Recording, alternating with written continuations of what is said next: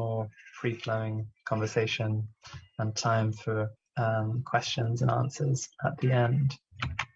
I'll now hand over to Isabel Ebert for a bit more context.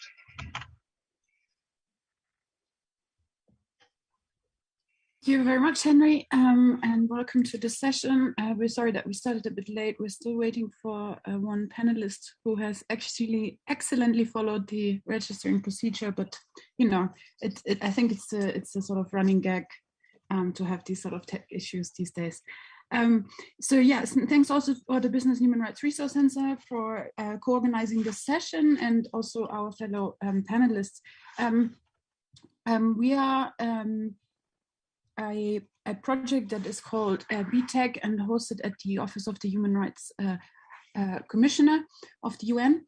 And our focus is on corporate responsibility in the tech sector. And for those of you who are not familiar with the business and human rights terminology, we are focusing our work around the UN guiding principles for business and human rights that have been adopted by the Human Rights Council in 2011 and have become a sort of emerging soft law norm in the corporate sector, have been endorsed by corporates when they were adopted, as well as civil society, international organizations, and individual member states.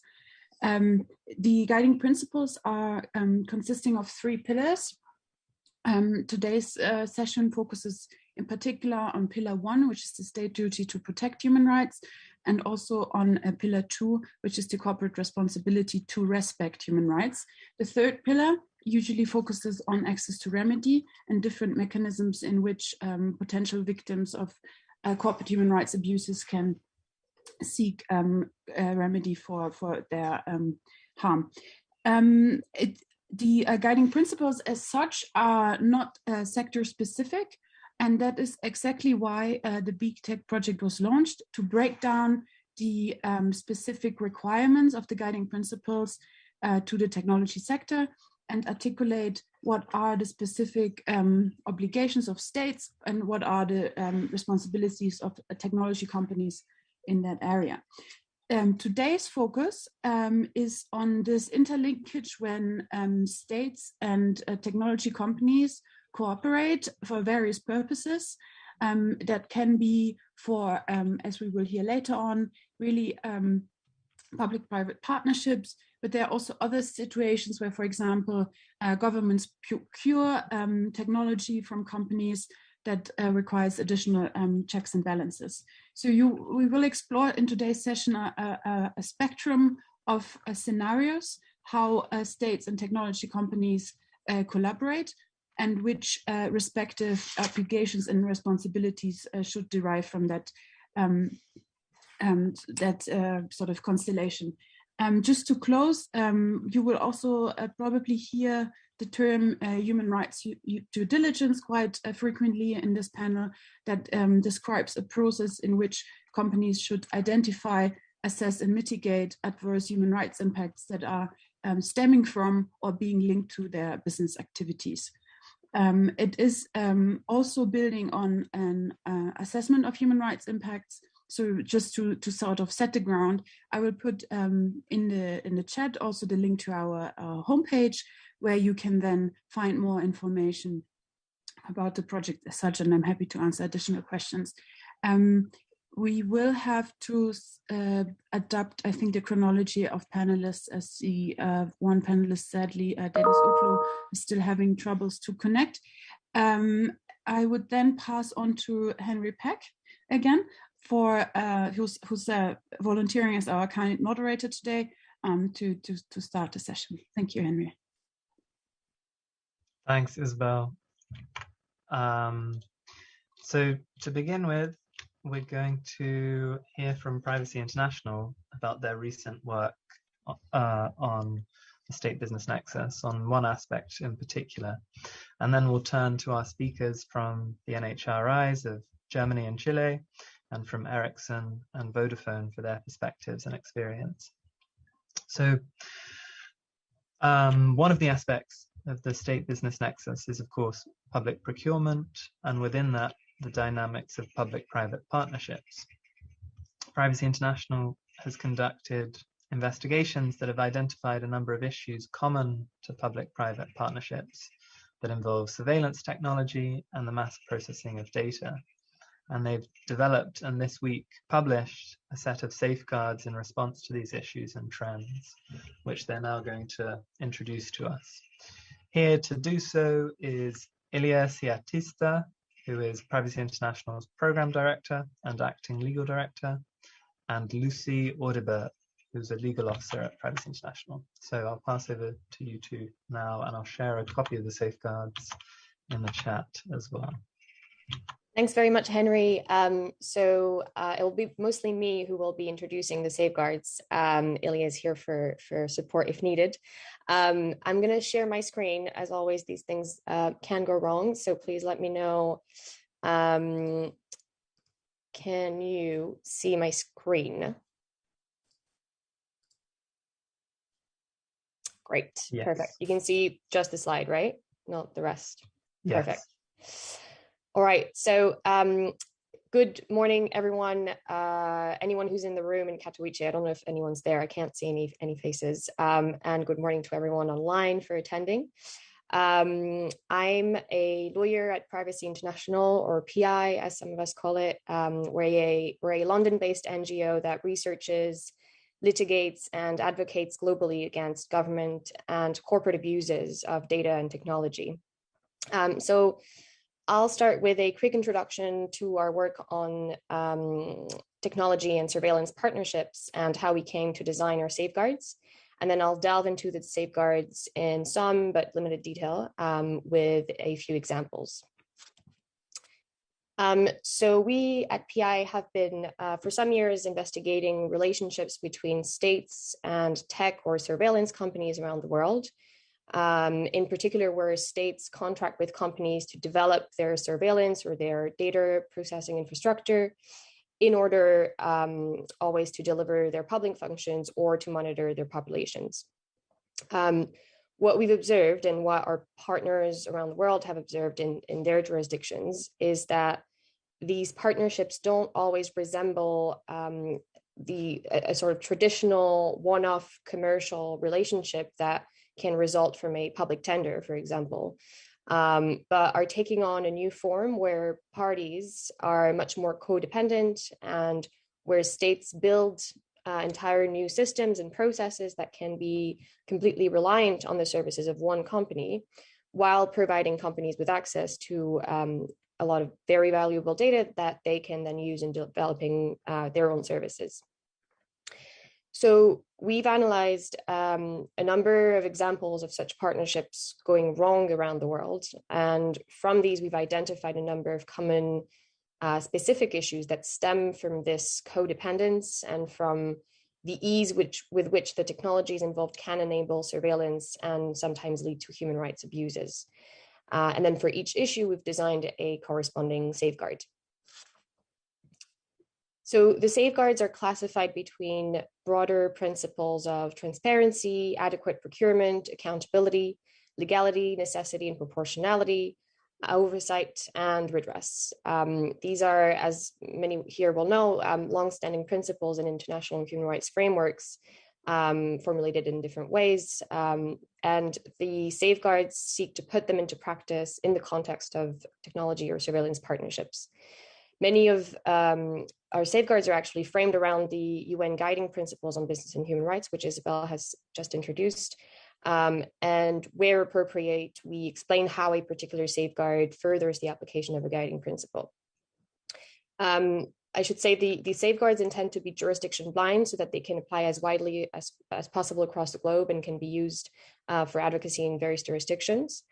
And one thing to note is that we intend on them being a living document that we hope to update regularly with new examples of abuse from across the world and with examples of successful advocacy, which can refine or define new safeguards in the future.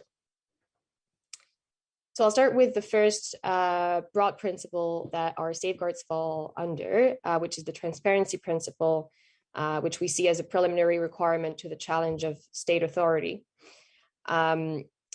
What we found is that a very common feature of technology partnerships is a lack of transparency that often stems from an overprotection of companies' commercial interests, and a desire from governments to shield the rationale for their decision making or to shield the extent of their surveillance systems. So an example would be in the past few years, the American data analytics company Palantir has developed multiple collaborations with the UK government, for example, to build the NHS, the health system vaccination database, or to build the post-Brexit border flow tool. And very few details of these partnerships were initially published. And so we, as civil society, had no idea how the procurement process was conducted. All we had access to was a couple of redacted framework agreements that were available on the government's contract website.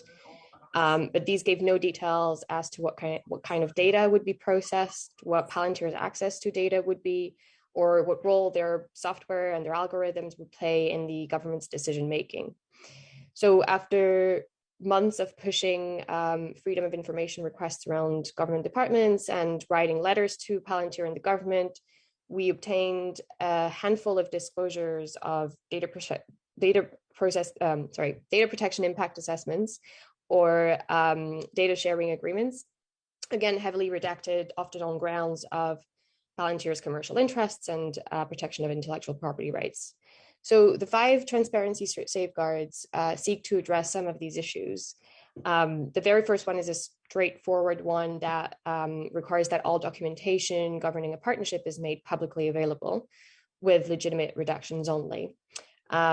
The second one, which I'll focus on a bit more, seeks to address the limit on transparency that commercial interests or intellectual property rights impose. And it requires companies to make any technology or software they sell to governments fully auditable at every stage in the partnership, and importantly, prior to contracting. If legitimate confidentiality concerns exist, we think audits can be performed by independent oversight bodies or independent researchers or experts, always bound by duties of confidentiality. So hopefully this can address the commercial interests argument that is too often used to shield the logic of public decision making. We think there are many ways available to provide transparency without entirely giving up intellectual property rights. And this goes through engagement with civil society and oversight bodies, and providing sufficient amounts of information to understand the substance of a partnership and the technology that it deploys. The next broad principle is the adequate procurement principle, which at a basic level requires states to comply with or to put in place, if they don't exist already, formal approval processes for public procurement, and to conduct appropriate assessments when deciding to contract with a company. And on the reverse is true as well. We would require companies to conduct appropriate assessments, such as human rights due diligence, when they contract with states. So one issue we seek to address here is one that we've seen in many places around the world and is quite emblematic of technology partnerships, where technology is deployed initially for private, commercial, or personal purposes, are co-opted by public authorities for policing or surveillance purposes without having recourse to required public procurement processes. An example that PI has revealed and criticized last year is the deployment of the company FaceWatch in the UK, which is a company that sells cameras equipped with facial recognition to retail shops like supermarkets. And we discovered last year that they offered access to the police to the retail surveillance network that they built across supermarkets, whereby the police could upload pictures of crime suspects to identify them if they visited stores equipped with FaceWatch cameras. And in return, people identified as safety concerns by stores could be denounced to the police through the FaceWatch network. So the issue here for us is an extension of the realm of state surveillance to places where no one had ever intended it to reach. And all of this, of course, without adhering to a public procurement process that would have questioned the very purpose and acceptability and raison d'etre of this extension and these systems. So an example of safeguard we've come up with to address this is Safeguard 10.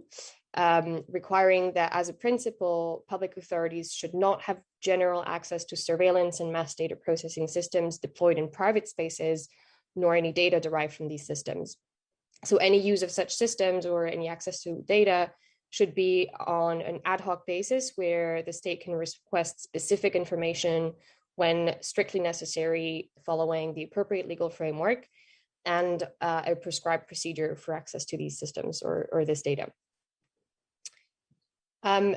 Our next broad principle is accountability, which is a core principle that requires defining responsibilities and identifying obligations, duties, and standards to be imposed on each actor of the partnership. And of course, having documents and policies in place that hold parties to account for these obligations. So an example of issue we've addressed here is in France during the COVID-19 crisis, at the start of the crisis, the government attempted to use the existing network of CCTV cameras that existed in streets and public transport to turn them into intelligent CCTV cameras to monitor mask wearing and social distancing in public spaces. This was struck down by the French Data Protection Authority, the CNIL, because it lacked a legal framework and a clear policy defining the purpose of the monitoring and any red lines. For example, the CNIL required that it shouldn't be used to identify and prosecute people for not wearing masks, and rather that it should only be used for the collection of non-personal data for producing statistics about mask wearing, for example, in order to inform the design of incentive policies. So a safeguard that seeks to address that is Safeguard 13, which requires that whenever a technology is approved for use and for a specific purpose, of course, it should be authorized by law, and we'll come to that later, but it should also be accompanied by a technology use policy that defines clear boundaries for the purpose and the use of the technology, with an exhaustive list of authorized uses and a non-exhaustive list of prohibited uses. So any use of the technology that doesn't comply with this policy should undergo a new approval process determining whether the new use would be lawful and compliant with other safeguards. And the technology use policy should be amended to reflect this new agreed use. And of course, any use that is wholly incompatible with the original technology deployment's purpose should be rejected. So this is really to address what was often called function creep, where it's quite easy for technologies originally deployed for one specific and acceptable purpose to evolve and regularly expand the realm of surveillance without approval processes having been gone through, processes that are required when you install new technologies. Our next broad principle are actually three very fundamental principles, which are legality, necessity, and proportionality. So yeah, fundamental principles in international human rights law. And in the context of a technology or surveillance partnership, this means for legality that any use of technology to address a public need or to fulfill a public function has to be authorized by an appropriate legal framework. So for example, in the UK, the police had been using mobile phone extraction technology for a number of years without an appropriate legal framework until the UK data protection regulator declared this unlawful. And this is only now being rectified in draft legislation. But we went for years with this practice going on without any legal framework. For necessity, we require that a necessity assessment be conducted as part of human rights impact assessments to clearly demonstrate that recourse to a particular technology is necessary to achieve defined goals rather than a mere hypothetical potential advantage. And for proportionality, similarly, a proportionality assessment has to be conducted to measure the adverse impact on citizens' rights and freedoms and demonstrate that this impact is justified by a corresponding improvement in citizens' welfare, always taking into account any chilling effects on the exercise of fundamental rights.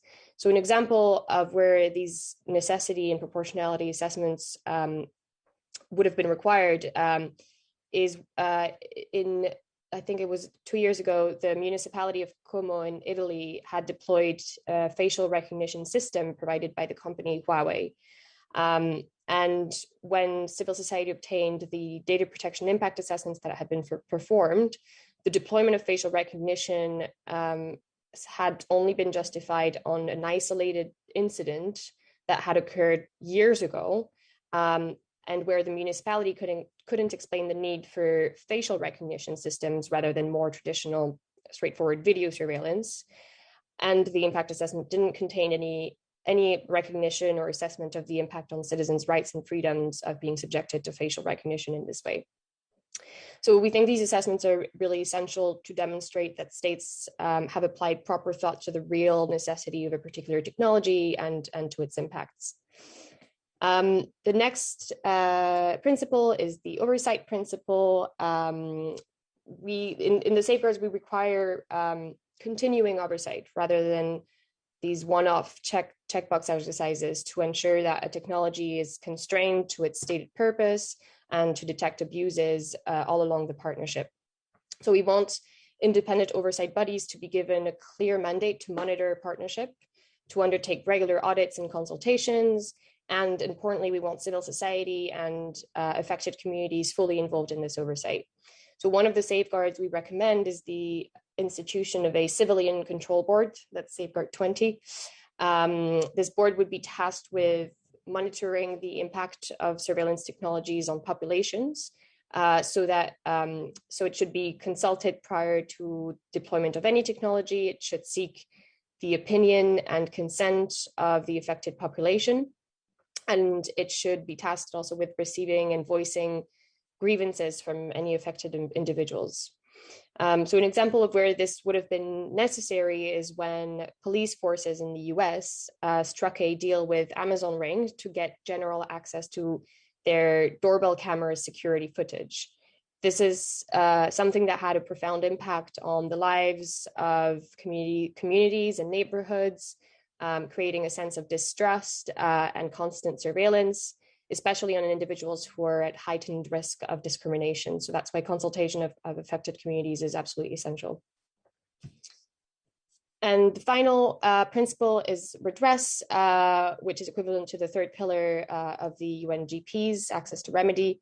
And in this context, the availability of redress relies on other principles, of course, having been upheld, such as seeing through the opacity of an algorithm in order to understand its impact and to seek redress. So the main safeguard we recommend in this section is that policies governing a partnership should include redress provisions that point to existing mechanisms or that establish new mechanisms for handling complaints and enforcing sanctions for violations of policies. So an example of where this went wrong is in 2017, the Mexican government used NSO's Pegasus hacking software against two lawyers who had been critical of the government, who were then assassinated after having been located thanks to the hacking software. So far, NSO has never been held responsible for these atrocities and human rights abuses and has always refused to cooperate with efforts to obtain accountability and redress from the Mexican government. So we think that's where redress mechanisms could have required NSO to disclose whether they'd aided the government's surveillance efforts in providing their hacking software. Just a word of warning that any redress mechanisms should not and never bar access to courts or other established judicial mechanisms. Because this can be an issue, for example, where if a regulator or an oversight body is designated to handle complaints, it might take them years to work through complaints, or they might be purposefully under-resourced by a government, meaning that people aren't able to obtain redress. So in these circumstances, courts should always still be able to accept complaints, even if a regulator hasn't yet decided them. And we think this is essential to balance access to justice and quality of justice.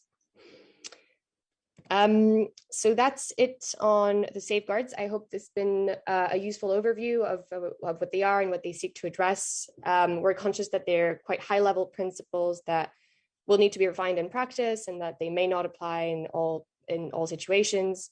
But hopefully they provide a framework for advocacy to uphold human rights principles and the UNGPs in the face of privatization of public functions and surveillance. So the safeguards are available on our website at privacyinternational.org, and I think Henry might have shared a link. If you have any questions on the safeguards or any feedback for us, you can reach me by Twitter at the handle over there on the slide. So yeah, I look forward to the broader discussion with panelists. I'm not expecting any specific feedback on the safeguards, as I know it's quite a lot to digest. But if you have any, that would be most welcome. And yeah, I'm keen to hear about others' experience in applying the guiding principles in the tech sector. Thanks very much. Thank you, Lucy, for these thoughtful and practical findings and guidance. And I think in particular, thinking through the UNGPs, this does provide a really useful framing and framework for implementation with concrete settings and circumstances.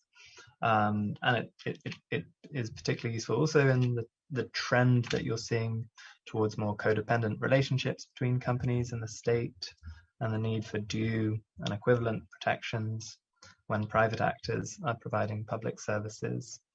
And similarly, the importance you stressed of regular oversight, not just one-off processes. In the broader session today in our roundtable, I think it's important just to set the safeguards in context, given the much wider scope that we're addressing of the state-business nexus. And our panelists today are engaged in a wide range of public-private interactions, not just public-private partnerships, and will speak to different aspects of state-business engagement too, including license agreements, which are often more one-dimensional or less codependent than the PPPs that Lucy's described. So with that, I'm going to hand over to our first panelist, Dennis Utlu, who's a senior policy advisor at the German Institute for Human Rights, which is Germany's NHRI. Dennis, over to you. Thank you very much, Henry. Thank you for having me and giving the opportunity to intervene in this session. As you said, I'm working for a national human rights institution. Currently, I'm also chairing the Business and Human Rights Working Group of the Global Alliance of National Human Rights Institutions. So let me start with outlining the perspective of NHRIs on our topic. National human rights institutions are neither governmental nor non-governmental organizations. They're entities in between, financed by the government, however, independent of it. And they have the mandate to promote and protect human rights. Being financed by the government, they're still ought to be independent, and this is checked by an UN-level accreditation system. So a status NHRIs, such as the German Institute for Human Rights, for which I'm working, may participate at the sessions of the UN Human Rights Council. The UNGPs, which were introduced already, mention NHRIs in all three pillars. And the first pillar of the NHRIs of the UNGPs do summarize somehow states' obligations, and these are, just to be clear, these are obligations. These are not guidelines. It summarizes international law and human rights law, which is binding for governments, different than the second pillar, which is the pillar for the corporate respect on human rights. So the commentary to Guiding Principles 3 states that NHRIs, National Human Rights Institutions, should help states to identify whether relevant laws are aligned with their human rights obligations and if they are effectively enforced. This means that NHRIs can serve as an intermediary between different state agencies to check with them, first, if they sufficiently follow a human rights-based approach, including in establishing PPPs or in public procurement procedures. And second, to monitor if they align with states' human rights obligations when using data technology or interfering with tech companies, including long-term strategic relations with them. Third, NHRIs can also, if they have the capacity, undertake human rights impact assessments and artificial intelligence impact assessments. Human rights risks and or impact assessments are a necessary governmental task before a procurement decision is taken or a collaboration with a private actor is established. Collaboration between state agencies and tech companies is already an area of human rights concerns, for instance, in state missions such as building critical digital infrastructure, the use of surveillance technologies to advance public safety, applications for the criminal justice system or border controls, national defense, and national security. That human rights impact assessments or impact assessments are necessary follows from the requirement of adequate oversight as stated in Guiding Principle 5 in the first pillar of the UNGPs in the section on the state business nexus of the UNGPs. It states, quote, states should exercise adequate oversight in order to meet their international human rights obligations when they contract with or legislate for business enterprises to provide services that may impact upon the enjoyment of human rights. And then the commentary to Guiding Principle 5 concretized this. States should ensure that they can effectively oversee their enterprise's activities, including through the provision of adequate independent monitoring and accountability mechanisms. In fact, the privacy international safeguards do reflect those requirements in Safeguard 7 and 8. Safeguard 7 states DPIAs should be performed for the deployment of any technology involving the processing of personal data, whether the processing is considered to be likely to result in a high risk to individuals or not. Where algorithms will be used to make automated decisions, AIAs ought to be performed as well. So these obligations are reflected in the safeguards and made more concrete here, which is helpful, as I find. Governments should involve independent experts as well for doing those impact assessments or for executing those impact assessments.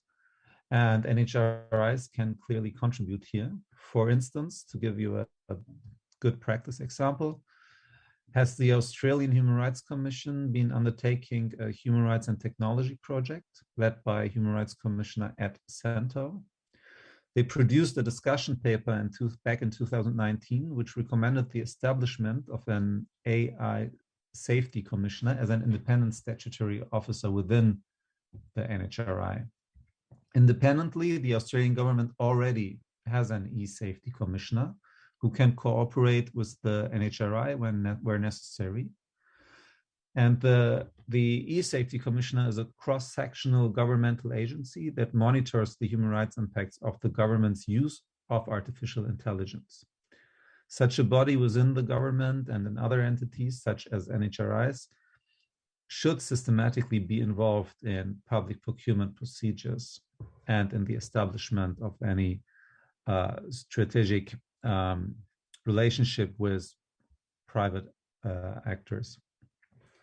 This said, it should be clear that the field of human rights impacts by technology companies is still a fairly new area for the human rights community.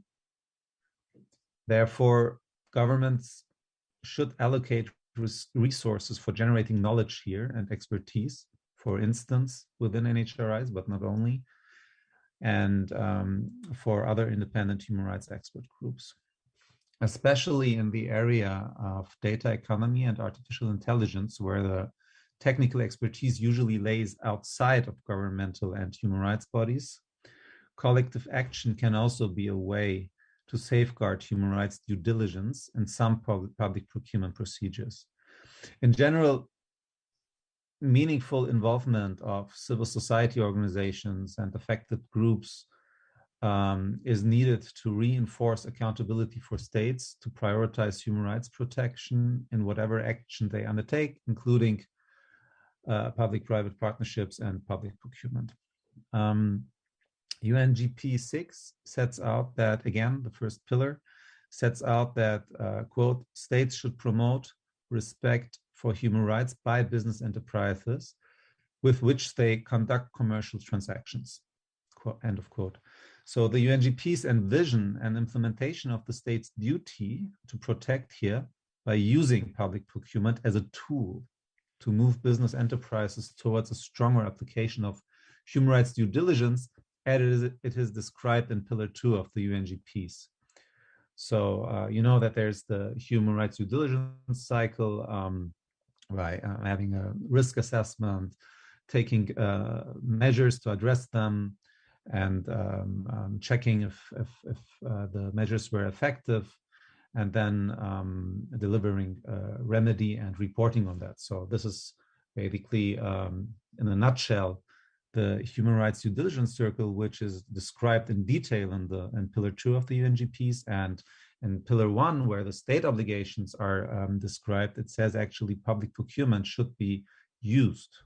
Well, it is an interpretation, to be fair, but I just read out the quote where you see the source for this interpretation. For now, however, procurement law often regards human rights as a secondary restriction, not equally important as financial aspects of the procurement decision.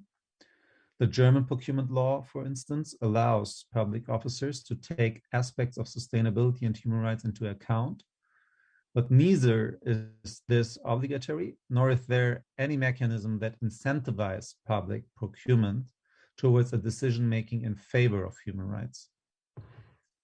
Approaches like this may even incentivize public agents to find a way around human rights when they are cooperating with the private sector, since the primary goal and mission is something else, namely rather reducing costs than respecting human rights. But respect and protection of human rights is a cross-disciplinary state obligation that should be the basis of any government, of really any governmental undertaking. Thank you very much. Thank you very much, Dennis. That was really a useful overview of both NHRI responsibilities, but also the overlap with the different guiding principles and the different legally binding requirements and responsibilities. I'm going to turn over now to Theo Jekyll, who's the corporate responsibility expert at Ericsson. Thank you, Henry. I hope you can hear me. Yes. Good. Please let me know if there are any. I've had some issues with Zoom lately, so please let me know if you can't hear me. But anyway, thank you very much for the invitation to speak here today, and thank you for the very interesting introductory presentation as well from Privacy International. Maybe just to start to explain kind of the position of Ericsson within the ICT ecosystem when we're talking about these issues. So Ericsson, we're a communication network provider. So we provide the infrastructure, and we do this through our customers, who are usually communication service providers or mobile operators. So we rarely deal directly with government entities, but do so, of course, as they are the end users of some of our technology through business partners and our customers, such as the mobile operators, for example. And many of the questions that have been raised here today, even though we don't deal with them through public-private partnerships, as I said, I mean, our end users are sometimes government entities. So many of the issues of conducting human rights impact assessments and due diligence in our business engagements with our customers are, of course, something that is crucial from our perspective as well. And maybe just to reflect on some of the points that were raised before, I think when talking about these issues of how to protect human rights and dealing with surveillance technologies, One issue, going back to the point of transparency, which is, I think, very important, is to clarify the roles of the different actors in the ICT ecosystem, to understand what responsibilities they have and what is reasonably expected from a UN Guiding Principles perspective of the different actors, in order to make sure that each player in this ecosystem, both companies and states, take their responsibility seriously. Because I think if we only apply the same kind of expectations or same practical requirements on all types of actors and players in this ecosystem, that might not be really relevant or adaptable to what's feasible for each actor. So we recently published a report on 5G and human rights, for example, where we explore this concept of different players in the ecosystem, both from a vendor perspective, mobile operators, if it's platforms, government entities, and making sure that we also raise awareness about these issues across the value chain, across this ecosystem. So that's my first point on transparency. I think that we need to think about these issues also beyond single transactions, but what role can we as companies play in dialogue with both government entities, our business partners, but also civil society, in raising awareness about how the technology is used, what is the purpose of the technology, what is the risk of misuse, and how we can mitigate it as different players in this ecosystem. To the point also of the state business nexus, which is very, of course, important from a UN Guiding Principles perspective as well, I think it's crucial for us not to forget that one of the kind of important contributions of the UN Guiding Principles when they were adopted 10 years ago is defining that distinction between the state duty to protect and the corporate responsibility to respect human rights. So of course, the corporate responsibility to respect exists regardless of a state's ability or willingness to comply with their duty to protect human rights. So we need to take our responsibility regardless. And of course, part of the state duty is potentially regulating corporate behavior. But I think we should be cautious in not blurring those lines too much when we're talking about dealing with these types of issues from a human rights perspective, where, for example, state duties would be applied to companies. So I'm not saying that companies, as I said, I mean, our responsibility exists regardless of a state's ability, but I think we still need to have that distinction. And that's really what the UN Guiding Principles, one of the strongest contributions of the UN Guiding Principles, and why we apply that thinking in our way of working, is because it is that clear distinction, which I think is an important part of how we design our due diligence frameworks and what we can do in practice. And then maybe just the last point before I hand over back to you, Henry, is on remedy and redress. And I think that's also a point that has been discussed to quite some extent within our industry, not the least within the BTEC project, is how to design and enable remedy, again, in this ecosystem approach. Because in some cases, certain companies such as Ericsson might sometimes be a few steps removed from the actual potentially impacted stakeholders. So, I mean, kind of applying the thinking of operational level grievance mechanisms in our industry might be quite difficult or not really effective. But what can we learn from other industries, such as the financial sector, for example, in designing and enabling a remedy in an ecosystem approach? Again, maybe not just specifically for a specific transaction, but partnering with our business partners, customers, civil society organizations in raising transparency again, but kind of building in those systems, and also thinking about what is rights respecting remedy for privacy violations, for example. That needs maybe a specific approach as well. So I think that is something that we really need to focus more on in our industry, and of course in collaborations with governments as well. So I think I'll stop there for now and hand back to you, Henry. Thanks. Thank you, Teo. Thank you for spelling out also a bit more about the differences in actors among communication network providers, as well as vendors and other elements within this ecosystem, and the challenges of applying some of these principles wholesale, given the distinctions you've shared. I'm now going to turn over to Moira Oliver, who is the human rights lead for Vodafone. So Moira, over to you if you're ready. Yeah, sure. Thank you. And good morning, good evening, everyone, wherever you are. I think it was really helpful actually to follow on from Teo, because it's, as you're saying, Henry, it's really important to understand different relationships, I think, within the ecosystem.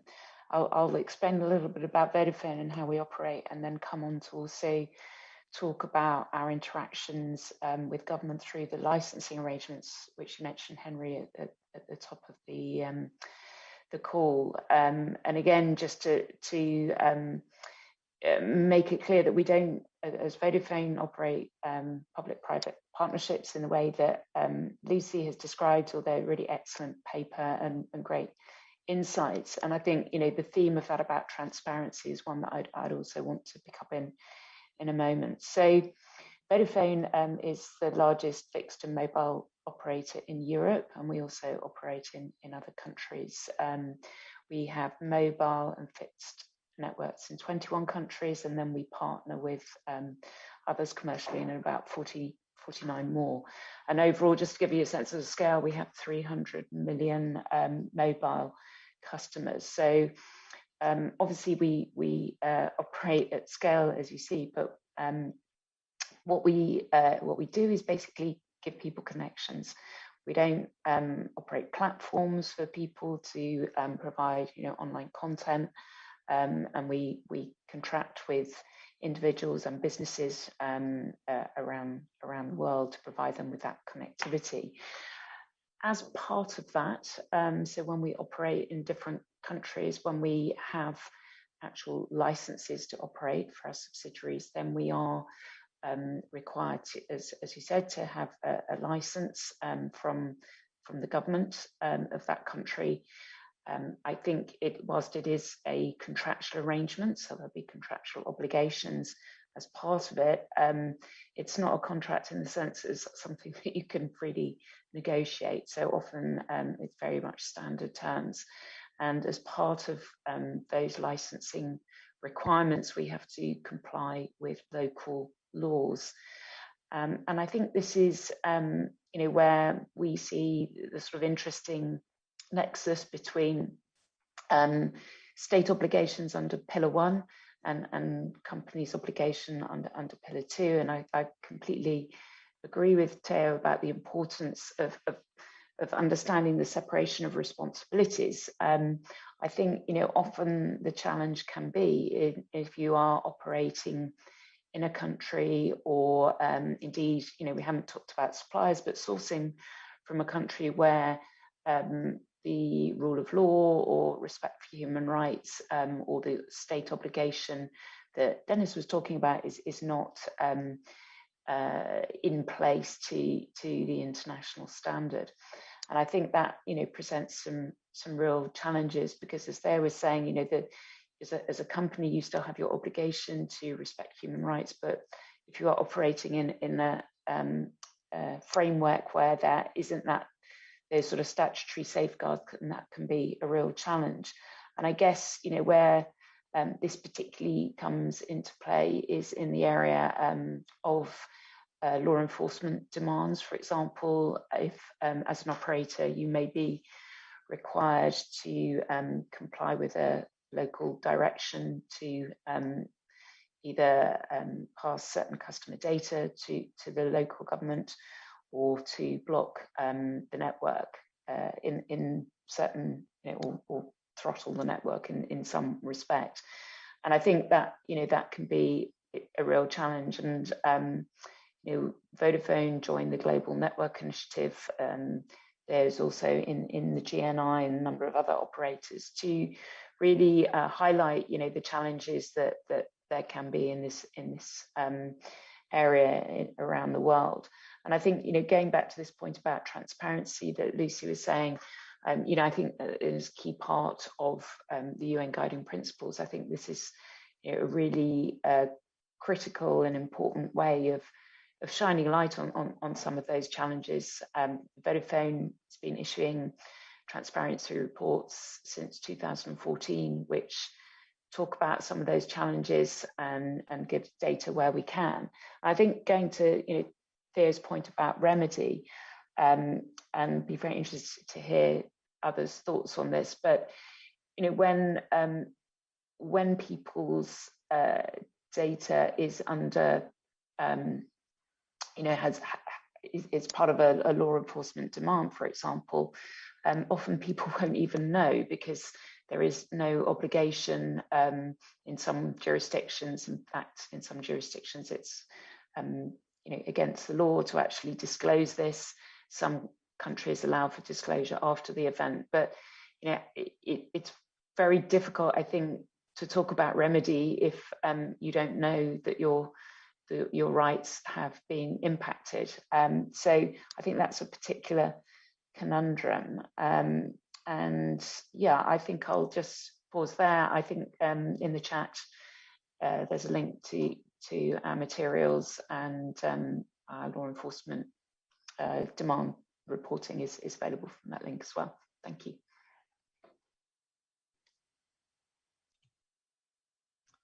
Thank you, Moira. Thanks so much. I think I'll move straight on to our final panelist, Sebastian Smart, who is a senior advisor at the National Human Rights Institution of Chile. And then we'll turn over to questions from the audience and can have a more free-flowing discussion. Sebastian, over to you. Many thanks, Henry. And well, first of all, I'd like to thank for the invitation to be part of this panel, and special thanks to the Business and Human Rights Resource Center, the BTEC project, and Privacy International as well for organizing this conversation, and to all the panelists as well, from whom I already learned a lot. Now, there are a few questions that guide our conversation, and the first question that talks about the value of the UNGPs and our experience in practice working with the UNGPs. I'll have to start by saying that I have worked with the UNGPs from different perspectives.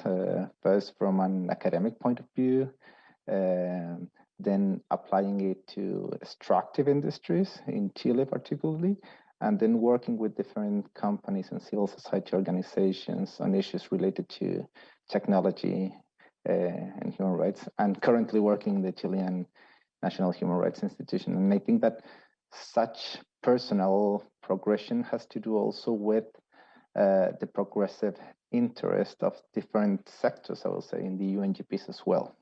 So we have to remember that when the UNGPs were firstly being drafted, the main sectors that grabbed the attention were companies that operate through extended supply chains and extractive companies, and tech companies at this point of view that were usually considered only, I will say, narrowly in the context of censorship and surveillance.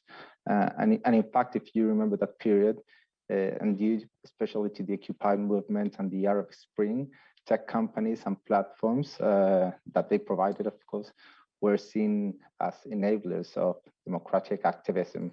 And so tech companies were mostly seen as enablers of human rights rather than threats to them. But that narrative, I will say, that did not only affect the drafting of the UNGPs, but created as well an environment where government regulations were seen, I will say, as negative and counterproductive. In recent years, I will say, however, we have seen how companies and how governmental activities have generated an increasingly adverse impact on human rights, from issues that have been clearly well expressed here, from issues of freedom of expression, surveillance, and decision-making, I will say, for social programs that lack the transparency and may end up discriminating, which is of particular importance in the context of increasing privatization of public responsibilities. I think that then the smart tools or mix of tools given by the UNGPs, including regulation, public procurement, national action plans on Pillar 1, but also the set of tools provided in Pillar 2 for companies, can be a starting point to avoid such consequences. In other words, UNGPs should be like the basic model, if you want to put it, the floor, where we should start building a coherent mechanism to protect and promote human rights in the digital environment. And in that context, I will say that PI safeguards for public-private partnership in tech are an excellent complement, or if you want to put it, a clear guidance on how to develop the UNGPs in a specific context when it comes to tech. I still think that one of the biggest challenges that we have at this point of growing interest of applying the UNGPs and different guidances to specific national or even transnational context is policy coherence. And let me give you a couple of examples of in Chile, of this smart mix, I will say smart mix of regulatory frameworks that are currently using the UNGPs and that keep us, at least in the Chilean National Human Rights Institution, especially alert. On the one hand, we are in the midst of developing a second national action plan on business and human rights. And it should be remembered that the first national action plan on business and human rights does not refer to technology at all. No? So we expect that the second national action plan will have some issues that relate to tech and business and human rights, especially because it counts with better stakeholders consultation mechanisms. Also, there are a series of bills and regulatory frameworks of special importance to the digital environment that are currently being discussed in Congress and that have been criticized for different reasons. Among them, the recent strategy on artificial intelligence, for example, which makes few or almost none references to human rights or to business and human rights. Also, the existence of a bill that creates a data regulator, but which lacks the sufficient independence from the executive branch, and a bill to regulate digital platforms that has been strongly criticized by the Global Network Initiative. And the biggest criticism here has been that in the way it's formulated, the law could excessively limit freedom of expression. No? Finally, and I think more importantly, Chile is going through a process of profound change or constitutional reform, which means a potential change in the institutions for the promotion and protection of human rights, but also in the human rights catalog. And here I will say particularly important, the social rights catalog. And despite these issues, the question of the relationship between social rights and a digital welfare state, as Philip Alston puts it, where we see an increasing privatization of decision-making processes, seems to be absent in the current constitutional process in Chile. And here is where I'd like to put some attention, no? Particularly because this situation in the Latin American context can be, I will say, catastrophic, not just for human rights, but also for democratic stability in Latin American countries. And in this specific context, PI safeguards for public-private partnerships in tech give us some, I will say, guidance to avoid part of those problems. No? Firstly, I will say that it's particularly worrying from a private-public partnership perspective when it comes to social rights, are the systems of surveillance, inspection, and punishment of people who do not meet the criteria for access to social rights. No? And processes that have increasingly relied on the use of digital technologies and automated decision-making processes. A second issue to take into account is the assurance or guarantee of equal and effective access to enjoyment of social rights, so that digital or artificial intelligence technologies used in the provision of social services do not imply obstacles that affect the holders of these rights. And a third issue is to ensure that decisions about people's welfare do not depend exclusively or decisively on automated decision-making systems, whether or not they are based on artificial intelligence techniques. So wrapping up, I'll say that we are experiencing a growing context where states engage in privatization or contracting out of tech services that may impact on human rights, that in these processes, governments must exercise adequate oversight. And here I'm using the words from the UNGP system, including by ensuring that contracts or enabling legislation communicate with the state's expectation that service providers will respect human rights for service users. And yet that's not enough, no? As PISF was clearly put it, states should promote awareness of and respect for human rights by businesses, including through the terms of procurement contracts.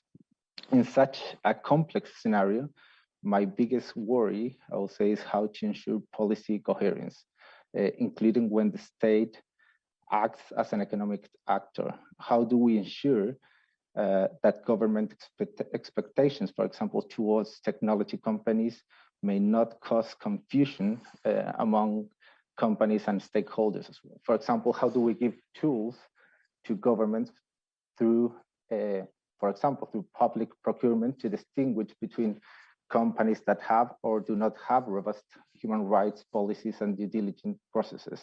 And on the other side, how do we ensure that companies do not ignore, as we have already said here, regulatory requirements or guidances of different states? And in my opinion here, and here I finish, national human rights are key actors for achieving such policy coherence in public procurement and any policy that makes the relation between governments and tech companies. And there are good examples on how that can be achieved in the digital sector. Dennis has already given good examples in Germany. Also, the Danish Institute for Human Rights joined, for example, Global Partners Digital to create a guide for including tech issues in national action plans. I had a great opportunity to participate in the initial steps of that guide. And in Chile, from our side, we have published extensively on business and human rights, and we are starting, I will say, and here I say starting a process in the tech sector. So happy to partner with different organizations or to take good practices to continue that work. So many thanks.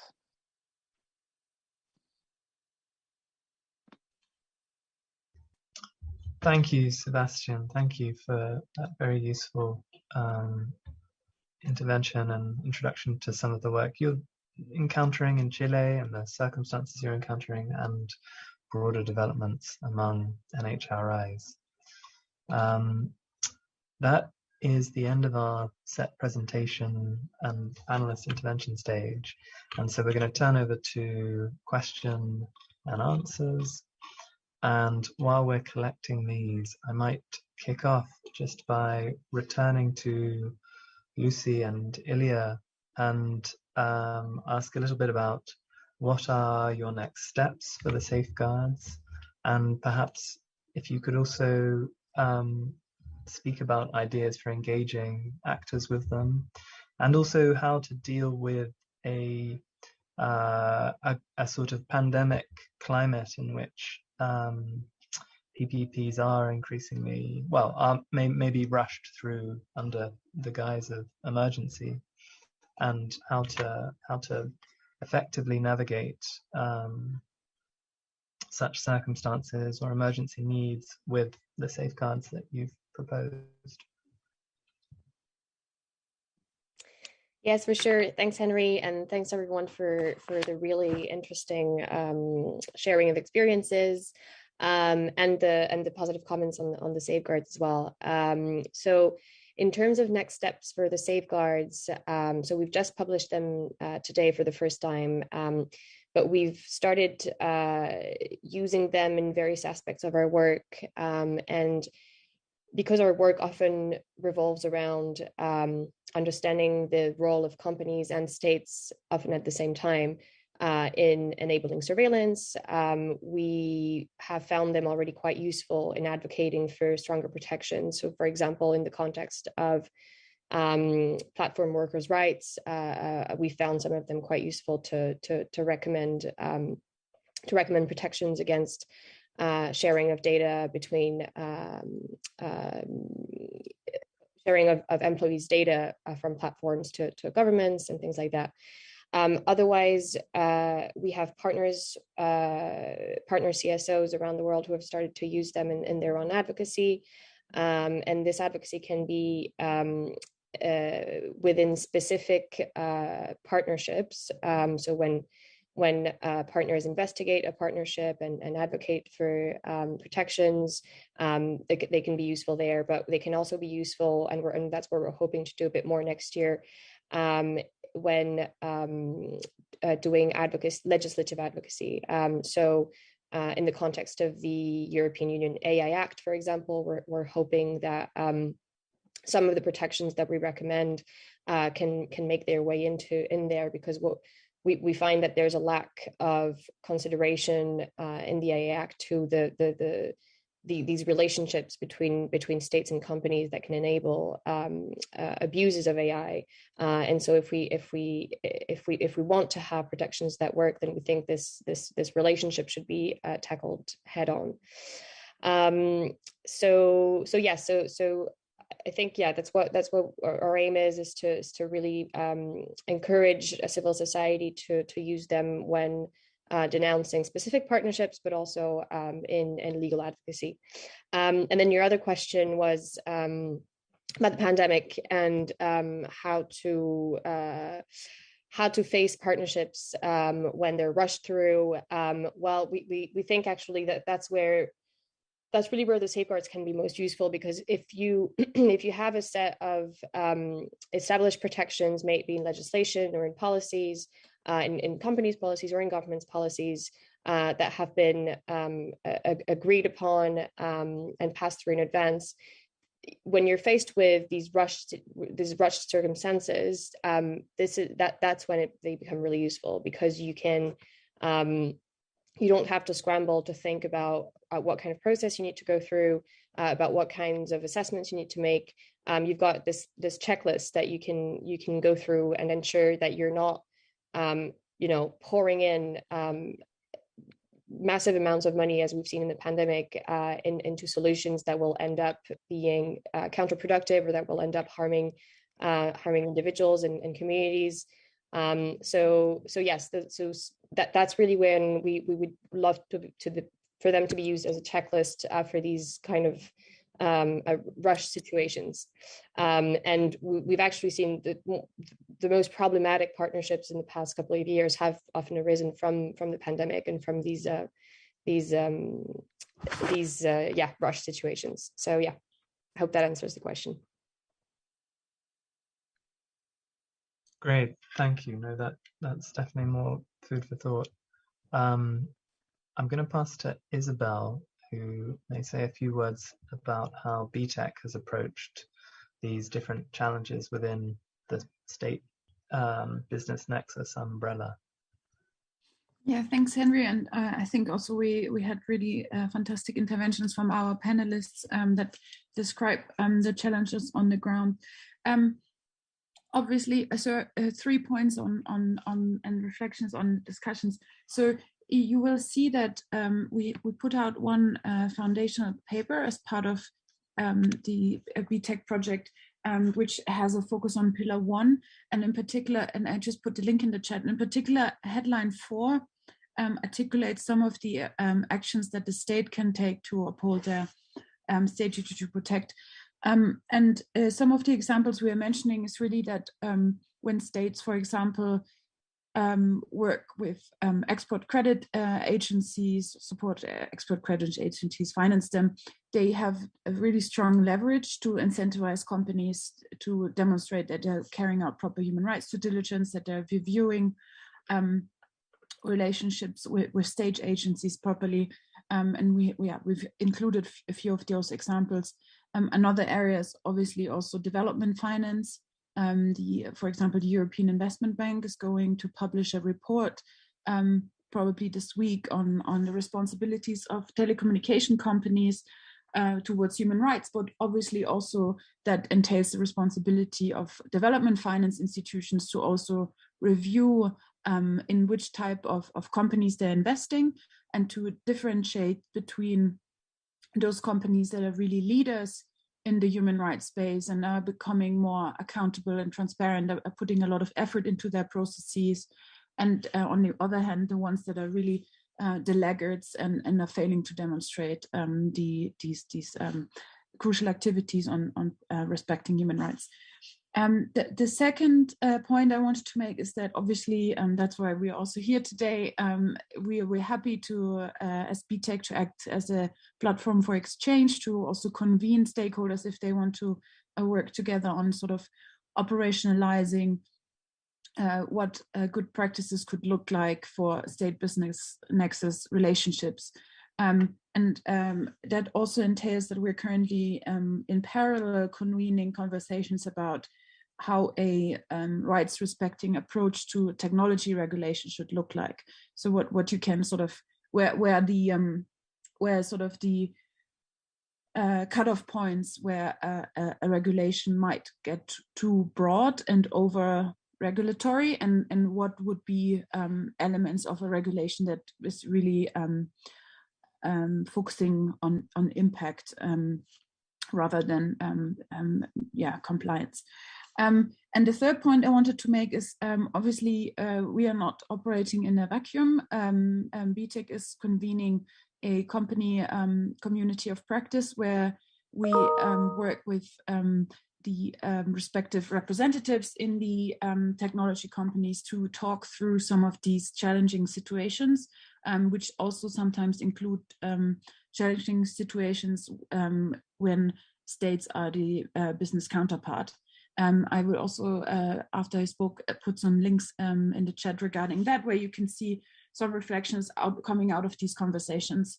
So really, just to summarize, on one hand, we've put out language what the UNGPs can say about state-business nexus relationships. We're happy to provide a platform, and we are also really happy to listen to all types of stakeholders about their work, not of course only business, but also civil societies and NHIs, where we will be intensifying the work with. You can obviously always reach out to us. I also put our email address in the chat. Thank you.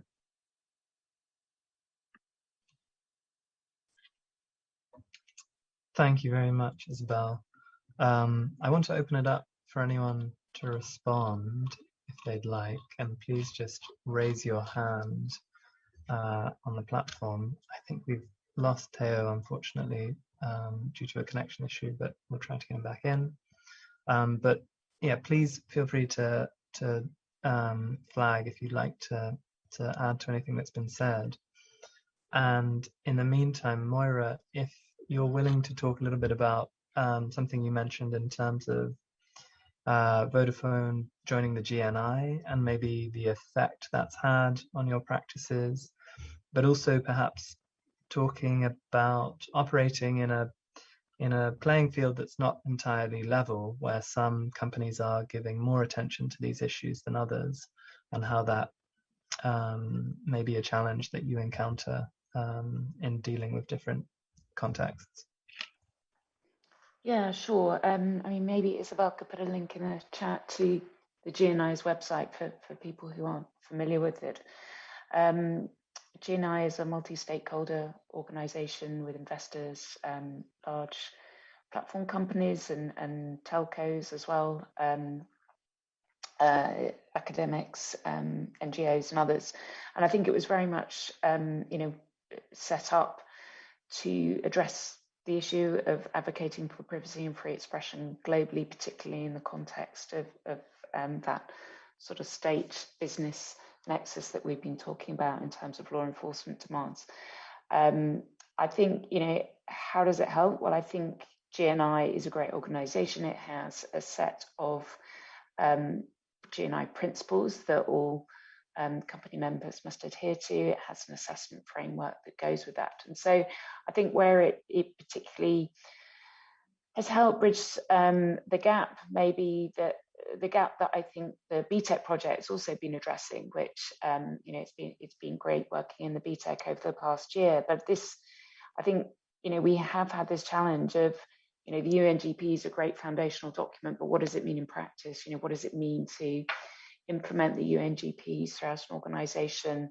What does it mean in particular scenarios? And I think, the tech sector has some particularly AI has been mentioned a few times. So I think, this is exactly the sort of area where tech is moving ahead and regulation is maybe struggling to catch up. And so I think this is where organizations like the GNI or BTEC have really helped to sort of work through what it means in terms of the UNGPs and respecting human rights in certain specific scenarios.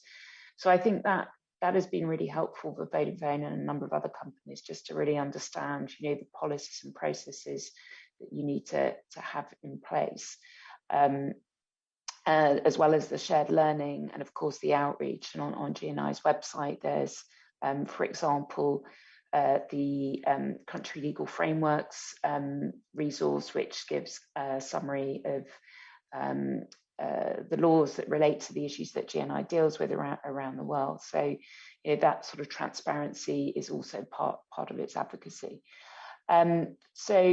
I've forgotten your second question now, but certainly, it's helpful in terms of that sort of policy and implementation piece. Do you want to remind me of your second question, Henry? Sure. No, thank you. And that sort of leads into it, which is really operating in a field where not all of your competitors are members of the GNI or adhering to the same principles.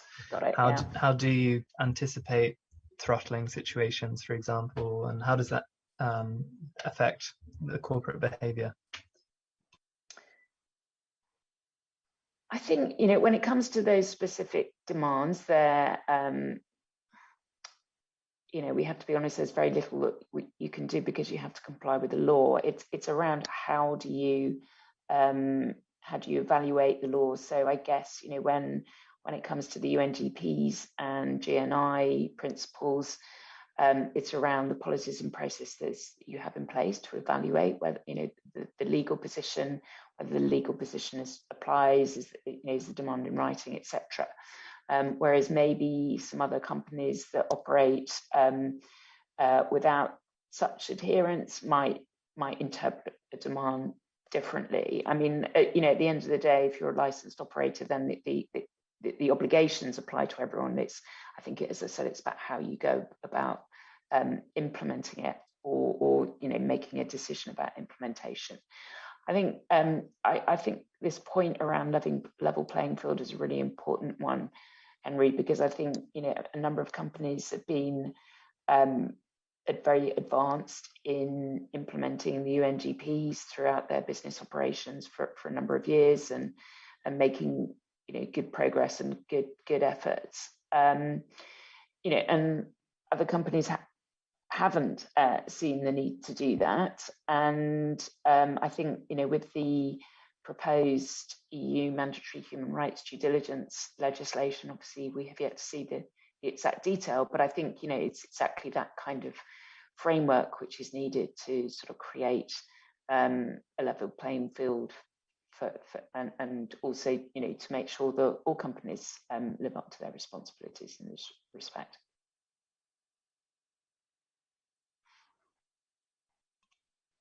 Thank you, Moira. Thanks a lot. I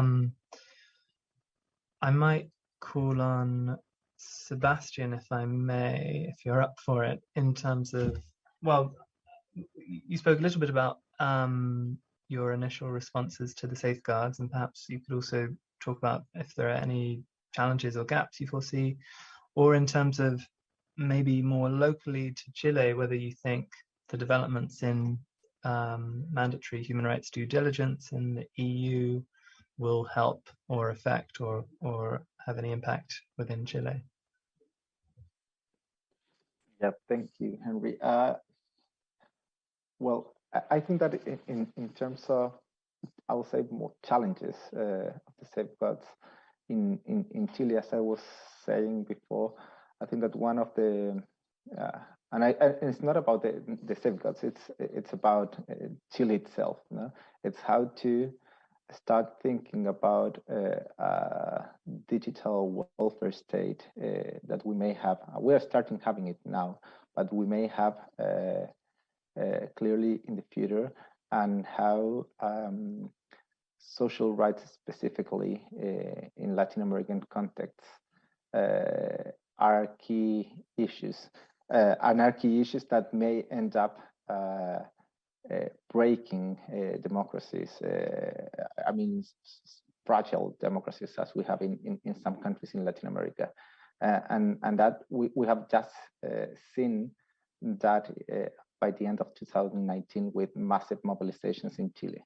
And my biggest worry nowadays is, well, how are we going to think about issues that are not currently in the agenda in Latin American context, in Chile particularly, and how we start thinking about these issues. No? How do we start thinking about companies who are taking the place of governments in some issues, specifically in deciding, for example, social programs that are developed in national context, and what are the responsibilities for those companies on the first hand, and secondly, what will be the responsibilities of governments in dealing or having these partnerships with private companies. And here there are specific programs very well described in the safeguards in different contexts, but in Chile as well. No, we have health programs which are led by private companies,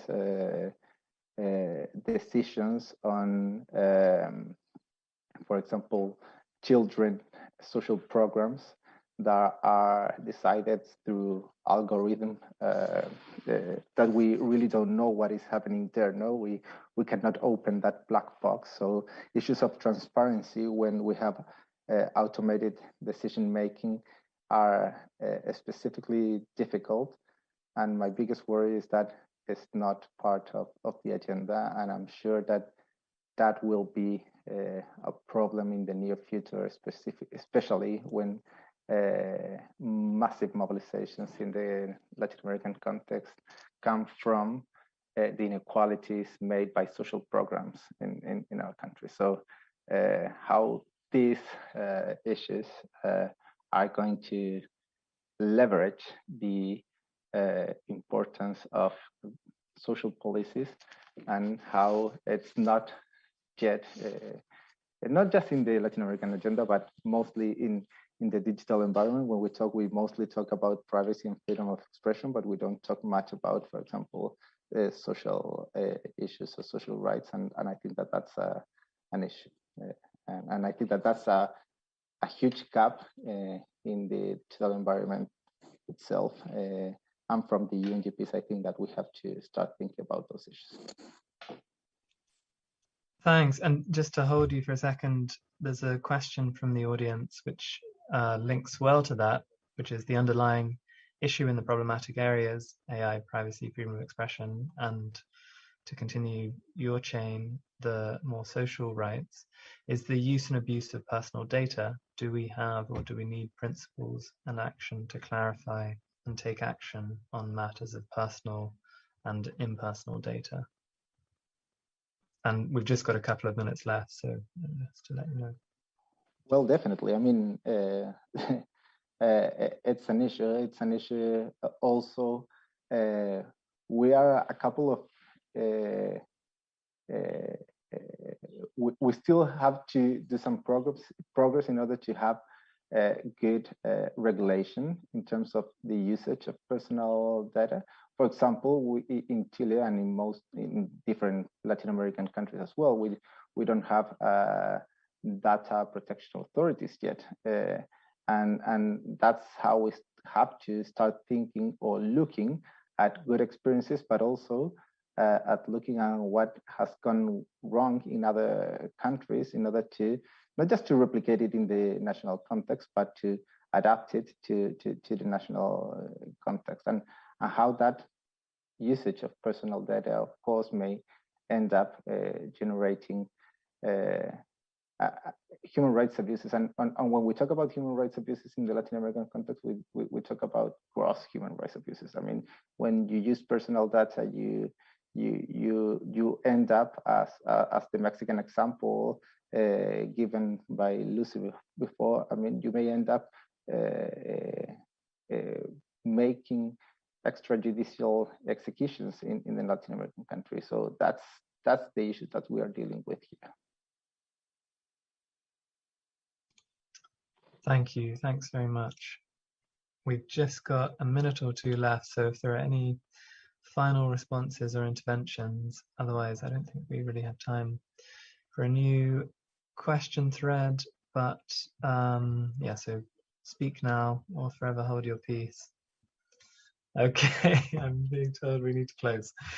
Thank you, Lucy, Moira, Sebastian, Theo, and Dennis, our terrific speakers today. And thank you for the discussion. Thank you, Isabel and BTEC for co-hosting, and to the IGF and the few attendees who did manage to make it to our room in person. Really glad to have had this conversation and looking forward to continuing it in due course. Thanks very much. Thank you, Henry. Thanks, everyone. Bye.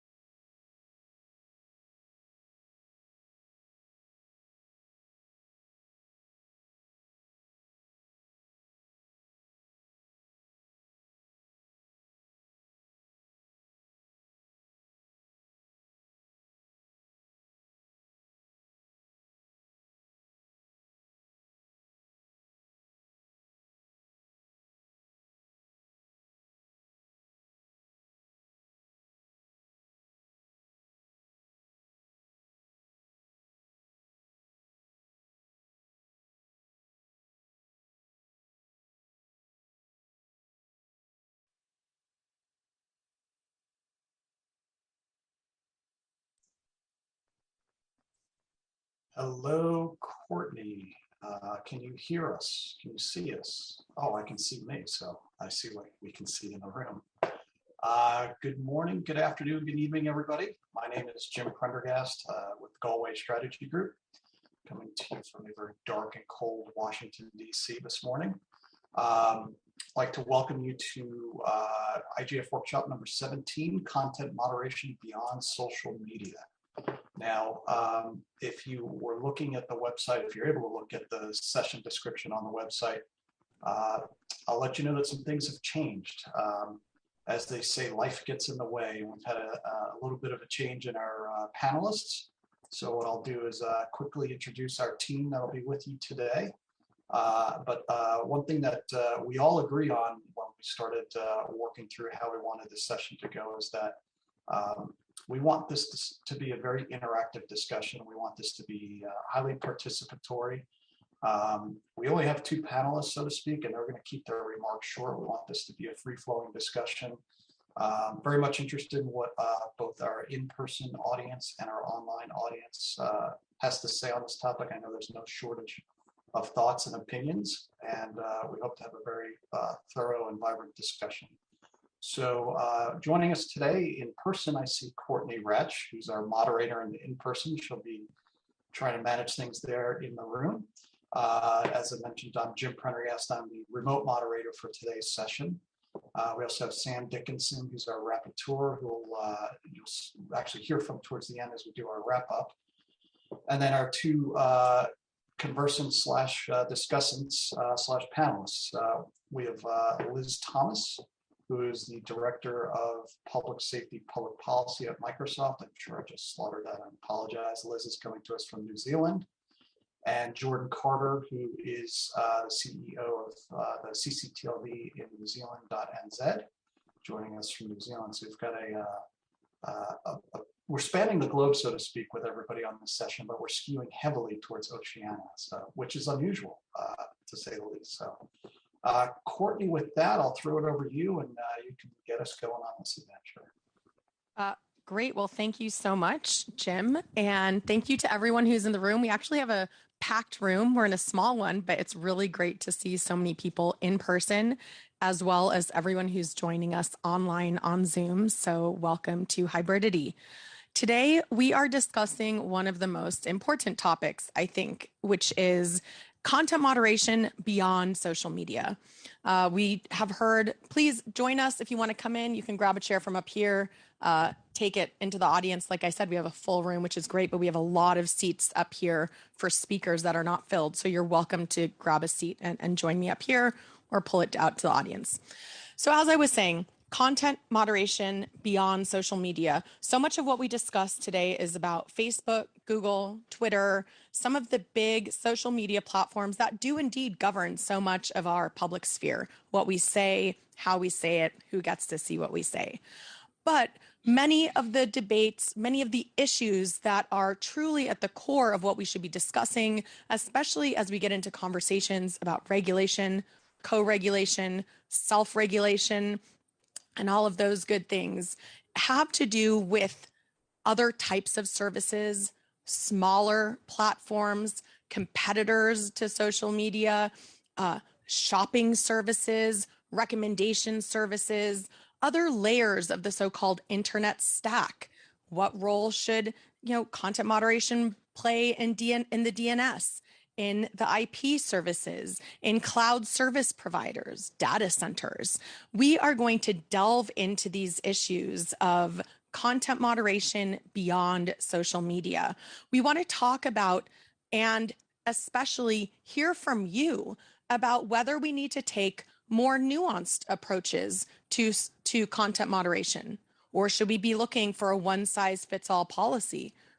Should we come up with some key principles that could really form the basis for a multi-stakeholder framework for understanding content moderation beyond social media? These questions are all really in flux, and I'm super delighted to see so many people here and online who are interested in thinking this through with us. Before I open it up to questions, I want to make sure that everyone knows we're going to take questions and comments. This is a great session. This is not where you just get 1 minute to make a question. We want to hear your thoughts on these topics as well. First, we're going to hear from Liz. Then she's the Director of Public Policy for Digital Safety at Microsoft and formerly worked for the Government of New Zealand. Then we're going to hear from Jordan Carter, who is the CEO of Internet NZ, the CCTLD manager for .NZ, and a longtime participant in internet governance in the Asia Pacific regionally and globally. And you're going to hear from me as well. So again, my name is Courtney Radge. I am an advisory council member to Ranking Digital Rights, which helped organize this session. And they put out a corporate responsibility index that assesses how platforms of various different kinds and telecom providers are doing in terms of public accountability, transparency, and adherence to human rights. I have a lot of other hats that I wear, but that's what I'm wearing today. So without further ado, I'd like to turn it over to Liz and then to Jordan. And again, we're going to open this up for a conversation. So I invite you to use the chat and I invite you to raise your hand and then we will integrate these into this discussion. We have 90 minutes, so we have plenty of time for this. And with that, Liz, let me hand it over to you to kind of give us your perspective from Microsoft, how you're thinking about content moderation beyond social media. Thanks so much, Courtney. And I did want to start by saying a big thank you to you, to Jim, to Jordan, and to Samantha for being here to participate and to shepherd the conversation today. And it's really exciting to hear that there's a full room at the other end. So looking forward to a really good conversation on this. And I think this might be one of the most New Zealand / NZ heavy introduction to conversations that I've heard in a while. So if at any point we are getting too far into a New Zealand accent, please do also let us know. And it's really great to have the opportunity to speak on this. And I do want to take a moment at the outset to put this conversation into context. And that context really is that the Internet Governance Forum in 2021, it's another staging point in what's been a really busy year, albeit remotely, of internet governance, of public policy, and of regulatory activity. And I think, you know, from the perspective of someone who's been involved in a lot of conversations, and I know not even close to all of the conversations, you know, we are content regulation, content moderation. There is so much happening in this space, but particularly, you know, sitting where I sit, seeing a lot of the work that's happening around the world to develop a really wide range of content regulation, whether that's in response to specific incidents or to try to deal with a wide-ranging set of concerns that are really around online harms and unlawful content. And we see that a lot of this activity has social media in its sights, and that's something that might be really carefully defined in those regulations or those measures. Or it's something that it might actually capture a much wider range of services that actually have really different features or functions. And as we've kind of noted in the outline for this session, and as you all will know, when we're talking in a social media context, those platforms often have content moderation options that do go beyond that kind of takedown or leave up binary. And those include tools like labeling, interstitials, downranking, and other things. But of course, this isn't the case across every part of the internet ecosystem.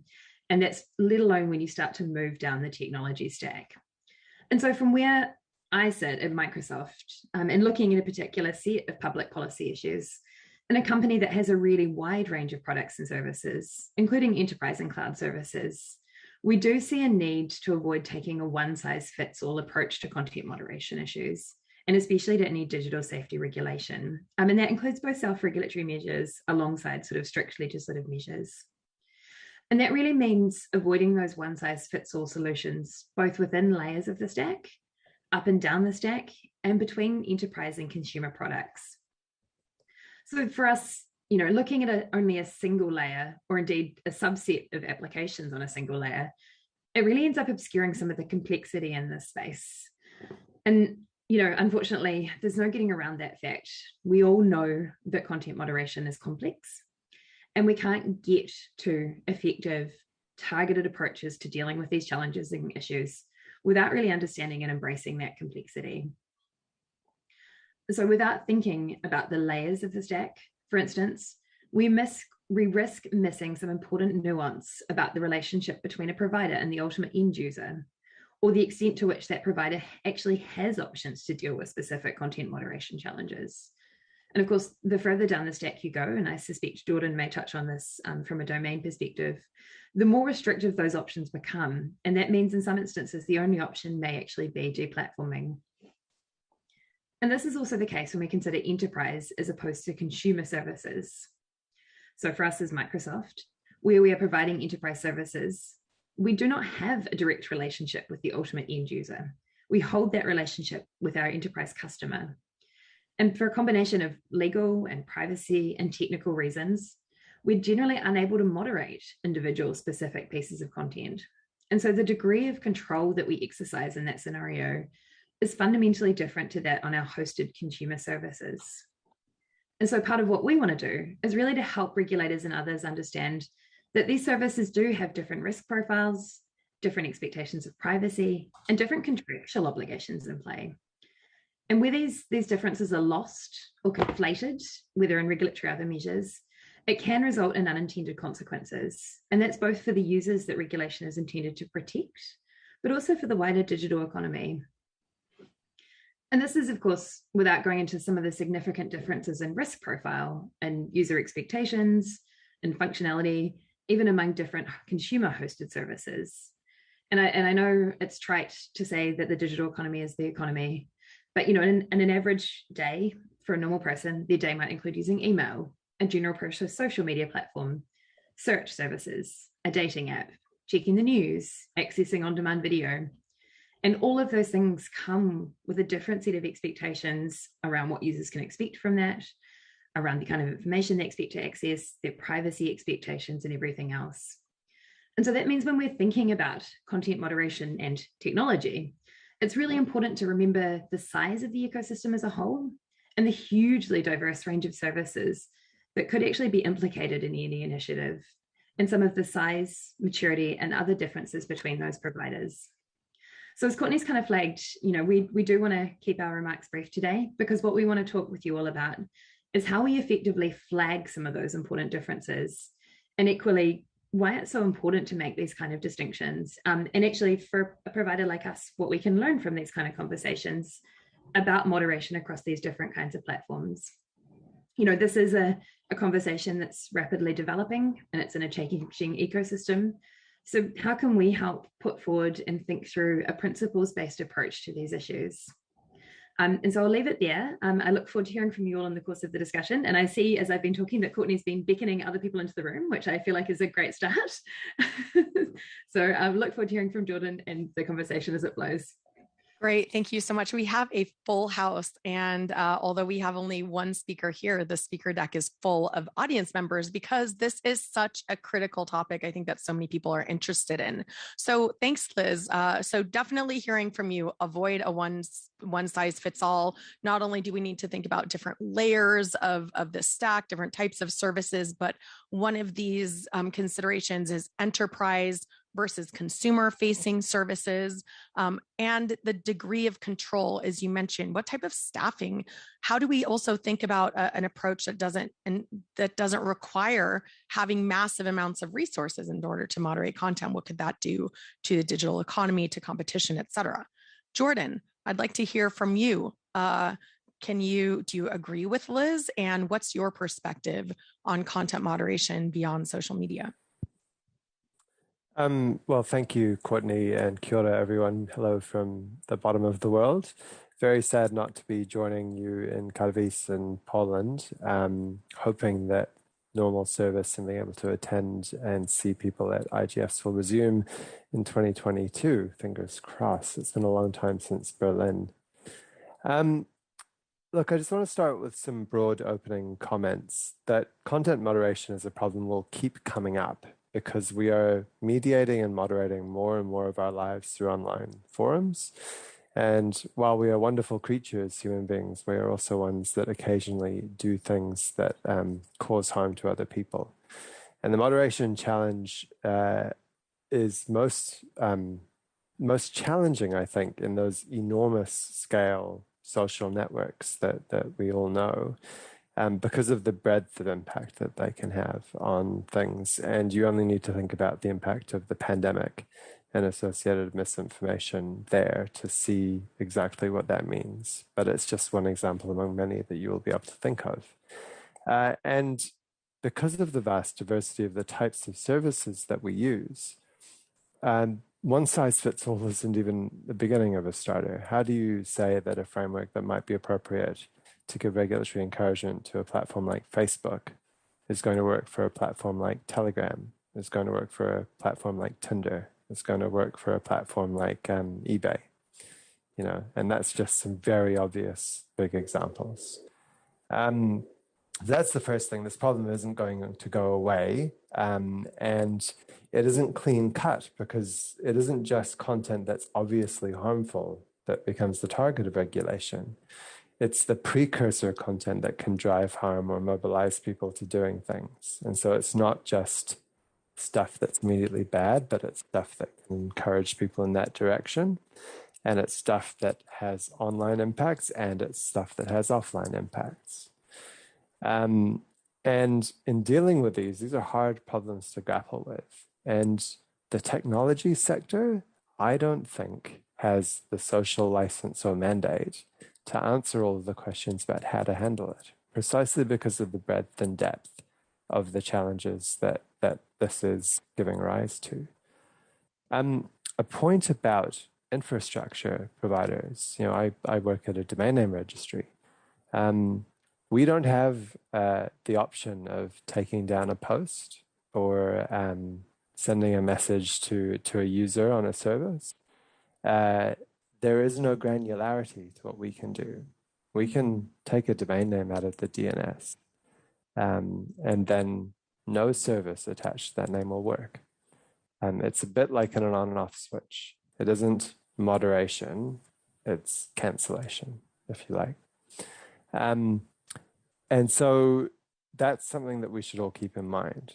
The complicated, messy reality of this, just in terms of the diversity of services. And then introduce that complexity and diversity to the enormous diversity of our societies and cultures, our religions, our languages. The exact same words or the exact same image in two different places or with two different groups of people can have a completely different meaning. An innocuous phrase to one person could be a very real and dangerous incitement to violence in another. So that is most difficult for the biggest global platforms, but it's also difficult for the concept of any kind of harmonized policy or regulatory approach, because, you know, how do you, in that enormous human diversity, which we all celebrate, trying to come up with a bottom line is an enormously challenging thing. And the concentration of internet services, which I think people have mentioned, does complicate this, because the old, perhaps early naive internet thinking that we could choose a different service, choose one that's got the policies that you like, runs slap bang into the network effects that mean we all want to be on the platforms where everyone else is. That's how you communicate most easily. And then on the other side, adding more complexity, some of the players are very small. My organization has got 5 or 6 people working on the whole compliance and enforcement area, and 750,000 domain names. Do you really want us making decisions about what should and should not be on the internet? And then the question is, do we want our government to be making those calls through due process?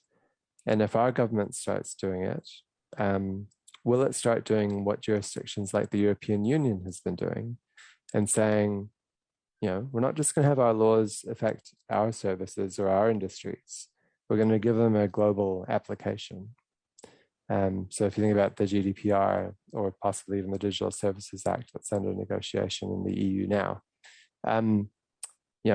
as a provider of domain names that are open for anyone in the world to register, in theory, we would have to abide by that legislation, created through a process in which we have no voice and no process. And sending someone to Brussels to advocate for us on that is not high on the list of things to do. So that indicates that the discussion needs to be a sophisticated and careful one, involving all of the stakeholders who are affected, which itself will be a messy and grisly process. But I come back to the point I made at the beginning, leaving it just to the tech sector isn't the right answer. Private sector decision-making, especially down the stack of the internet, becomes extremely binary in its impact. And the enormous diversity of societies and services that are involved in this question mean that a one-size-fits-all approach simply isn't going to be viable. So, you know, some norm setting, some conjecture of policy towards things like, for example, the Santa Clara Principles could be a way to explore. Co-regulatory approaches could be ways to explore. But I think we want to avoid the situation where every country in the world is passing legislation about this question and purporting that it should apply to all services around the world that their citizens access. That way is the way to a very messy and unsatisfactory situation. So I hope I've said something and all that to provoke you, and I'll leave it back to you, Courtney. Thank you. Thank you, Jordan. Indeed, you know, this issue, not just, you know, that content moderation is not just about what happens online. Many people know that there are significant offline impacts. And one of the impetus for this workshop was the deplatforming of then the US President Trump. And I don't want to debate the right or wrong of that, but I want to talk about a couple of the things that happened to get to this point about how we need to think about content moderation beyond just social media. So we saw, we saw this also with a news website before. We've seen this with other types of content providers where they've been kicked off social media. We then see payment services, for example, PayPal or Venmo, Stripe, credit card services choose to deny the right to process payments for that user or that political politician. We then have seen, you mentioned, Jordan, that, you know, domain name hosting services can choose to kick off, in some cases, kick people off their services, but in other cases, that technical capability doesn't work. Not only that, but you don't have staff who are even tasked with doing that. But then we see that there's content moderation in terms of the platforms that are then allowed to be hosted on, say, Cloudflare, you know, digital security, cybersecurity services. Is that a good thing to open them up to cyber attacks? You know, so this is very complex. And we heard, you know, a lot about both the mandate that companies have to handle it and what that means for resources internally and the resources it takes to do regulatory advocacy. So I am going to ask, while we kind of covered one of the first things that I wanted to hear from you all about the consequences on the overfocus on social media and scene setting. I'm going to go back to Jordan and Liz, but before that, I'm going to ask people on Zoom and in the room. We don't have the polling function, unfortunately, on the platform, so we're going to do this old school. I want to ask people, just by a show of hands on Zoom, use your little reaction button, and in the room, do you think that domain name services, that level of service, should be doing content moderation, or should they be not doing content moderation? So show of hands on Zoom if you think they should be doing some sort of content moderation, and show of hands in the room. I'm going to ask Jim to count those, and I'll count this, and then we will reveal that after we hear from Jordan and Liz about how we can develop more nuanced approaches of an over focus on social media.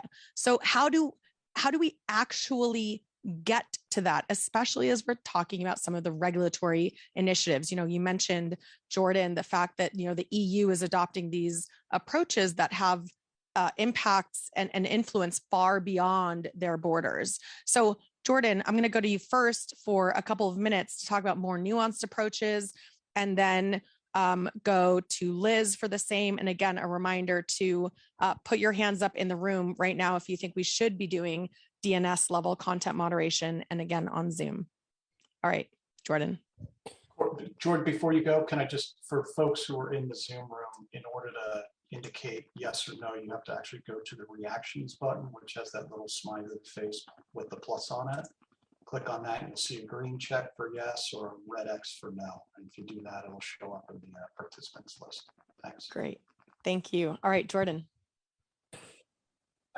It's a great question. And of course, if I had the answer in my back pocket, Courtney, I'd probably be able to be a very well-rewarded policy consultant in national capitals all over the world. But I don't have a snappy answer for you.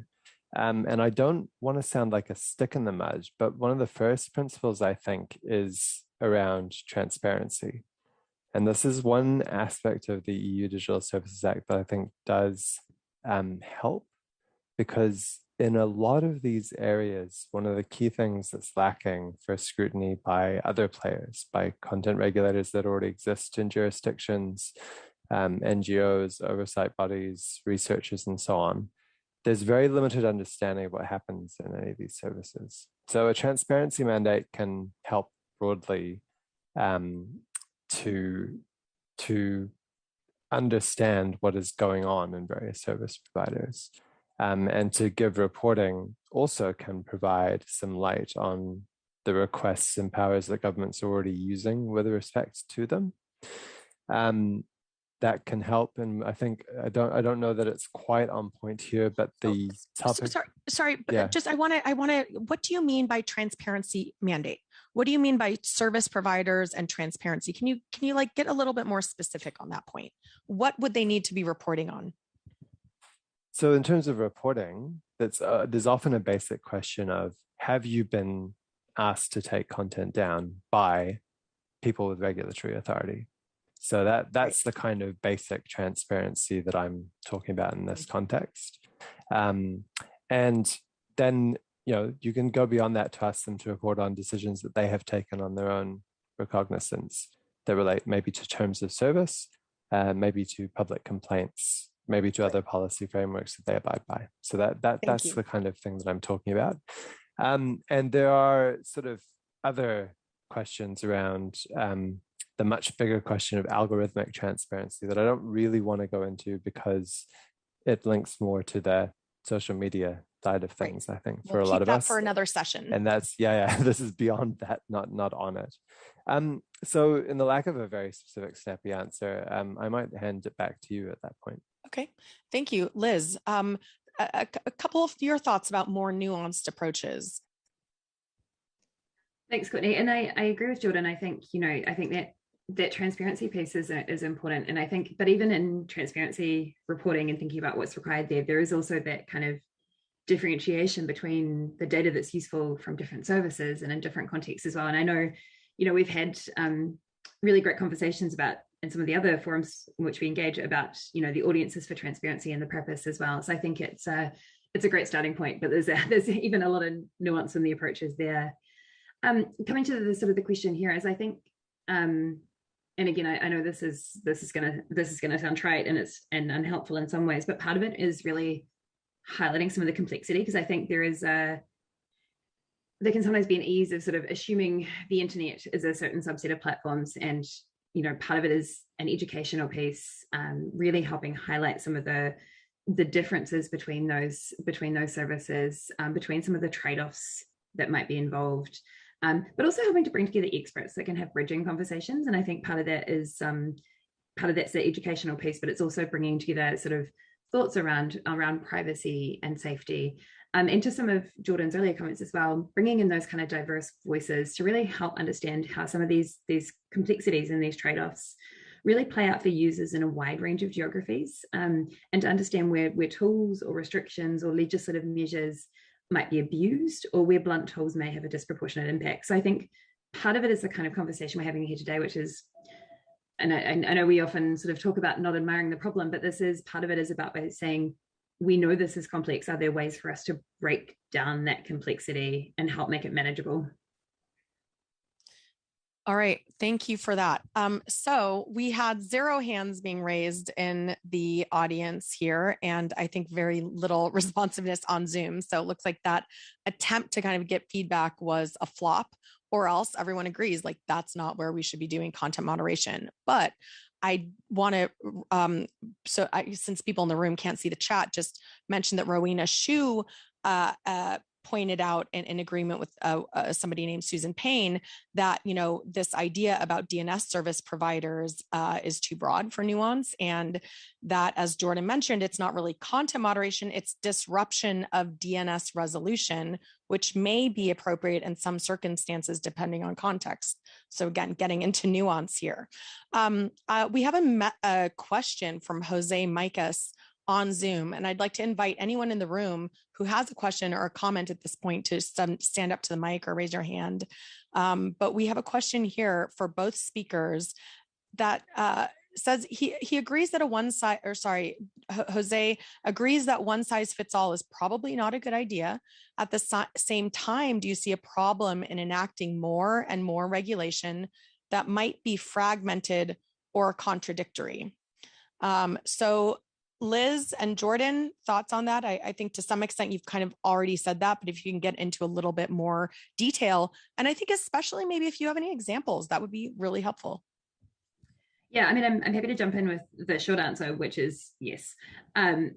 And I think that comes to two pieces. One is a tech sector perspective, where it becomes increasingly challenging to operate on a global scale, where you are adapting to regulation in a range of different markets in an unharmonized way. But the wider piece, I think, goes to the kind of conversations at the Internet Governance Forum, which is the risk of really what this does to a free, open and secure internet, and the ability to share information kind of freely, to engage in different ways and actually have some of those technical systems, but also those wider conversations still working together.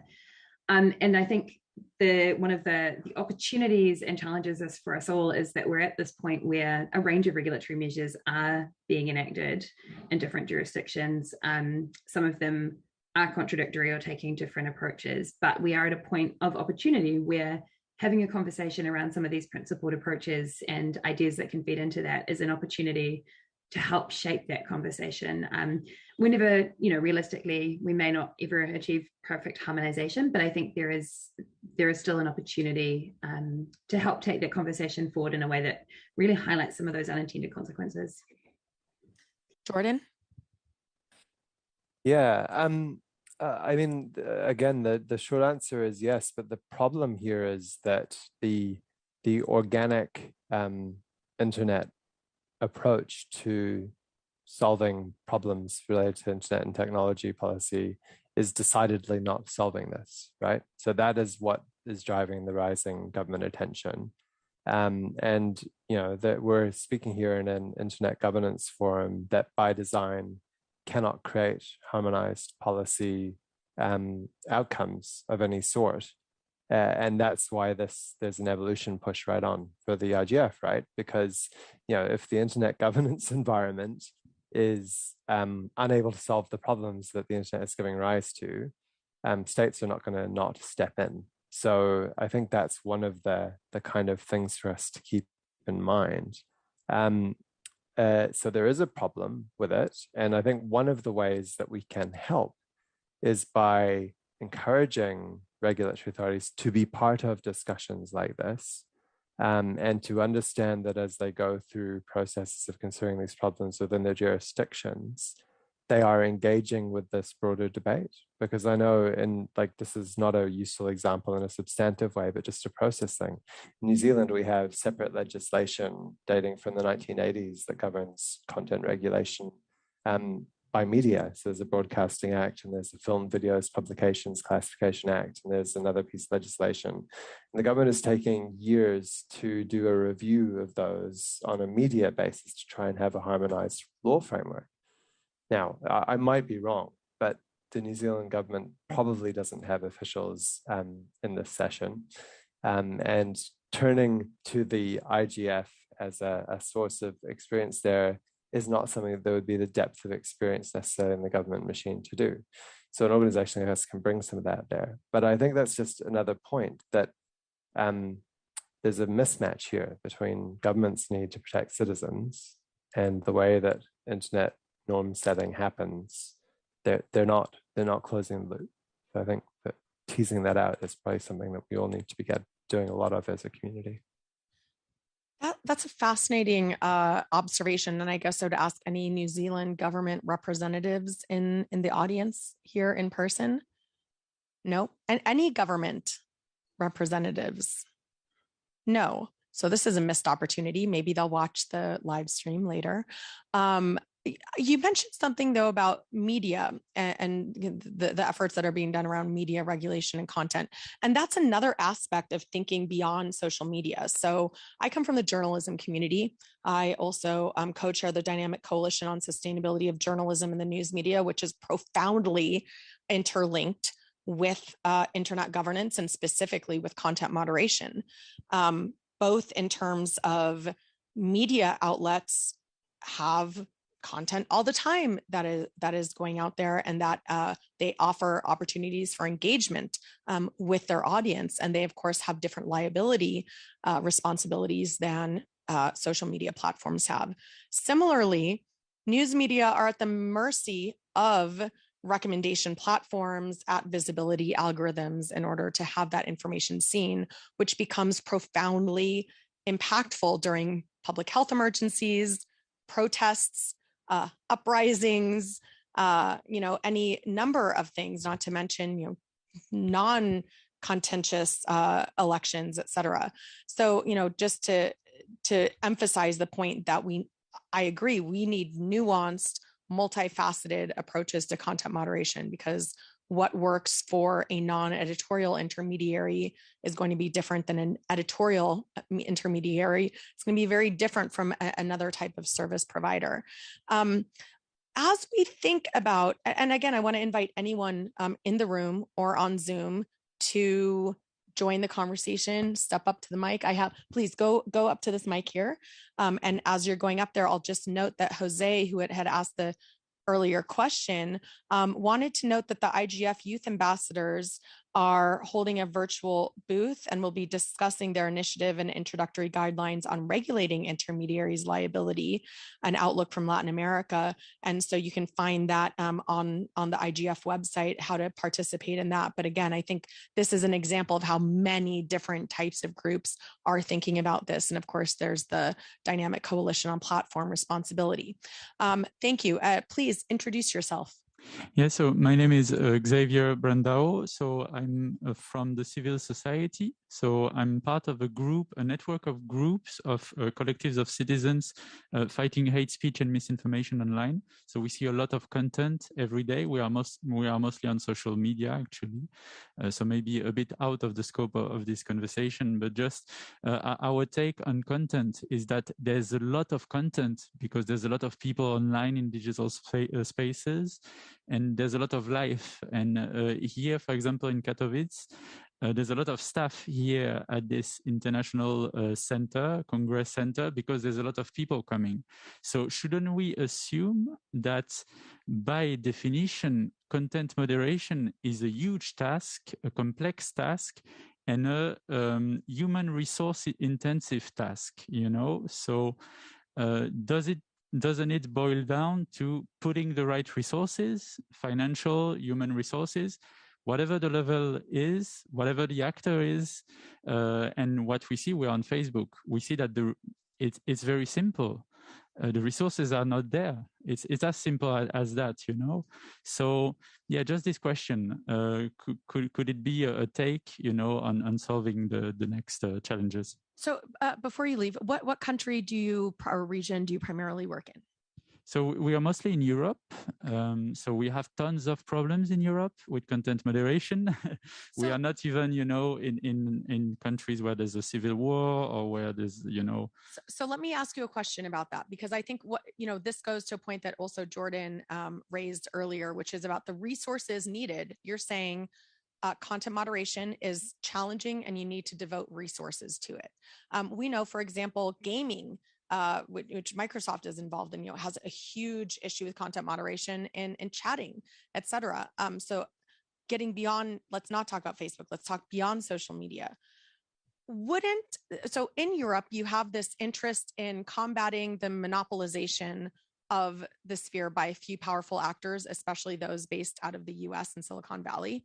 On the other hand, what you're saying is that we should only allow companies, I think, that have the resources to do moderation to provide those services. So isn't there a tension there?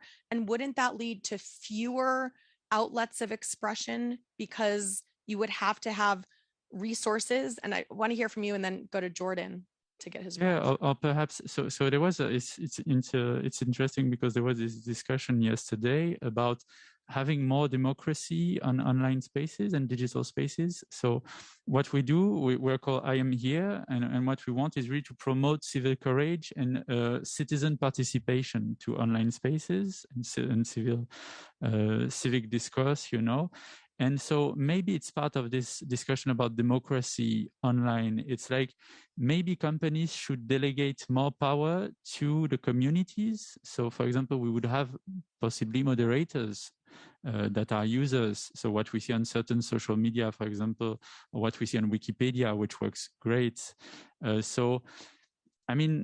They have responsibilities for sure. We want companies to put much, much more money into it, but perhaps there are hybrid, ways of functioning where there's more power to the citizens. Great, thank you for entertaining my question. So Jordan, what do you think? You mentioned the challenge of resources, the fact that you don't have this type of staff. How do you react to kind of that perspective? That content moderation is a key issue of our time, and you need to put the resources there. You're going to go hire people to do this? Yeah. I think that in some cases that is right. So there are some examples of where content moderation is a thing that has happened where it is under-resourced. And that's, I think, one where organizations have big scale. And are not kind of keeping up with the demand for that aspect of their services, which they have chosen to enter into, right? If an organization puts up a policy for its services that says behavior isn't allowed, and then it's blatantly allowing that behavior because it isn't investing in the approach needed to deal with it, I think that's an easy yes to your question.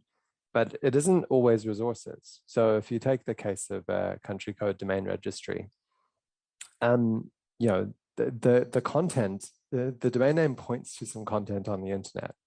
Is that the right point in the chain to say we'll make a decision about content? Should it be the host of the content? Should it be an agency that is responsible for content regulation, whatever domain this is? So I think that's the kind of complexity that needs to be unpicked, because we could boost the price of domain names a little on a wholesale level, and we could hire some smart, savvy lawyers. And then the question would be, well, on what basis should we make these decisions? Is it on the basis of a complaint? Should we apply New Zealand broadcasting law? Should we apply some other set of principles? And how do we choose? We engage with the local community. So resourcing sometimes, but other times mandate, and other times point in the chain, I think. So it's, again, it's complicated. Okay, I'm hearing a theme here. It's complicated. Liz, let's go to you. Microsoft is a multi-trillion-dollar company. You have a lot of resources. So first, can you talk about how you think about content moderation on some of your other platforms? Let's specifically talk about cloud services, where I think there would be an expectation about users that you're not looking at what we're storing in your cloud. On the other hand, let me bring in a specific example of why you might want to be looking at it. And again, I want to emphasize that I'm bringing this up because, I think we want to press these issues. So my asking a question does not imply that I necessarily support that. But in Vietnam and Cambodia, there are shared Google Drive folders, which could easily be Bing folders or wherever your cloud services are called. Excuse me for not having the specifics in mind, but shared folders in the cloud where they share information with content trolling farms in order to plagiarize content that is then repurposed from Facebook onto YouTube and put out on social media and websites around the world, specifically with a focus on Myanmar, which has then been linked to violent conflict there. So these sites are sharing, in the cloud. I also want to hear about how you think about content moderation on your gaming services, where you have a lot of, people messaging each other during gaming. But we also know that women technology reporters, gamers have been specifically targeted with really vile harassment in gaming spheres. So can you talk about those two very different types of content moderation systems? What sort of resources do you devote to content moderation in those two different types of platforms? Thanks, Courtney. No shortage of question there.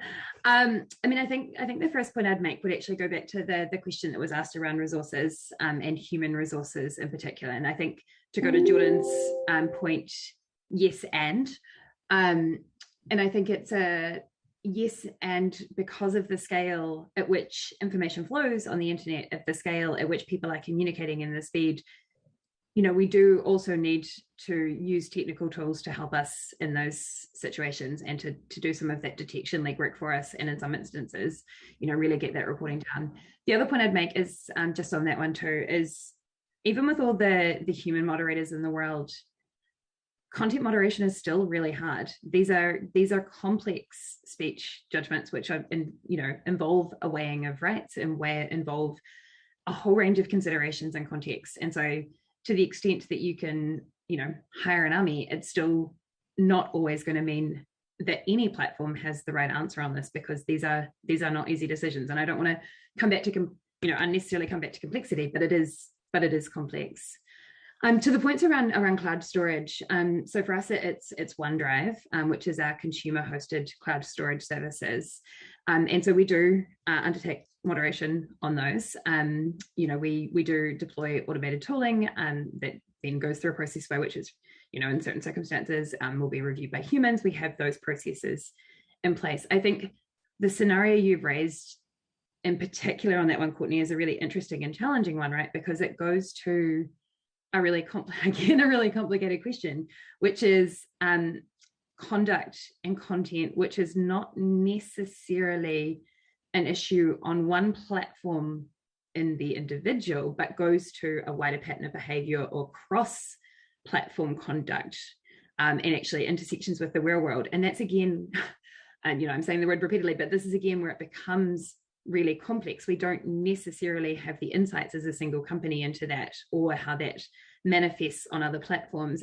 And actually, in some instances, there will be people who are really uncomfortable with us engaging on the behavior of particular users or particular accounts around activities. And so, you know, this is where we hit some of these really difficult issues around how we appropriately make these judgments and the information we make them on. And again, humans help, but these are still really, really hard issues and involve a weighing up of really, really complex challenges. The final piece on gaming is a similar one, right? Where, you know, Xbox and Xbox Live is a space where a lot of conversation happens.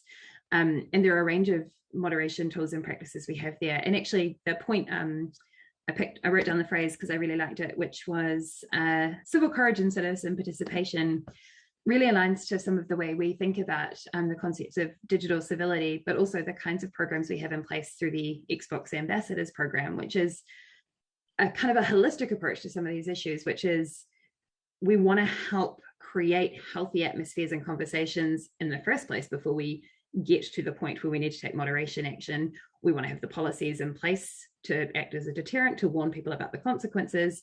We want to have the technical tools and human moderation capabilities to pick that stuff up where it comes in and to help make some of those complex decisions.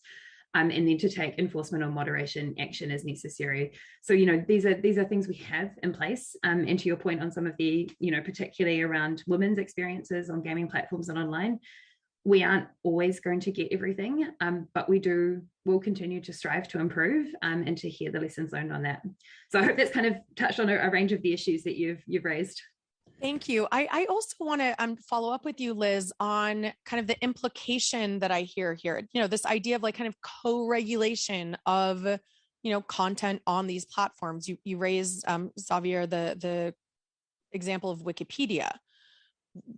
Liz, you talked about the ambassadors and kind of the role of the users, but there's a significant $2 trillion difference between Wikipedia and Microsoft. Is it legitimate to ask the community to moderate content on for-profit platforms? Do you remunerate your community when they do a really good job? Should we be looking at volunteer models?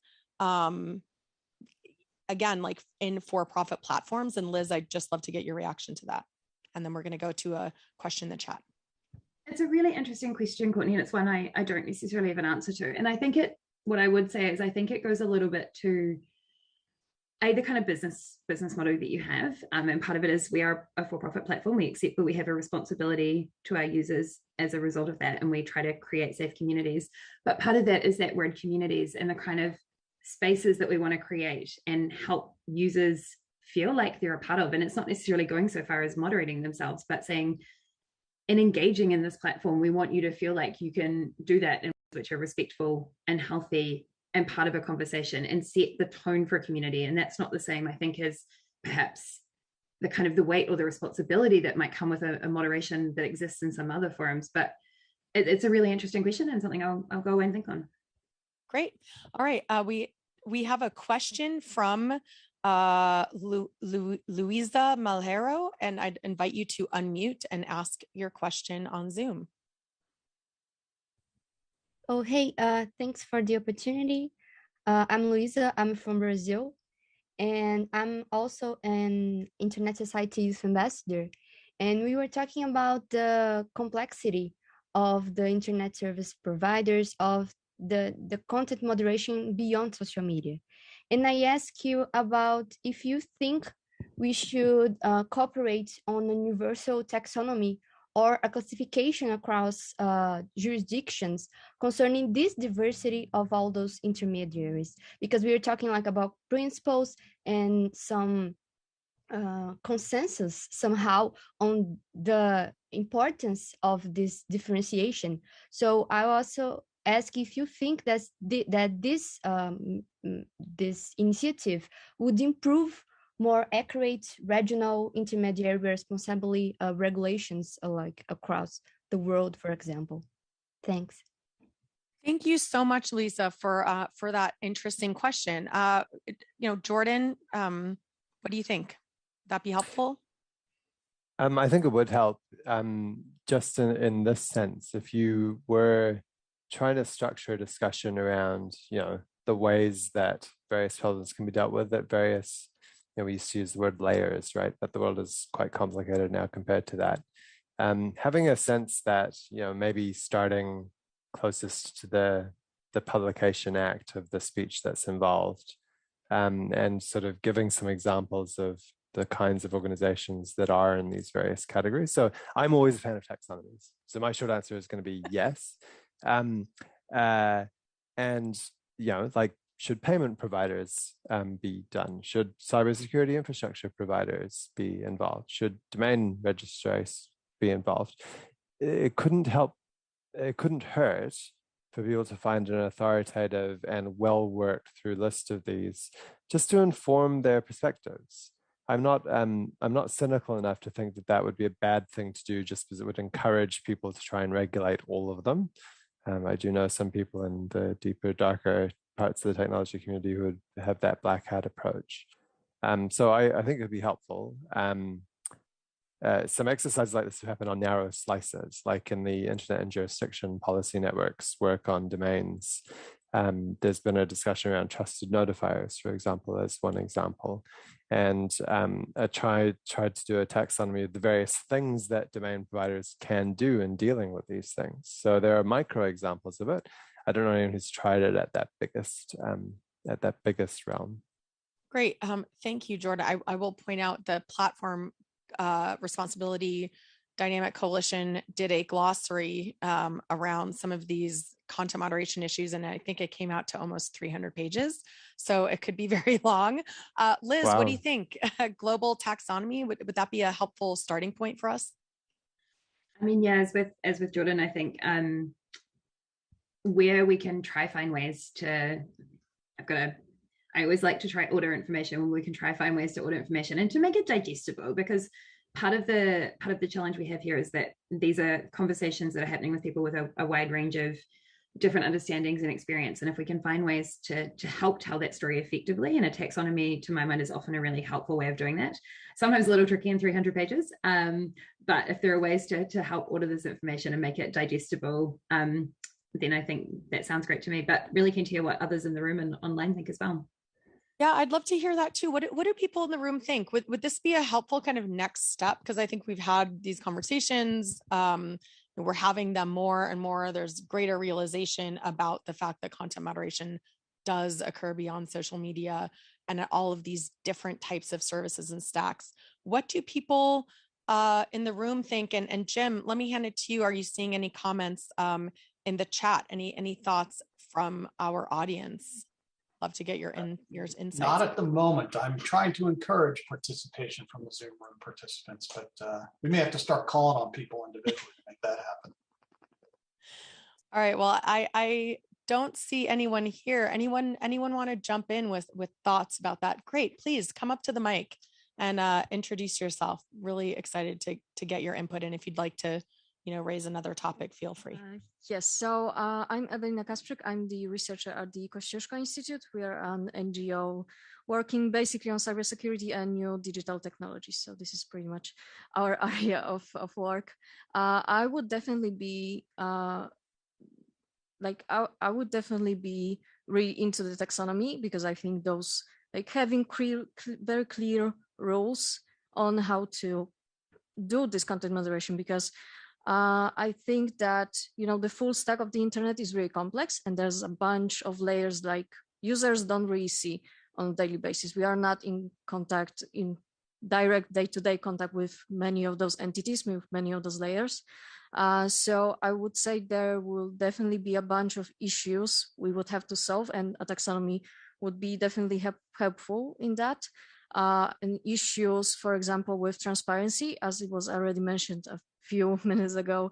And for example, like, why such and such content was taken down, or was the content, on what grounds was it taken down or prohibited, for example, because that also might be the case. Was the provider forced to do that by an authority, on what grounds as well? So I think that taxonomy could definitely help with that, having clear rules, also a more harmonized approach across different regions as well. Because, Europe might do one thing, the US might decide to go the other way. And, with the internet and all the technologies being so globalized and so widespread across the entire world, pretty much, I think we definitely need a more harmonized approach, a worldwide version, sort of. Can I ask you a question? I see another. I'll go to you in just a sec. So in the cybersecurity domain, do you think that cybersecurity providers should be involved in content moderation? And again, I raised the example of Cloudflare. Like, does potentially denying an account or a user access to cybersecurity services further the goal of a secure, stable, unified internet? Does it detract from it? Like, how do you view content moderation in cybersecurity? I think that content moderation is like one of those things where, all hands on deck, where you cannot really exclude any of the entities, and cybersecurity, I think, is also pretty much needed in this regard. So I would say definitely, yes, they are needed.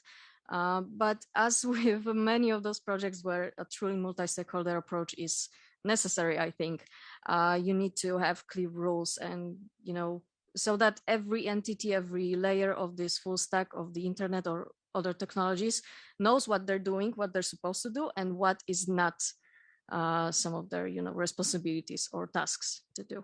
Thank you. Appreciate that. I want to invite you up to the microphone as well. And as you're getting up there, just note that Farzaneh Bidei notes that I wonder if we really need a harmonized approach. If mistakes made, then we will have harmonized mistakes too.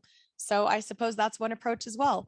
Please go ahead and introduce yourself and your comment. Thank you. Hello, everyone. My name is Federica. I'm from Dominican Republic, and I'm part of the ISOC Dominican Republic chapter. As a user and part of civil society, content moderation online is really important, I think.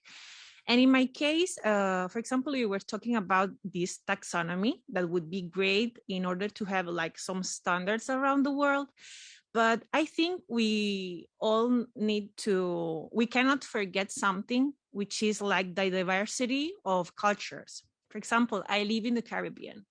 The Caribbean is a small country, but for example, there are places where Spanish is the main language, or French, or English.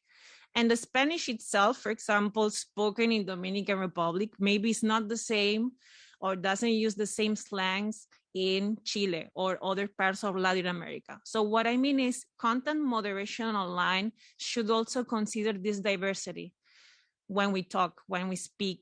For example, maybe an expression I use could be harmful or could be considered hate speech in another country that speaks Spanish.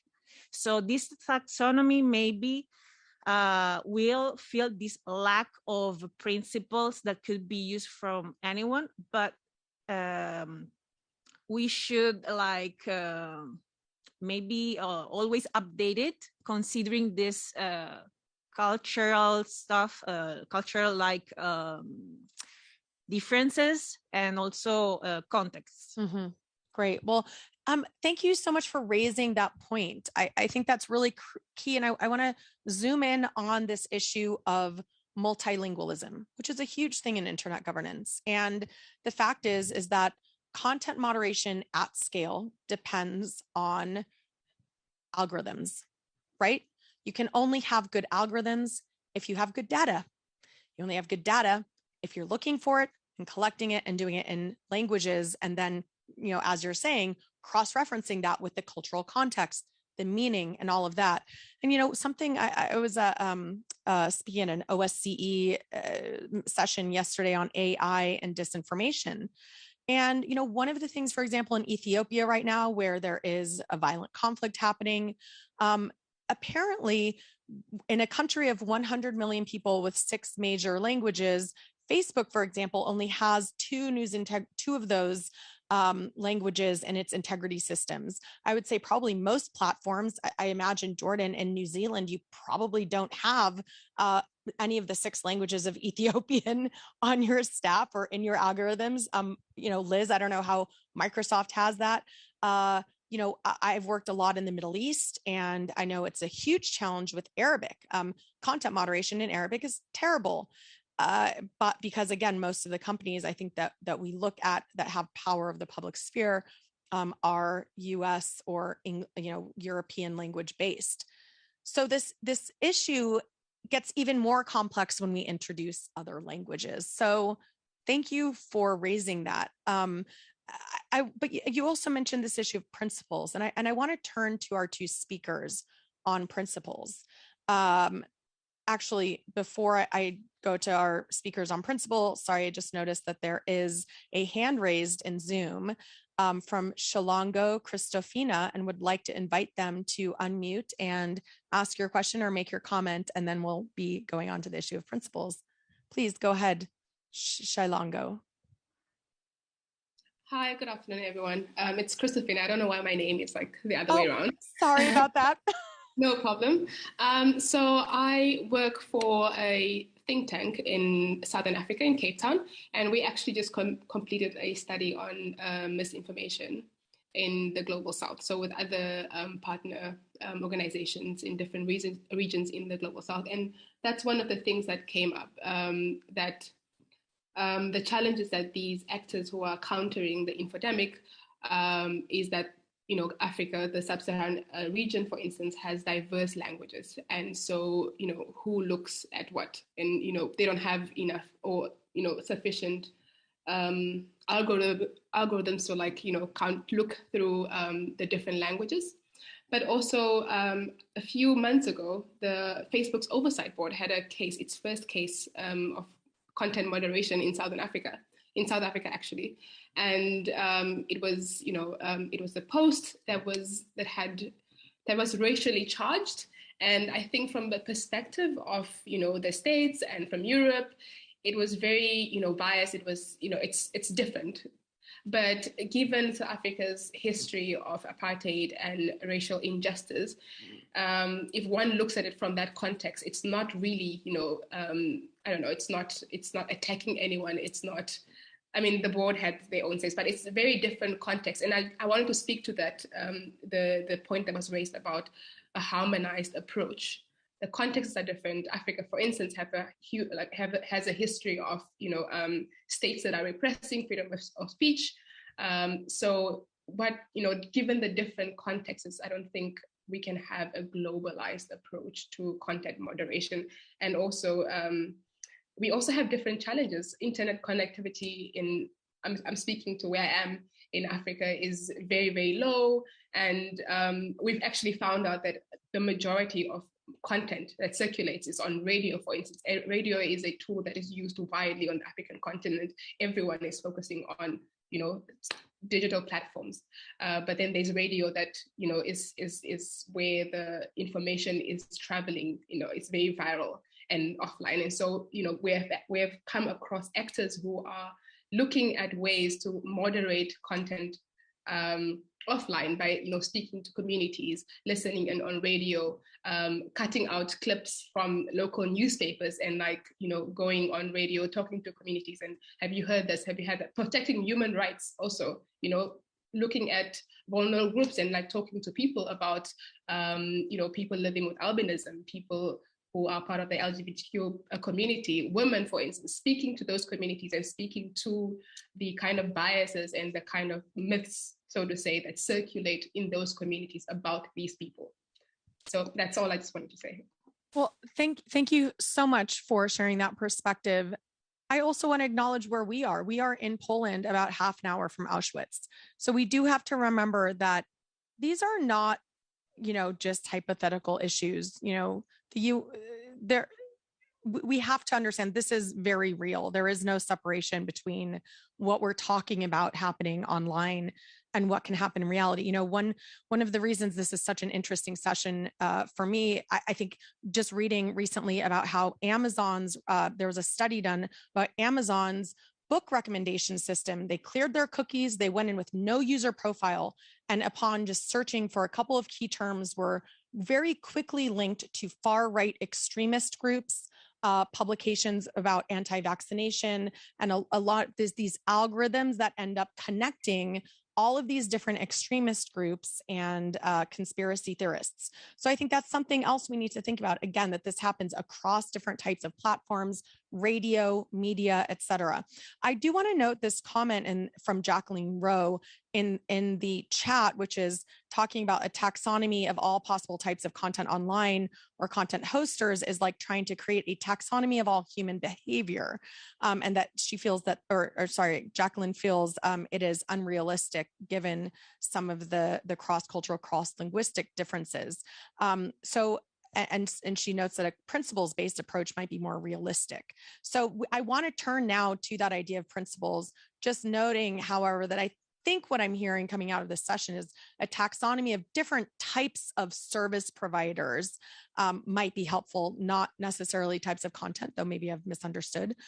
But as we come to the conclusion of our session, I want to go to this idea of some key principles, because we're hearing that might be a way to address some of the complexity and the constant evolving of types of services and layers of the internet. So Liz, let's start with you. What are some of the key principles that could form a basis for regulatory, co-regulatory, multi-stakeholder frameworks for content moderation beyond social media? And then to you, Jordan. Sure, and I'll be relatively brief here, actually, because we have shared in a few contexts. We do have a set of principles for how we think about these things, which will, continue to iterate and evolve. And so for me, it's really about hearing reflections from the room.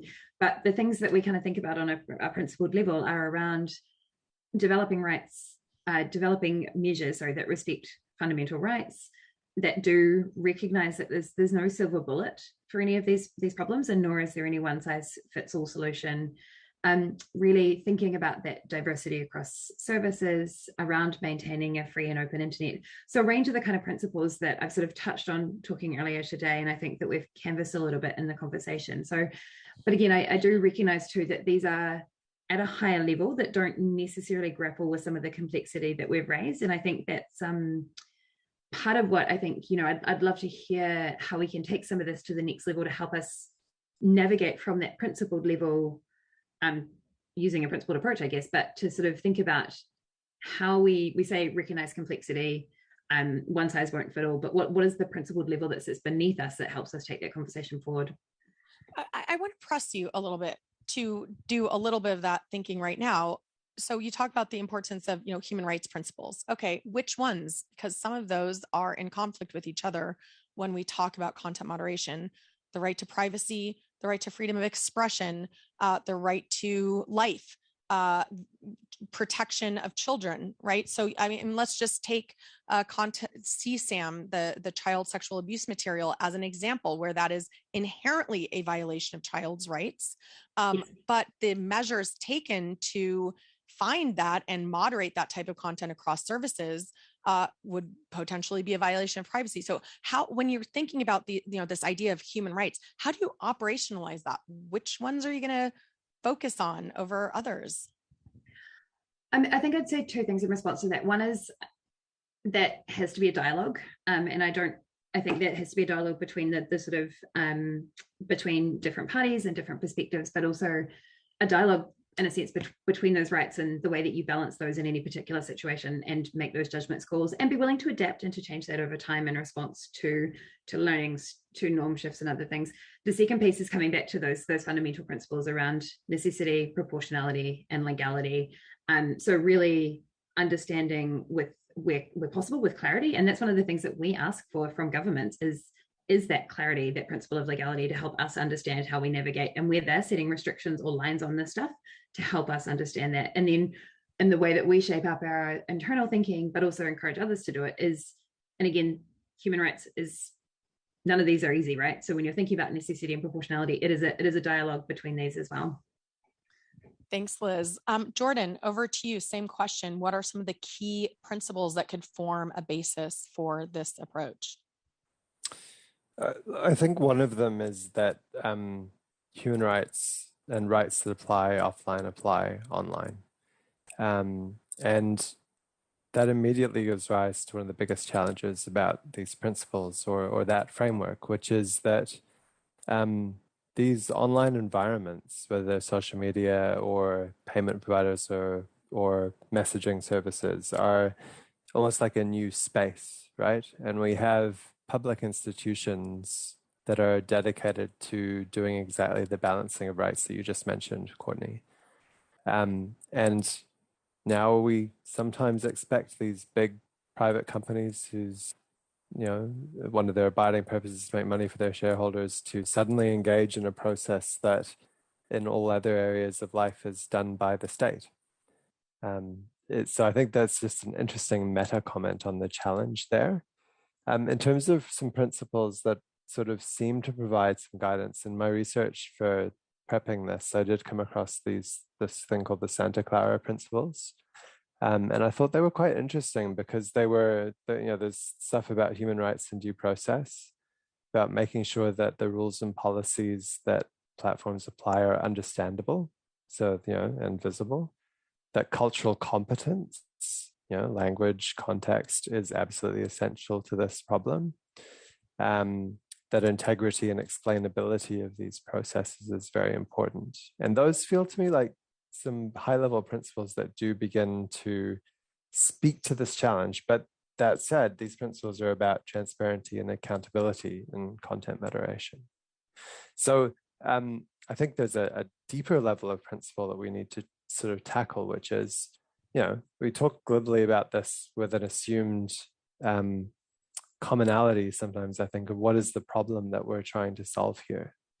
And there are some people who would project onto a discussion like this the desire to literally stop people being killed as a useful starting point, a de minimis starting point. There are other people who think that these media of all sorts should be controlled so as to prevent anyone being offended. Now, there's a giant chasm between those, and there are all sorts of other projections too. So I think that one of the principles to be thought about is how we, what problem are we trying to solve here, and understanding some of the diversities around that would be an interesting thing. And I see from the chat that a new version of the Santa Clara Principle is being released today in a few hours in a town hall where it'll be 3 or 4 a.m. here, so I won't be there.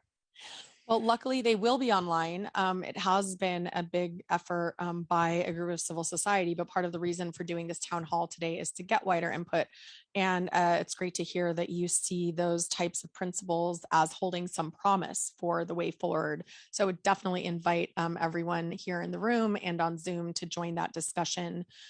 Also to put your links, Christiana's mentioned a couple of studies and others, both in the chat, so we can include those in the final report, or tag me on Twitter at Courtney R, and we'll make sure that gets in. I also wanted to bring in a comment from Farzaneh that, this issue around content moderation happening beyond social media is happening on platforms that are also far less transparent. Transparency reporting on content moderation has become somewhat of a norm on major social media platforms, but much less so on other services and in other parts of the stack. She notes that Apple's App Store only started reporting on takedowns of apps and the reasons for doing so in 2018. But there are many services that don't do any types of transparency reporting. And so I think we could think about transparency reporting and transparency more generally as one of the principles that should be a key principle for any sort of framework. There are lots of groups and folks working on that. And I'll point out, that the New Zealand government has been working on that with respect to the Christchurch call and the Global Internet Forum for Counterterrorism, which are focused on countering violent extremism online and coordinating those types of efforts. So this is happening in there are also many sessions here at the IGF that are focused on issues of transparency. So invite you all to look into that. I also want to bring in a comment from Louise and invite anyone here in the room to just make a final comment as we wrap up, that when we go down further into the layers of the internet, the stakes of moderating are higher. So I think that regulation should not be so tight. This is Luis. In this sense, the principles orienting intermediaries should be those of transparency, accountability, and cooperation. And Jordan jumping in to say that he agrees on the chat, which I think, is a kind of good place for us to wrap up in terms of thinking about how this idea of a taxonomy, this idea of getting more in depth in some of the complexity about different types of entities, layers, services that are involved in this, what type of principles can orient versus different types of intermediaries, because it does sound like one of the things we've heard from this conversation is you have different types of intermediaries, and even some companies may play different roles in different types of services. So I want to invite each of our panelists to make a couple of final remarks and perhaps bring in some of the comments that you've put in the chat so that everyone in the room can also participate in that conversation. And then I'm going to turn it over to Samantha, for some final kind of thoughts about what we've heard today and next steps. So Jordan, over to you first. Oh, great. I was hoping it would be the other way around, but that's I thought okay. You might be. Yeah. Everyone doesn't want to go first at the end, right? Look, I think it's been a useful exploration here, and there's an abiding theme of complexity. But I think there is some kind of common recognition that a completely ad hoc, thousand flowers bloom approach to this does risk creating some unintended side effects. I think one of the comments in the chat suggested that one of those can be the removal of people's online presence. Another can be that it becomes impossible, like the services start disappearing from jurisdictions if we get this regulatory framework too far out of whack. The liabilities involved, if nothing else, can just lead to withdrawal of service. So, you might find that you could be in a digital no man's land where companies will not be available to you because of the incoherent or problematic regulation that your jurisdiction has chosen to engage in. And then another one is the jurisdiction conflicts, where people are legislating for different requirements on the same things. There's a long-standing conflict, I think, in parts of the ICANN environment around availability of data about domain name registrations and the conflicts between privacy and law enforcement interests. So that's just one example of that. And I think there is a bit of a theme that's saying principles can help guide this. And my closing question on that would be that they can, and so can taxonomies. But a discussion as part of that about what goals we're trying to achieve is really important. So I'll leave it at that. Thank you, Jordan. That is very important. I think the fact that you mentioned goals, and as somebody who has worked in advocacy for the past decade, you're not going to get a good endpoint. You're not going to end up where you want to go if you don't know what the objective you're trying to achieve is. I'm going to go to Liz for final thoughts, and I saw we had one hand in the audience, so I'll invite that person to come up to the microphone before we go to the final wrap up from Samantha. But Liz, your kind of final thoughts and comments on these principles, on the taxonomy, and what you've heard over the past hour or so. Thanks, Courtney. And in light of time for wrap up and a hand in the audience, I'll be brief. I think I would agree with everything Jordan said, and I think that piece around understanding what we're trying to achieve is really important.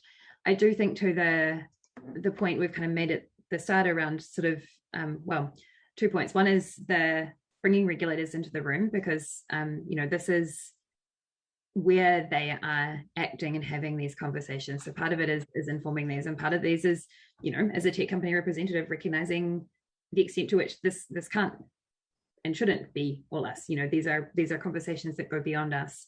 And I think the final point I'd make is one around users, which is, I think, some of the points that have been raised through this and in the chat too, is ultimately the impact of this is on individual users and their experience, and the harms that can occur online and offline. And I think it's so important to keep sight of that as we go through these conversations. Thank you, Liz. One might even call them people. A very quick comment from the audience before we move to Samantha Dickinson to wrap us up, please. Thank you. I'm Tapani Tarvainen from Electronic Frontier Finland, not the foundation. And I wanted to pick on Jordan's comment that if you do too effective moderation, the conversation will go elsewhere. Technically, it would already be possible, and it already is, to set up not a platform, but a medium for discussion or whatever that's totally unfederated, peer-to-peer basis. That would be impossible to moderate, really. And if we get too effective in moderating different platforms, people will go there. The only reason those are not more popular now is that there is no commercial incentive to run them. We can also see this in social media, that if moderation is too effective, people will go to other platforms. So striving for perfection is not a good idea here. Just make it good enough. Okay, thank you for that perspective. Fascinating. I'd love to just, my own perspective on that. I think that some people may indeed go elsewhere if they feel that moderation is not in their interest. But there are also many people who want to be in safer spaces. And so I think that's one of the tensions that this whole debate deals with. So with that, thanks again for everyone's participation. I want to turn now to Samantha Dickinson to kind of take us to the final stretch. What have we heard over the past hour and a half? What are our key takeaways here? Can you hear me? Yes, we can. Hi. I first should say I have been tweeting out this session, so there's a whole heap of reporting if you look at my Twitter account, which is SG Dickinson, which is probably more coherent than what I will be saying now as I try to summarize. First of all, it seems clear that there isn't a one-size-fits-all approach. There is complexity both in terms of the sorts of platforms and services that are being discussed, the sorts of content and behaviours of individuals and movements related to content that needs to be moderated, and to the sorts of regulations being implemented across jurisdictions. So as a result of that, there was discussion about whether there needs to be possibly a taxonomy-based approach or a principles-based approach. There was pros and cons for both of those. In terms of taxonomy, there seemed to be some agreement that a taxonomy of different types of content wouldn't really work, but that a taxonomy of the different types of service providers and platforms would be helpful. As well as those two possible future attempts to sort out or organize the issues around content moderation, Jordan discussed that it's also important to think about what sort of goals we're trying to achieve, because at the moment there are a range of goals as well. So it's hard to find principles if the goals aren't anywhere near aligned. One of the interesting things that came in just in that last comment about if moderation on a platform is effective, people move elsewhere, linked in with an earlier comment that Liz made about it's interesting to think about setting values for online communities, so that instead of having to take down or moderate content, you proactively encourage that content not happening in the first place. Just looking through my notes if there's anything else. There was also discussion about algorithms, which is an emerging issue everywhere, about algorithms relying on good data. But good data means you have to look for it and you have to be considering differences in languages and cultures, and that this is a complex issue when you have particular platforms based in a particular country. But because the internet is borderless, they may not be considering the need to look further than the language and culture of their specific country. I think that's about all. Is there anything else I needed to say? I don't think so. Thank you so much for that summary, Sam. And I think that if we've heard anything today, it's about the complexity. But the fact is, if we break down that complexity into various different parts, we might actually be able to manage it. And we'll have to wing it as we go. I think that's also the lesson of this hybrid session, where I want to thank all of the participants who joined us online. I want to thank the many people who came into the room and have joined me up here and in the audience and participated in the chat, in the room, everywhere. You know, this was a complex endeavor. It is a complex topic. And I think that we've identified a pretty clear next set of steps to take us partly on the road towards thinking about and addressing how we get beyond just thinking about content moderation on social media and actually coming to some of the solutions that can bring us to the next steps. So I would like to thank Jim Prendergast. I'd like to thank Jordan Carter and Liz Thomas, as well as Samantha Dickinson, for their really fantastic contributions to this discussion. This is really just the beginning of an ongoing discussion.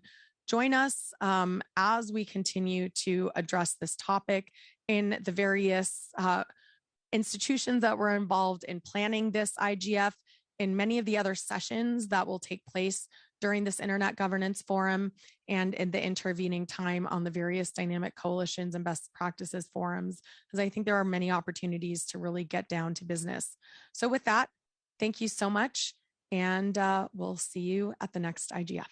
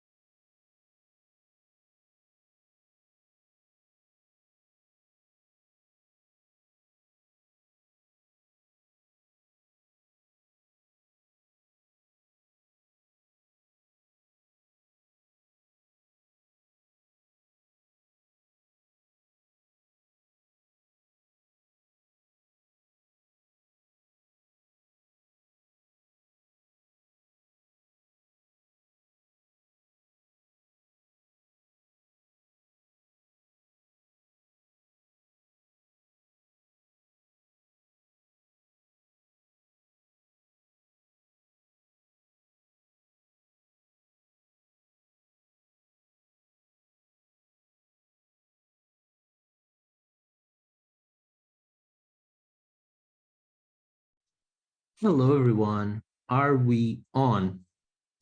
Can you confirm me, Savio, that we are on and live for the entire world to see? I think that yes, maybe, probably. Yeah. Probably. Yeah. That's good enough for me. Hello, everyone. It's a great pleasure to have you all today with us. So this is actually a continuation of a panel we hosted last year. We had a very fruitful discussion on what exactly is the future of IoT in relation to its security. And I think that our outcome, my panelists can correct me if I'm wrong, but I think that our outcome was very much that we need security by design. Now you may say, what's the big innovation there? What's the big idea? Well, first of all, at least we came to a consensus. That seems like positive enough for an IGF session. But more than that, we discussed some avenues through which that could be carried out. I see that some people who were in last year's panel are here today as well. So welcome back to our audience. Well, you're less of an audience and more as participants in the panel. I would like to think that this is a very interactive discussion. Please share your view with us. I'll be monitoring the chat. Everybody in the session as well. We have J1 supporting us. She'll be also monitoring the chat. And without further ado, I would like to get to the point, how we get security by designing IoT. So just to get back to our previous discussion, we were exactly getting to the point that without engaging with manufacturers, without establishing a system within the industry, this would be a very difficult task. We actually need policies. We can't simply rely on the goodness of people's hearts, because it is not so much so a matter of people not wanting their devices to be secure. It's more of a matter of how do we actually get this in a system, right? Well, what is the system that we can establish to actually try to get to the results that we desire? What kinds of policies are we looking at, and what kinds of mindset do we need to establish? So to get our conversation started, I would very like to ask our good friend Edgar Ramos, who will share some policy insights with us. He's a man of the industry. He very much has his hands on this matter in a very physical way. So it would be really interesting to hear your thoughts, Edgar. Over to you. Thank you, Mark. Yes, hopefully you can hear me well. Perfectly. Great. So the idea is that today we live in a world where basically is all or nothing whenever you get a service. So basically every application, every IoT service we are trying to get basically comes with a user agreement, and then there is a tickle one box that it says you accept this, and if you don't accept it, so there is something in the text that you thought that, well, I'm not okay with this, but then it's either you take it or leave it. You don't have more options. And part of the problem is that this huge user agreement that you have, basically it's not, or it haven't been yet done in a way that can be digitalized and it can be made possible to even negotiate it and come and say like, by the way, here you are saying you are recording all my data in China or in US. I'm a European citizen and I would like my data to be in Europe. So can I negotiate this part? Even so, there could be other things like non-functional requirements. I mean, these we are talking about a little bit about privacy, about other things, but then also there could be things like in logistics. You can, and then you make an agreement and you say, well, you know, these are the bananas that you're going to transport from point A to point B. You have to keep these bananas from 15 to 20 degrees refrigerated. And then that is an agreement that you do basically in your contract. But then could you actually propagate these agreements even further to your machine so that they understand that this kind of new container that is coming, which has bananas, has to be kept between certain conditions. So this is what we call the policies. So the policies are non-functional requirements, which are basically regulating the interactions between businesses, between people, and even regulation between governments. So the government might have a regulation imposed in people, like such as you have to declare your taxes after whatever period of time. Well, that's a policy, and it was given by the government. So then these kind of things we are looking at ways how can we actually dynamically express them so that you could actually negotiate them. That's one of the things. Enforce them or monitor them, because many times you are not going to be able to enforce them, but you can at least monitor and say, okay, this policy was accomplished or not. So all this is given the possibility that in the future there could be new business models where you actually could do this kind of customization. So the industries and consumers could have the power to, for example, have a profile of policies where it says, okay, all the data that is referent to my personal data, so that is referred to me, has to be processed in my own equipment, for example. And then when you get a service agreement, there might be service agreements that they are okay with that, and there might be service agreements that they are not okay with that. And then they will tell you, well, by the way, you have this policy that is in conflict with our service. So either you accept to negotiate it, or then we cannot give you the service. But there could be maybe a competitor which has a similar service, and then actually can provide you the service that this other company couldn't do. So then the idea of this dynamic policing is to give a new tool for the industry and IoT in general, so that we can actually have more power of decision.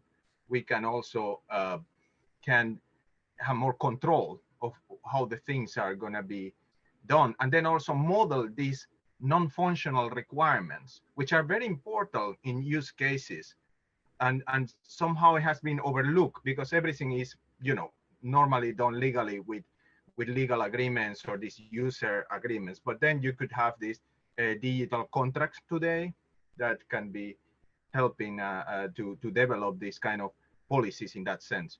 Then there is also working intent. I don't know if you have heard about it, but then there are some intent-based networking, for example, and even applications, so that you give a goal to a system, and then the system with AI try to make that goal through. Then with the help of policies, you could also regulate how these intents are supposed to be made through. So then this is research at the moment.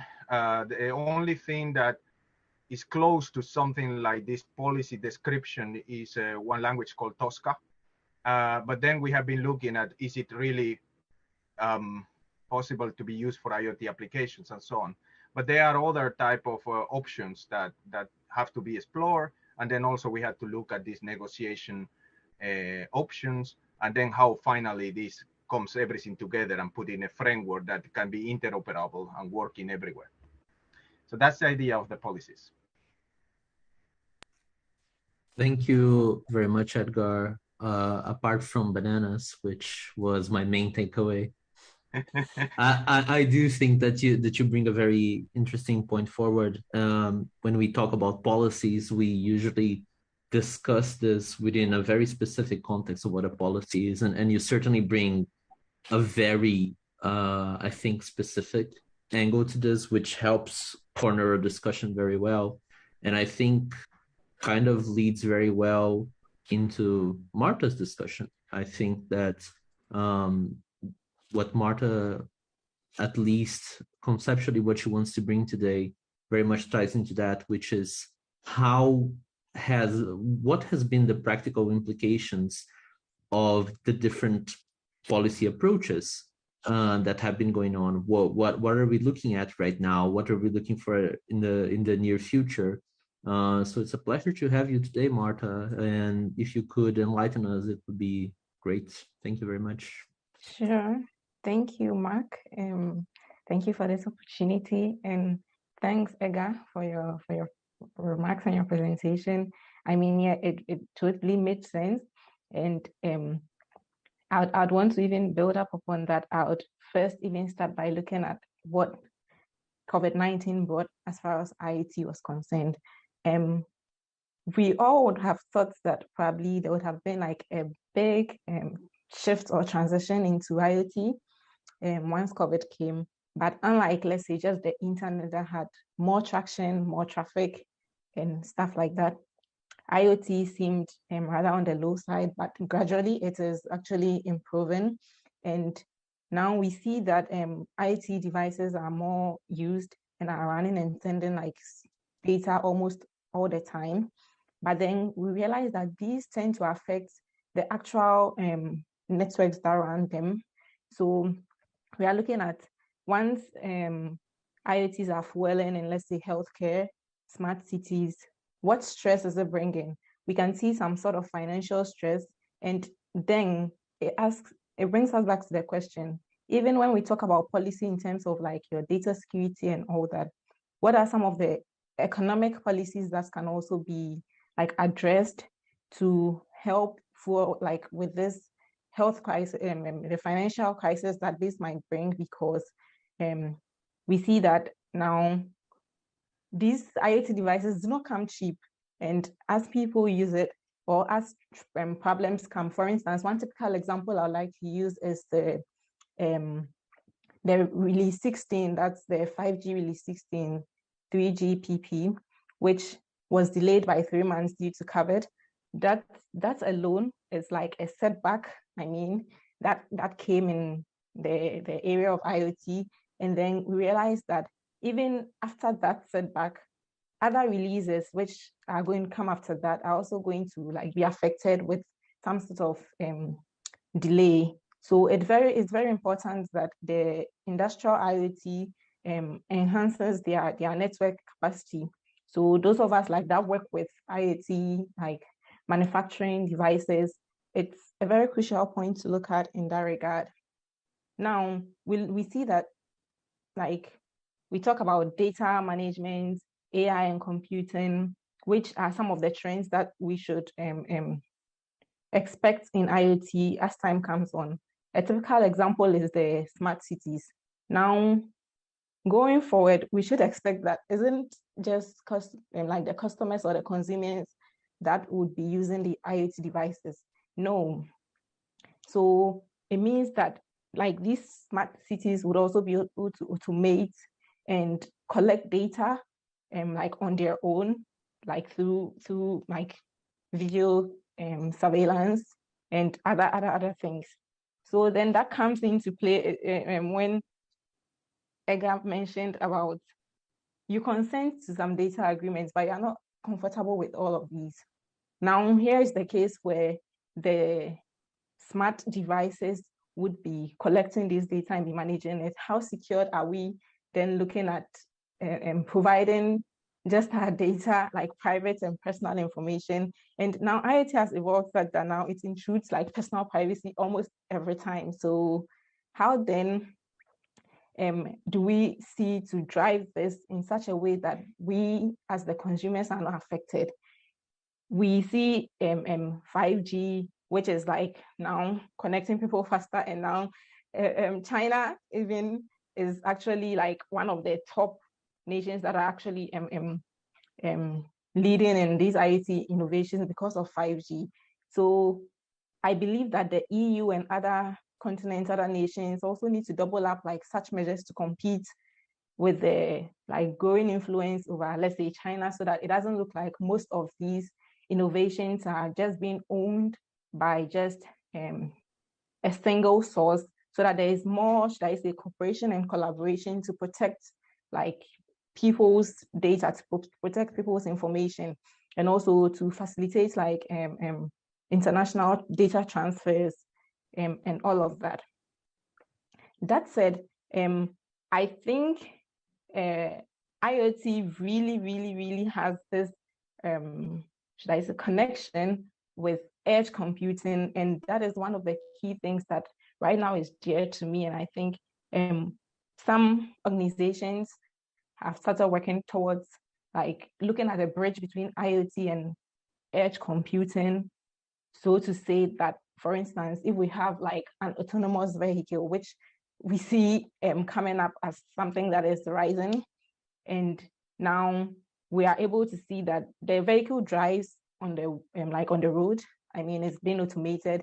It collects like signals, data on pedestrians who are crossing. Maybe it reads signs, it reads traffic light symbols and all of that. But if the vehicle needs to like stop, or in an event of maybe an accident occurring or something, you know, it needs to send data maybe back and forth to the cloud to be processed. And honestly, if we reason through this, it's quite, should I say, a longer time in terms of processing that, like via cloud back and forth. But then if we should be able to incorporate like edge computing into this, it brings us to a state where we can now have like IoT sensors to the vehicle to process like the data locally in real time.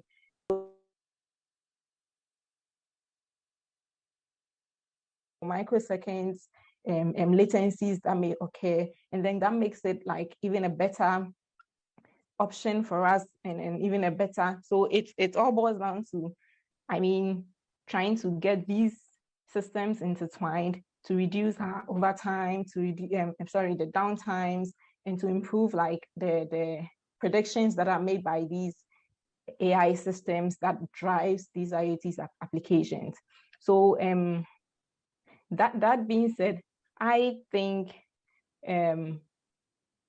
IoT is still going to be the future, and some of like the technology roadmaps, yes, might be blocked due to certain circumstances that we do not see, but then the industry needs to be prepared for it. Recently, I joined the cluster of excellence at the University of Stuttgart, who are working on manufacturing ecosystems for the 21st century.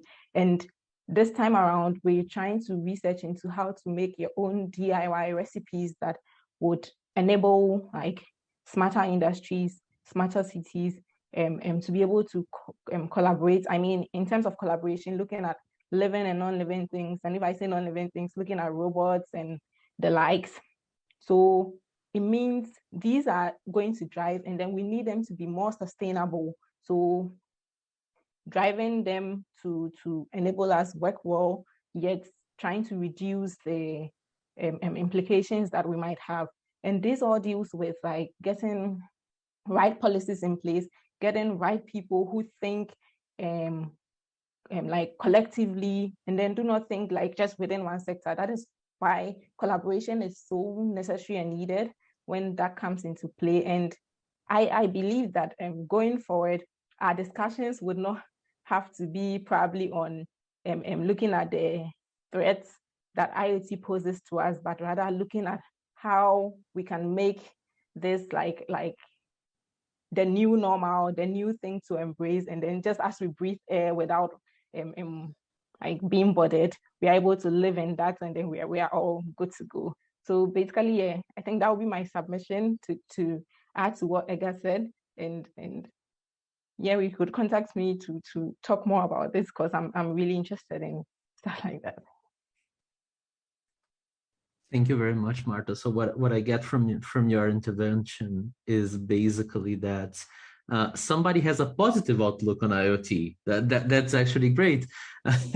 Somebody thinks it's going to be just fine. And I get exactly what you're saying. This has been the promise for quite a few years now, right? This has been the promise that IoT will actually deliver us great solutions. But in a lot of senses, it has been mostly about how do we how do we say hello and light up or the house rather than life transforming solutions that we are looking for. But hopefully we're getting there, or at least that's the general idea. I see that we have a raised hand from Watagi. Watagi, is your comment directly related to what Marta was saying? Yes. So please go ahead, share your impression with us. Thank you, Martha. That was really cool. And yeah, I do find this topic very interesting as well. And but my problem that I fear the most is overregulation. As you know, there's a new IoT device security law coming up in the EU, and there are also a few other bunch of laws that will also affect regulation of IoT devices, such as the e-privacy regulation that will come in. In Germany already, there's a law that has come in that already affects IoT devices. It's called TTDSG, and so there's already a problem of a regulation, especially now in the smart city environment. And I feel like we already have too many policies. Like, we cannot just keep saying that, oh yeah, okay, we have this problem, more policies, when we haven't even already implemented the policies we have. And I in my opinion, I think we can look for solutions that are not just more regulatory. We can look for more probably citizen-centric solutions. For example, things like building data trusts. I know you proposed a case for edge computing, which is good. But I think there are also other solutions that are also good, like tokenization. I attended a session yesterday that talks a bit about it, and also building things like data trusts, like some privacy by design solution that also are for security. And I was wondering how all these laws will even affect each other, because also there's a new artificial intelligence law. I think everyone heard about it, and they propose a solution called regulatory sandboxes. So if everyone is dealing with these issues in their own way, every single sector, obviously there will be an overlap and some sort of confusion. And I was just my approach would be more a citizen-centric solution, because at the end of the day, it's their data we're using, or whoever is using. And I was just thinking, if we just all, if the legal side says, okay, fine, we're gonna make more laws, and the technical side says, okay, we're gonna make more, we're gonna come up with more cool things to solve this security problem, maybe we will get a little lost. But I guess that's why we are at the IGF anyway, because it's multi-stakeholder. And but I just wanted to suggest a more citizen-centric approach, where we really put the citizen at the center of the solution, because at the end of the day, what we want to do is to make life easier for the citizen with IoT. So that was just my comment. Thanks. Yeah, no, thank you very much. For broader context, Watagi is not a panelist currently, but she could be. She very well could be in this panel. I will do this. I will bookmark Watagi's point and turn it into our first debate question right now.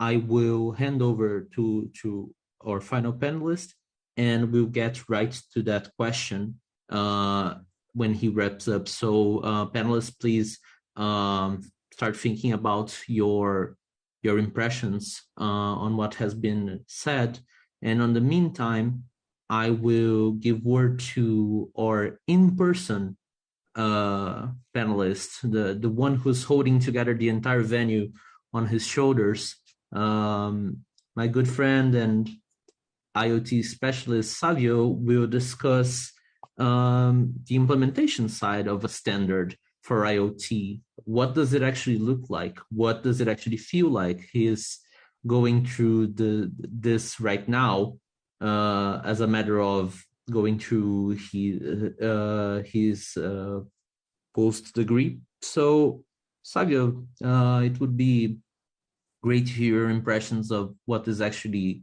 looks like from the inside. Okay, so thank you, Mark, for the introduction. So I'm not that strong, actually. I'm just sitting down here and being present, so I'm not holding anything else. But yeah, and by the way, thank you for the soft introduction, soft change from a optimistic view to the pessimistic view, but not that much pessimistic view. For the IoT security, but I can do nothing else. I can say that about nothing else. If I'm the guy who and anyone asks when something goes wrong, so I have to deal with the problems.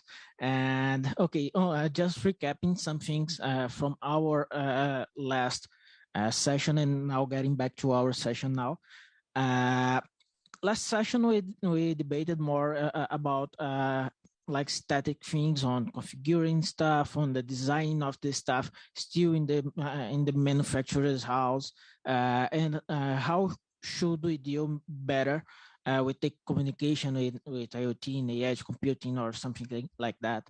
But now we have one workshop more, talking more with the fluidity that the IoT has. Like the things are alive, the closest of alive that we can have.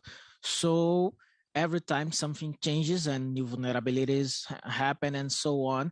And so when we think about the secure design of IoT, last session we stopped in the part of configuring a device. So the starting design of the manufacturer, the designing, actually the secure design, the development of the device or the systems, the selection of the product in the shelf, and the first configuration in the end user's house. And now we are going to go a bit beyond, because the life cycle of an IoT device or systems goes beyond. So we have operation, where in our daily basis is the biggest part of the life cycle of a IoT device. And I will get back to this part later to talk about one thing I'm working on in IGF. We have when something goes wrong, we have sometimes firmware updates from the device's manufacturer. So this is another part of the life cycle, and sometimes it gets back to the configuration and so on. So we have some cycles of this: configuring, operating, firmware updating, and then getting back to configuration. And sometimes the device reaches the end of life. Maybe the manufacturer does not have any more support on that, or the manufacturer does not exist anymore. So the device reaches the end of life, but we still have life after the end of life. And this was one short discussion we had in the last session from the comments of our of the other people in the panel, in the round table. So getting back to the operation and when things go wrong inside of the operations, in most of the case, considering the enterprise environment, so in business, in small offices and big offices, in industry, and smart farms, and anything else, we have a kind of team looking for the security of that network, monitoring the traffic with intrusion detection systems, and blocking bad things with intrusion prevention systems, or configuring or with other things as security policies and so on for that context. But there are some scenarios where the things goes different, and this is the part that I'm getting into the discussion.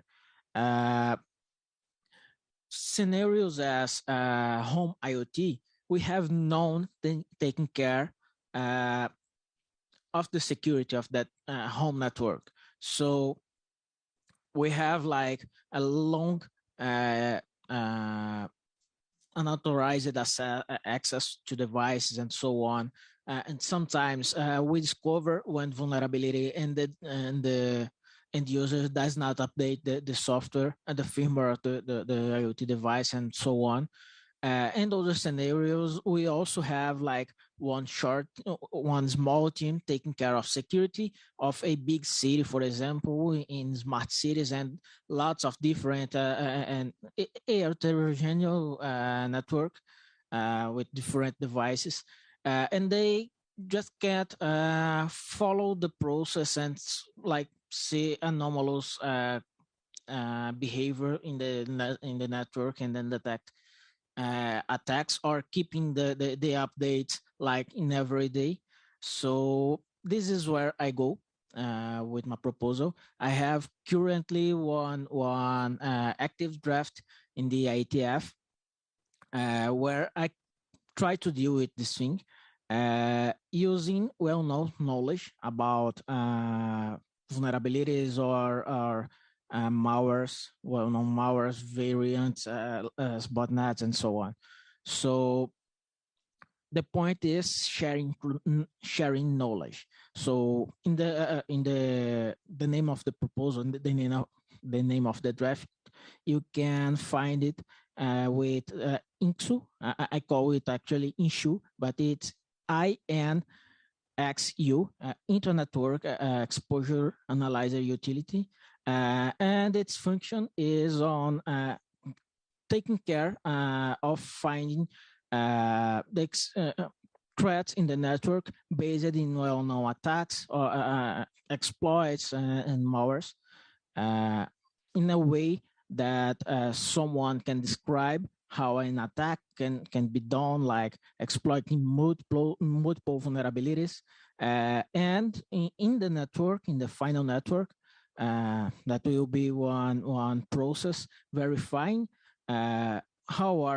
which are the allowed connections, communications in the network, into the networks, and then verifying if some set of that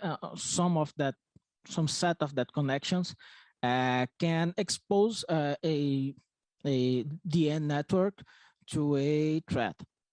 Sorry. So this is the point. What else can I say? So this proposal takes advantage of one really recent RFC. It's the RFC 8520. It's from 2019. And this RFC allows one device to, when getting to a network, it can announce to the network what type of connections can be expected for them to work. And this RFC is focused more on operation than with security. But in technical terms, we can, using the manufacturer usage description, which is the RFC 8520, we can build a communication graph of the network with the hosts that are communications and the list of protocols that are being used. So we can build this type of communications.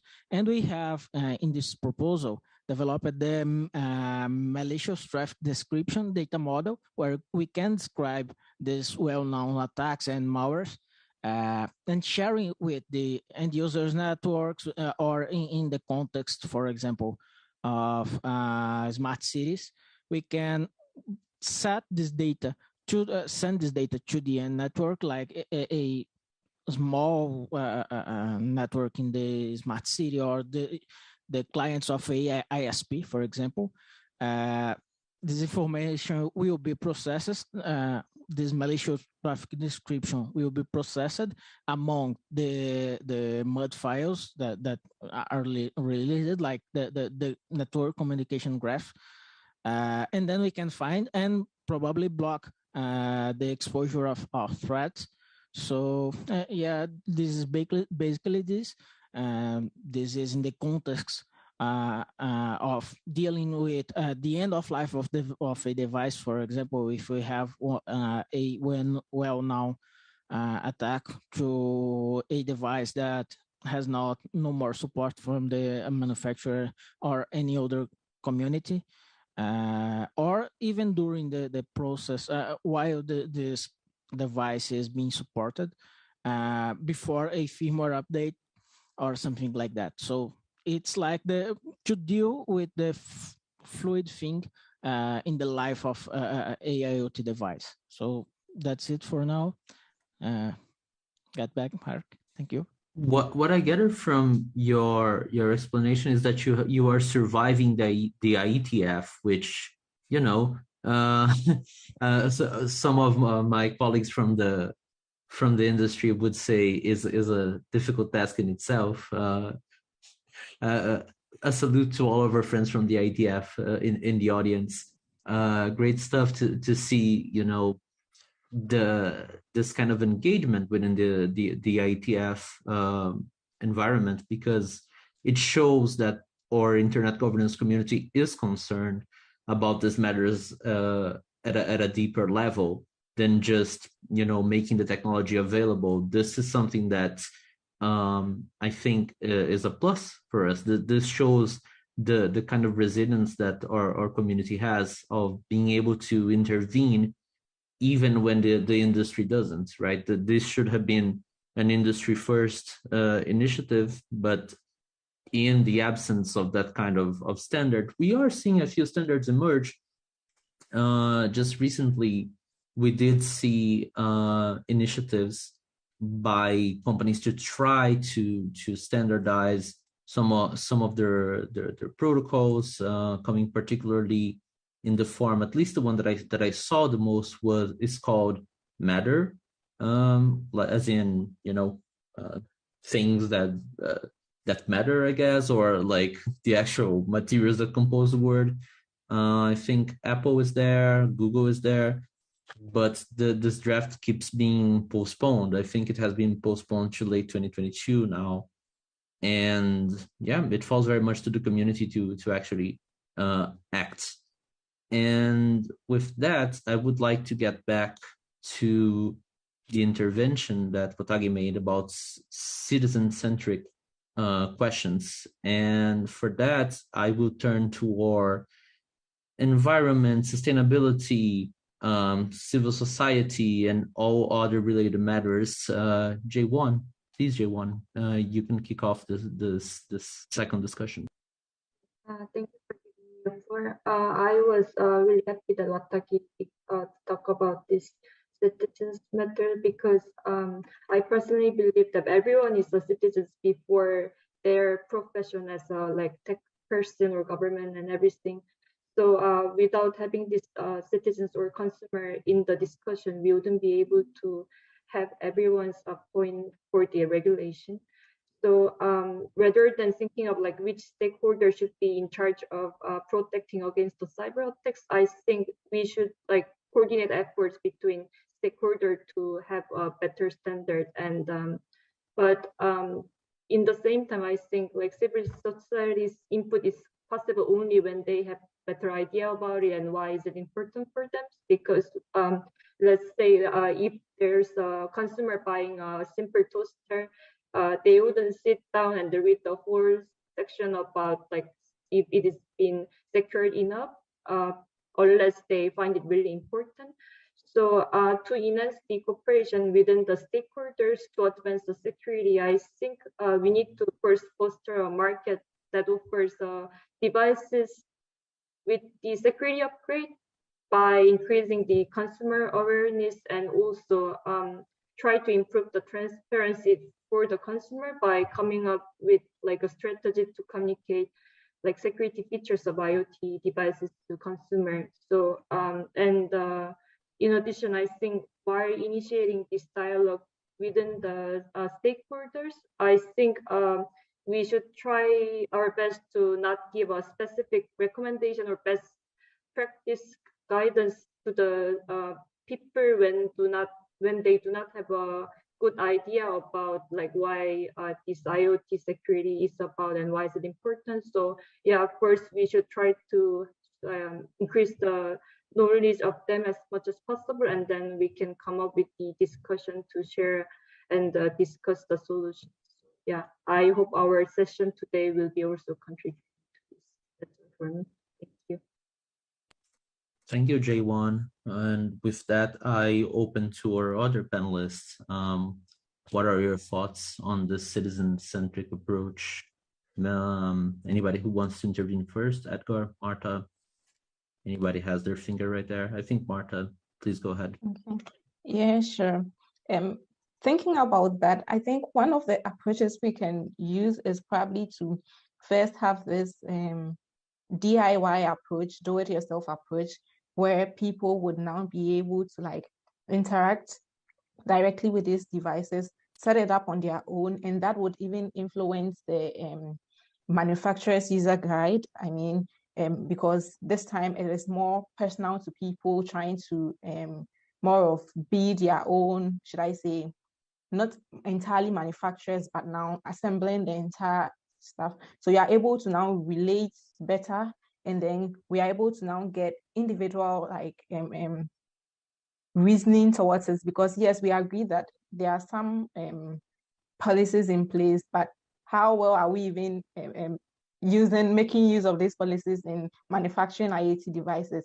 It hasn't been clear yet. So once we are able to first at a basic level get probably a makerspace or do this do-it-yourself approach, we are able to understand better, and then we can even promote more sustainability, because if we talk about like the citizen-centric approach, we can't just generalize it, because even within a particular area, there are several, should I say, people to even interact with. There are several views, there are several usage and capacities and all of that. So even in that, it's still going to be like a broader range that needs to be incorporated into design principles and all of that. So I think we could use that approach as well in gathering this citizen-centric usage of IoT devices.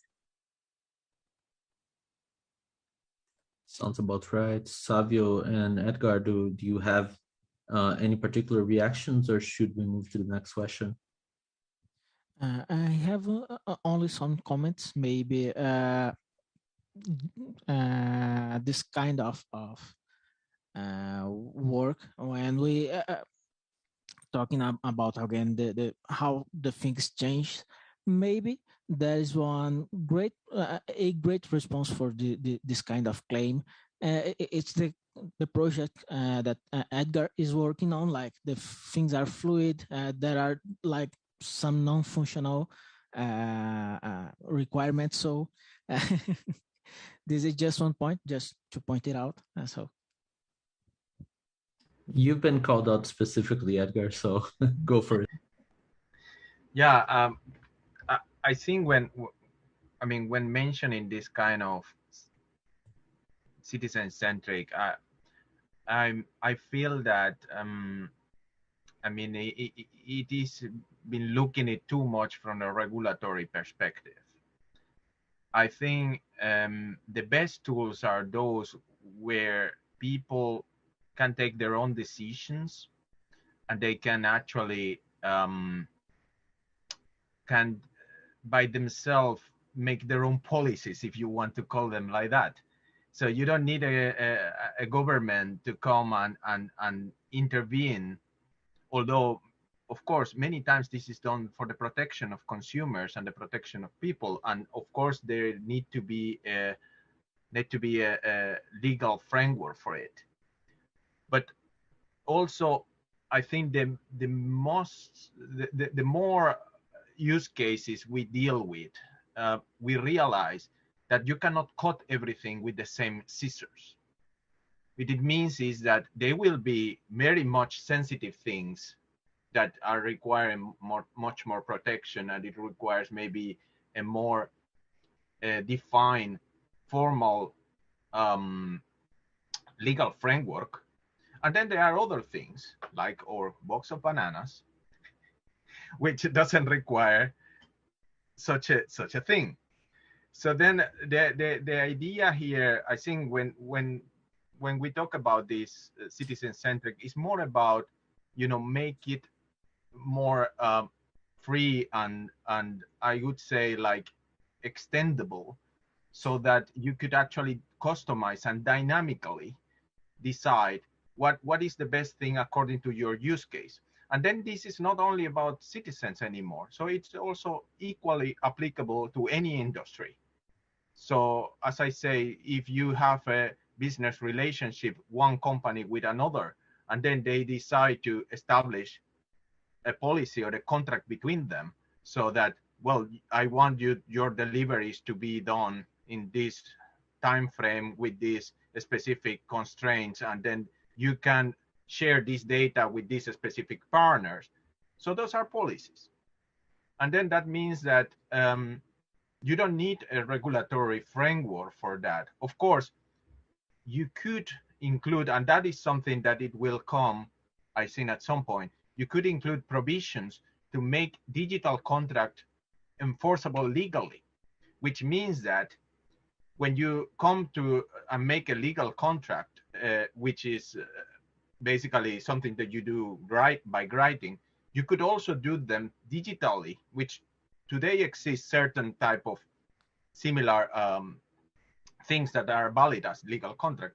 But what I mean is like this kind of including the negotiation process and then coming to an agreement and then finally saying, well, this is what we agree. And then most probably some of these things cannot be enforced directly by the software or hardware that you have in your platform, but you can monitor them. So for example, the ledgering technologies are very popular today for that. So blockchain and so on, so that you could actually do this kind of things. And then the idea is that with that, you can later enforce legally something that was not possible to enforce maybe physically and so on. So then that is the part of the regulatory that we would need to update, so that this kind of digital agreement, if we want to call them like that, can somehow have a framework, regulatory framework, that allows that you could have them and you can enforce them and then make them legally binding as well. Thank you, Edgar. It's good to find out very late in this process that the big banana industry is actually the one pushing this panel forward.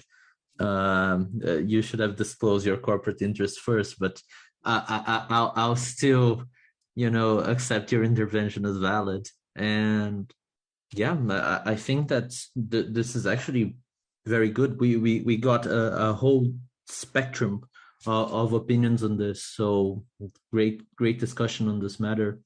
And I do think we have time for another, and perhaps yet another after that, maybe a quick one after that, I don't know. So please, anybody who would like to manifest themselves, I'll put you on a queue, Watagi, because I will read Daphne's question first and get right back to you then.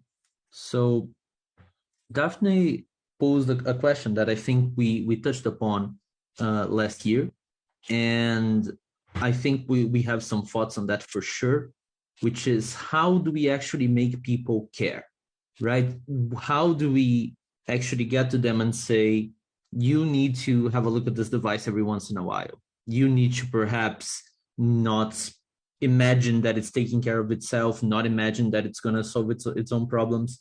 Because publishing scary news on the media doesn't seem to be doing the trick. That doesn't seem to be the solution to our problems. So how do we actually get users to engage with these policies? How do we make them care? They do it with their cars, right? They know that every so often they have to take their car for a revision. They have to actually look into it. They have to change the tire. They have to do a series of things with their cars. They don't assume that it will take care of itself. Somehow, though, we have created this paradigm in technology in which people do assume that it's okay. They do assume that, okay, whatever, this is good, it's working. If it isn't broken, then it's probably okay. How do we overcome that?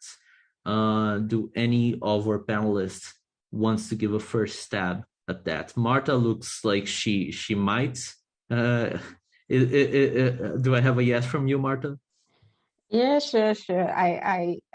I've been thinking through this actually for some time also. It seems like you can't push people so much into what they can do and what they cannot do with their devices.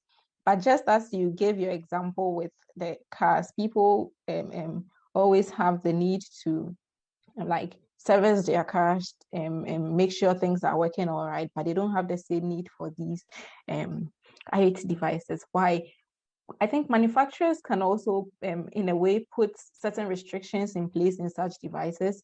For instance, if I speak to maybe my phone, turn off the lights, and probably I've ignored certain security features for quite some time. It decides not to, and then probably prompts you maybe go back to check this feature, go back to update your password, go back to do something.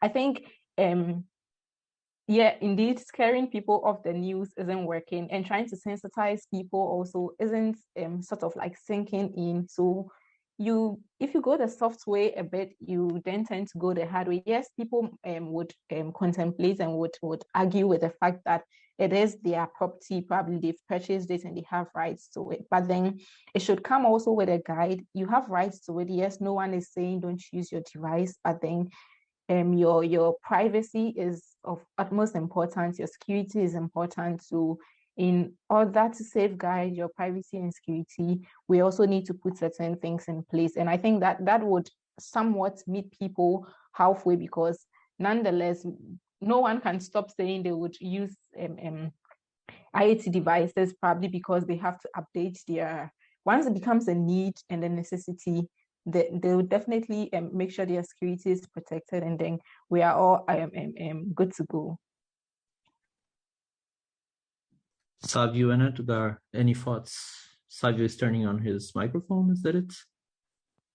I think it's all. Perfect. So thank you.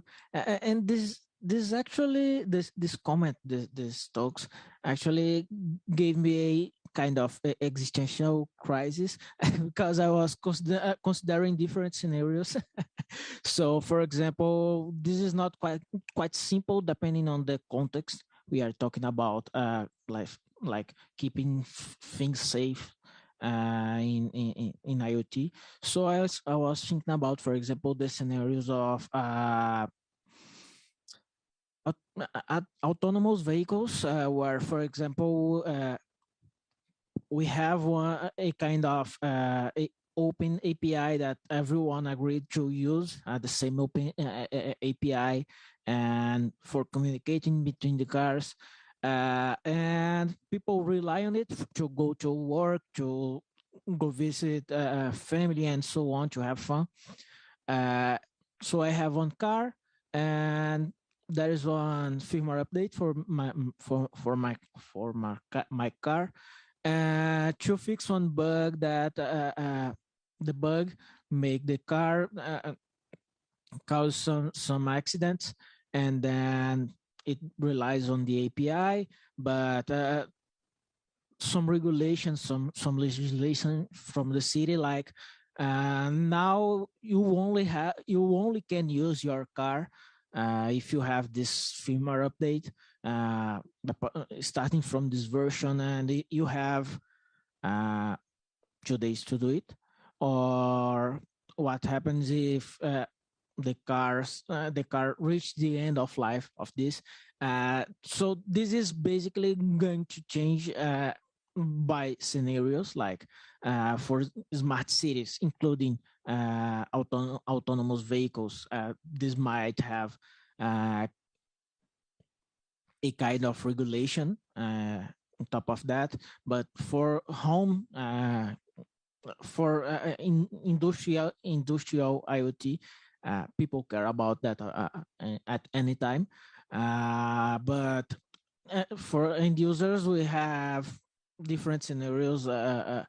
Some actually yesterday I had one discussion with one friend, and we were like wondering about a kind of firmware update center with some push alerts for this, but this is another discussion. But this is basically the case. People will care about it depending on the context, and yeah, that's it. So I would still like to get to Atagi, and I would still like to get to Edgar. So let's try to do this maybe as a Edgar, a minute and a half or 2 minutes, and we give the word to Atagi to give our audience like the final word, which I think is fair enough.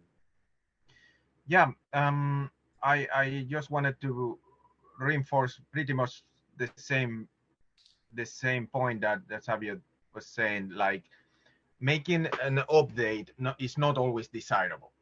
Many times it brings issues. So you just do the update and then your things don't work.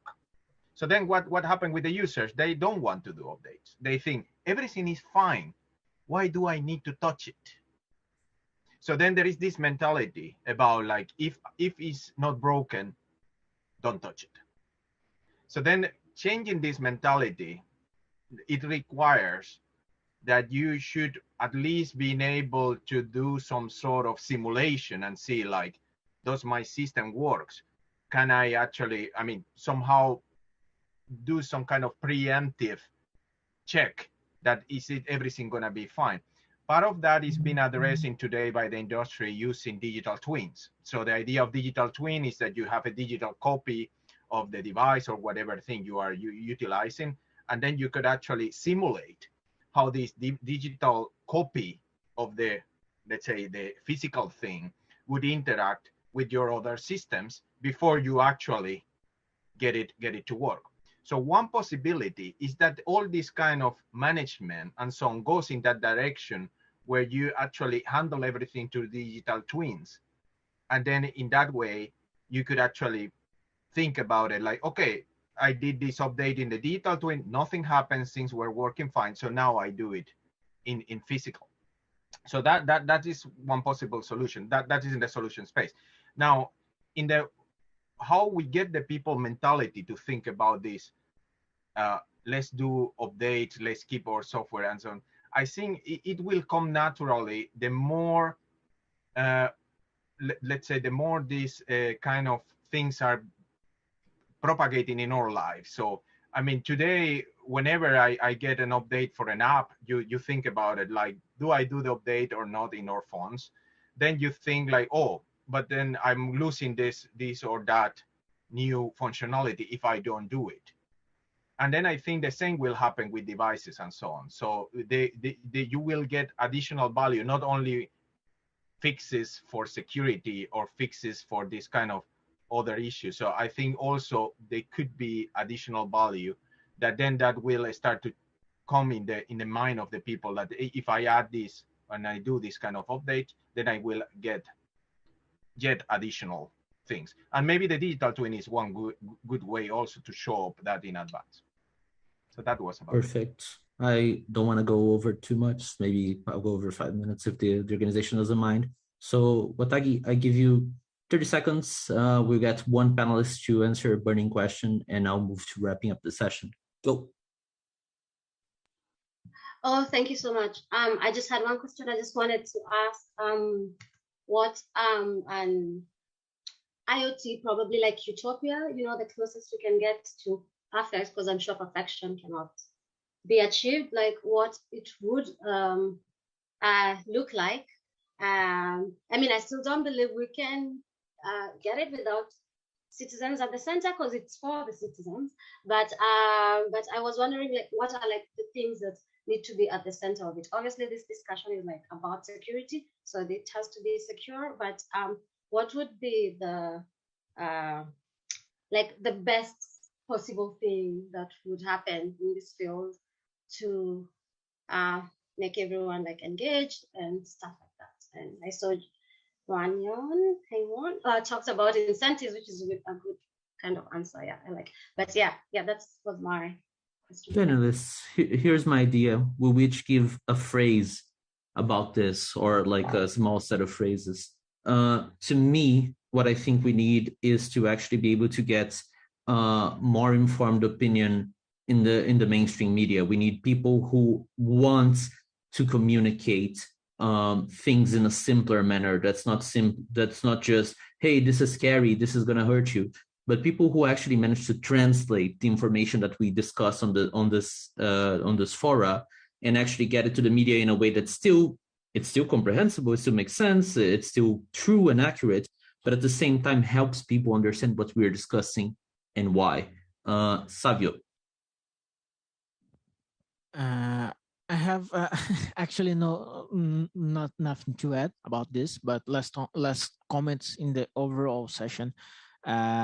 This kind of discussion about IoT security designs is also being carried in the DCI-POS. So please join us. We have the general meeting tomorrow here in the IGF and one networking session in the Friday. And this discussion is under the IoT cybersecurity by design working group. DCI-POS is the Dynamic Collision Internet Security, Internet Standard Security and Safety, and also, please feel free to make any comments. Also in my draft in IETF, if you are in IETF or you want to join IETF, please feel free. Bye-bye. Thank you. Edgar.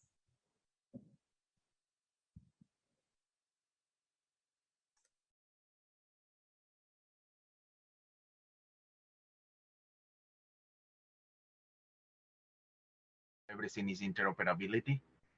So we need systems to talk to each other and to understand. So it's not only about like, yeah, I can send packets from this and that, but also understand the semantics of what is possible to be done by one device but another device, and then how they could actually interact with each other. And then I think there you get these layers of also of things like security and policies that we have been talking about that are needed to be taken care in a semantic level. So I would say that what it needs to happen in IoT is semantic interoperability. So then when we achieve that in a higher scale, I think things in IoT will skyrocket. It will start to happen everywhere. Beautiful. Marta, take us home. Okay, yeah, so I also think it's just about getting it to the barest minimal, should I say, design process, such that almost everyone with the least, should I say, usable device can actually interact with IoT devices, and that would make it a bit more appealing for more people, so that they don't think about probably the economic implications or the financial implications upon them. Thank you a lot, everyone. This has been a great session, great participation. Thank you, everyone, for attending.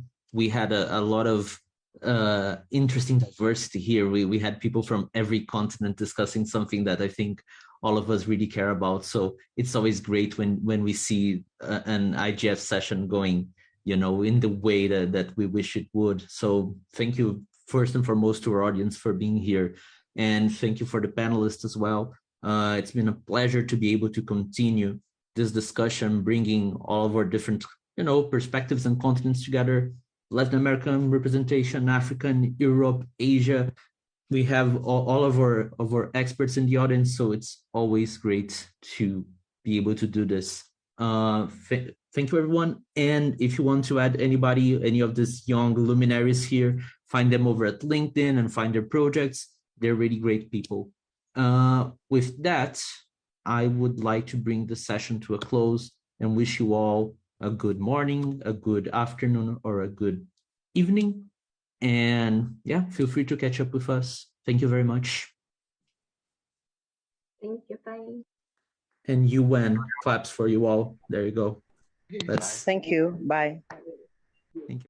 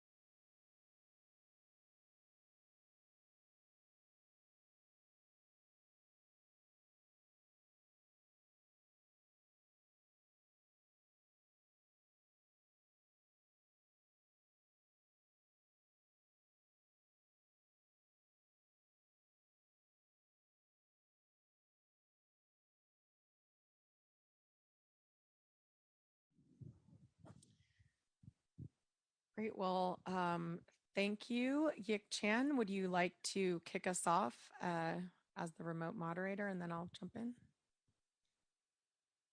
Okay. Looks like you. Okay, there you go. Hi, everybody and dear participants, no matter you're online or on site. So welcome to this workshop of the antitrust regulation of internet governance in global outlook. This workshop is co-organized by the GigaNet and the IGP. So I'm Yi Chen and from Beijing Normal University and the steering committee member of the GigaNet. So with my other three colleagues, Alison, I think Alison is here? No, not yet. So Alison and Courtney is on site, and also Anna is there, is online. So three of us will moderate this workshop. So this workshop is to explore the way competition policy authority in EU, China, USA, and South Africa, how do they react to the growth of the internet price?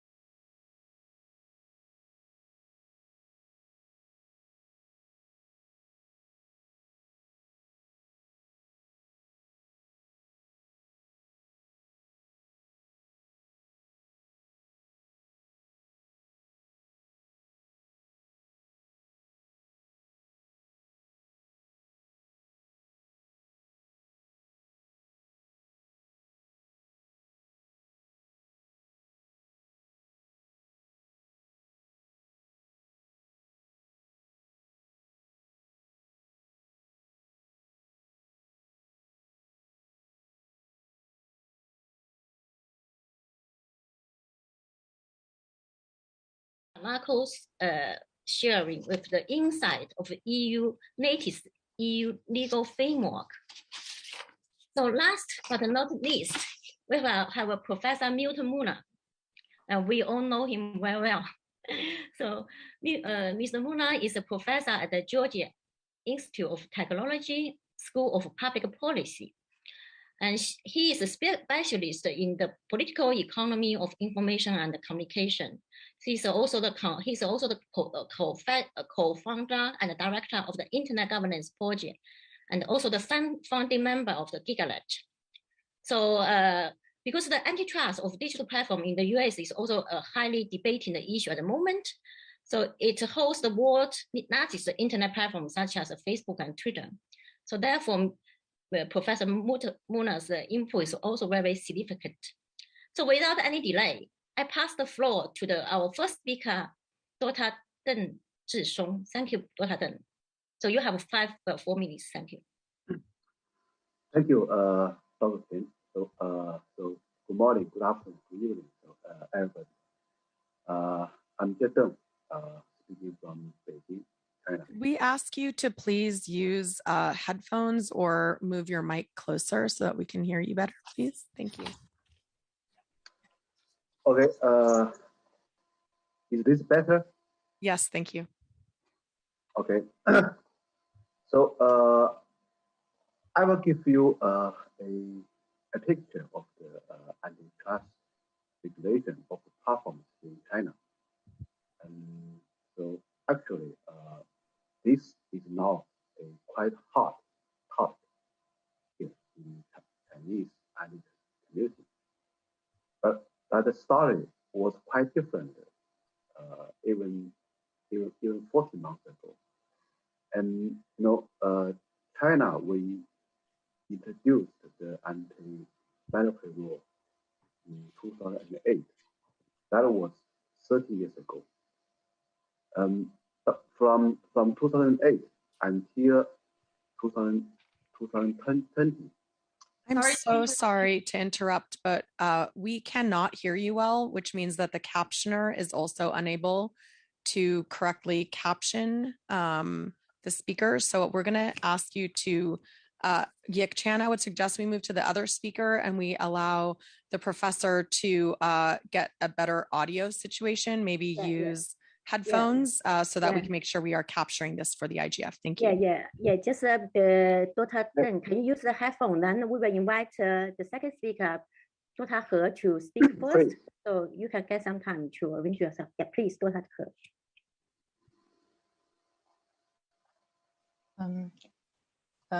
Good morning, good afternoon, and good evening, everybody. It's my honor to make this speech here, and I will make it as quick as I can. Okay, let me share the screen.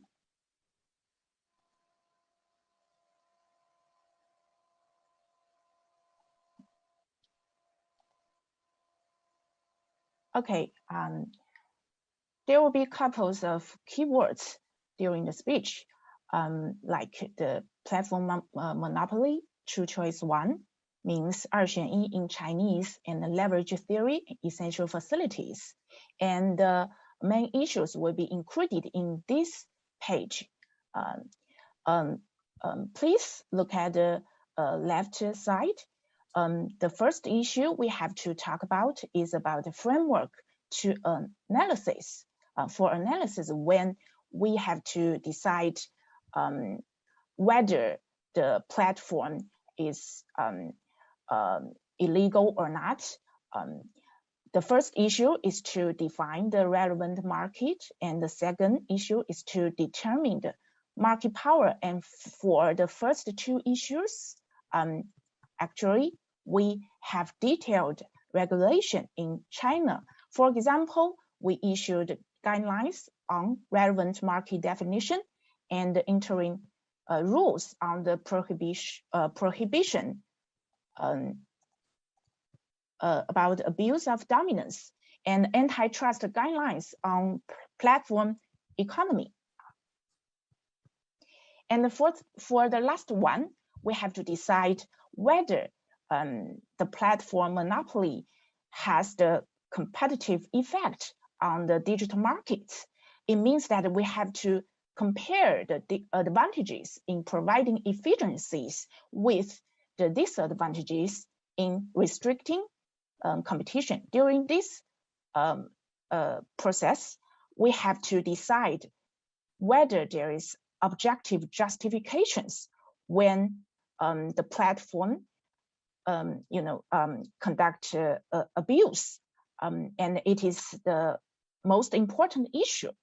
And for this one, in legislation, Actually, in China, we were already regulated in the interim rules, just as I mentioned above. And in practice, actually, there will be couple of justifications for the varieties of conducts.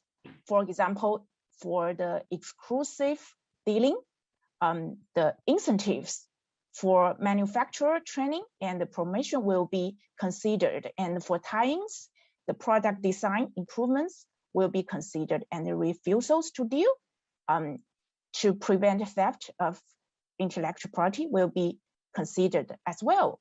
So it means that actually it is difficult for the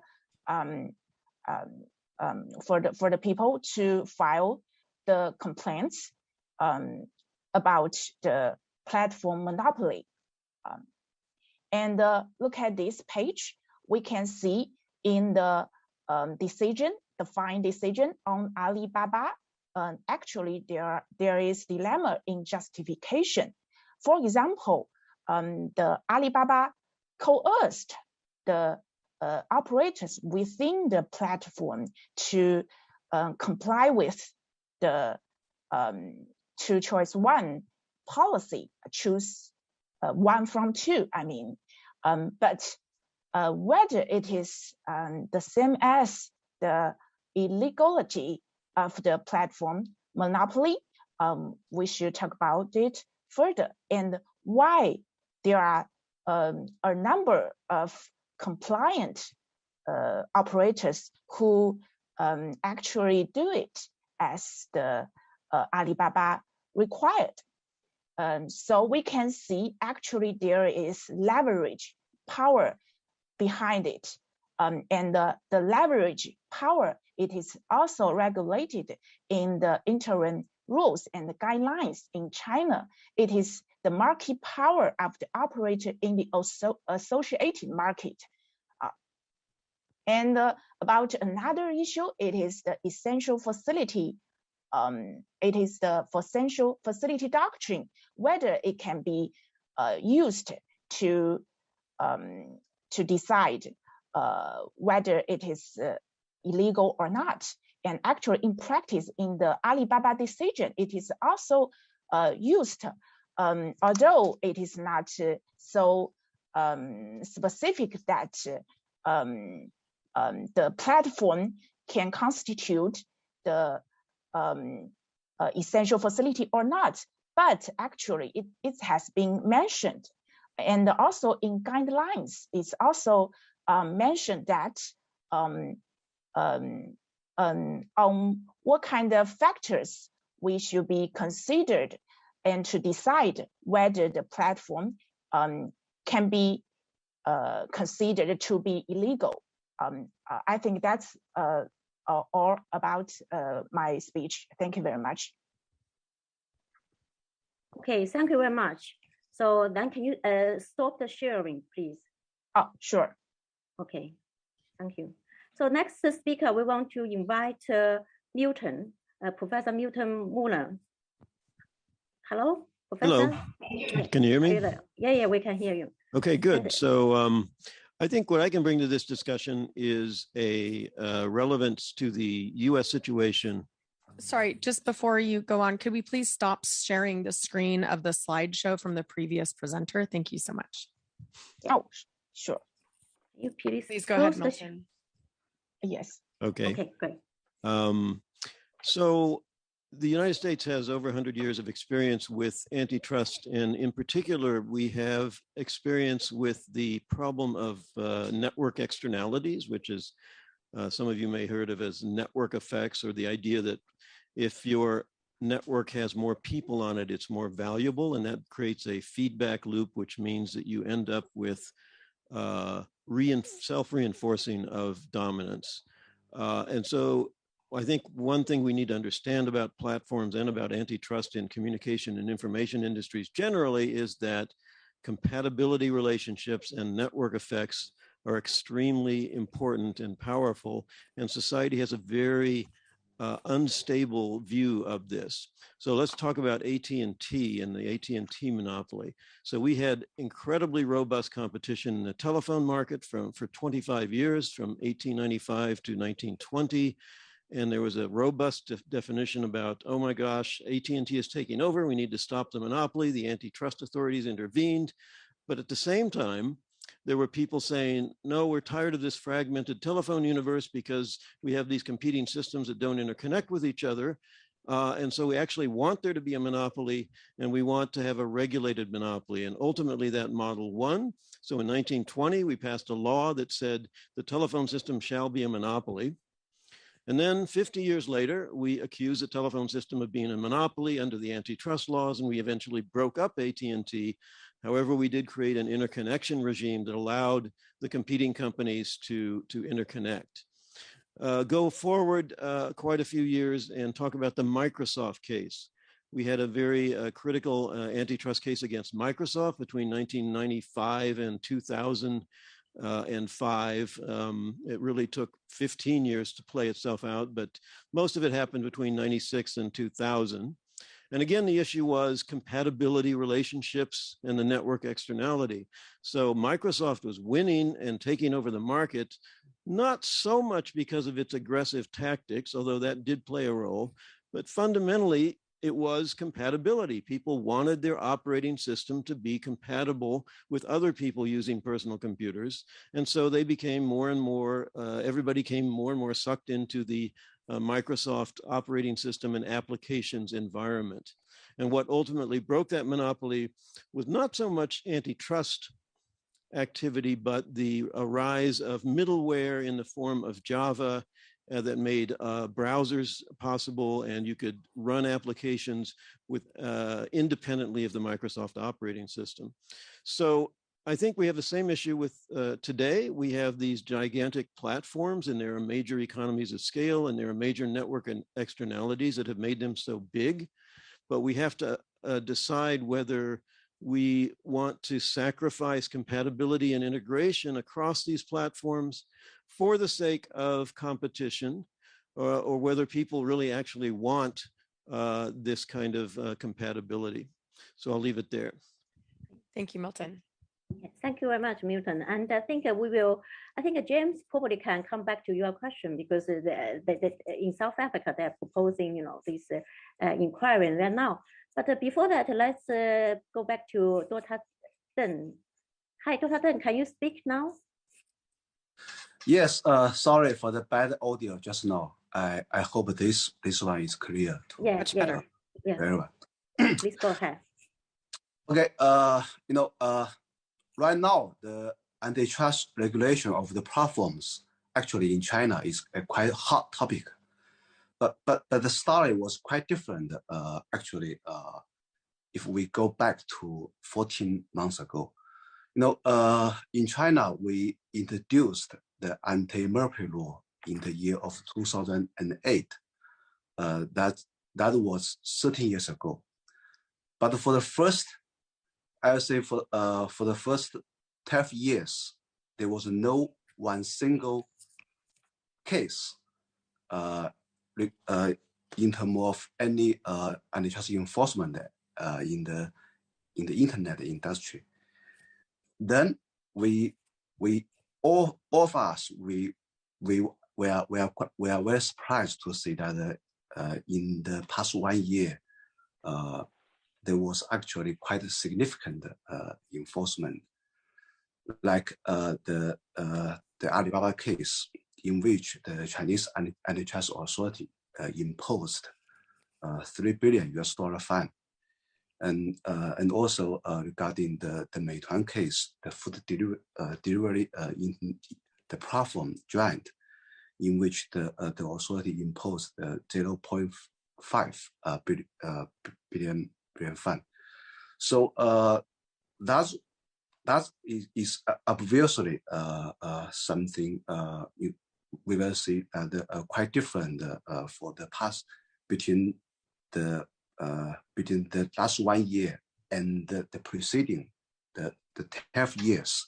So here we observe this as some kind of a drive from the Chinese top leadership.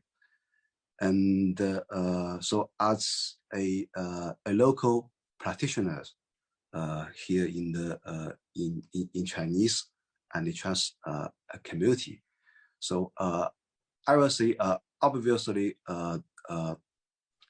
this singles some quite significant those a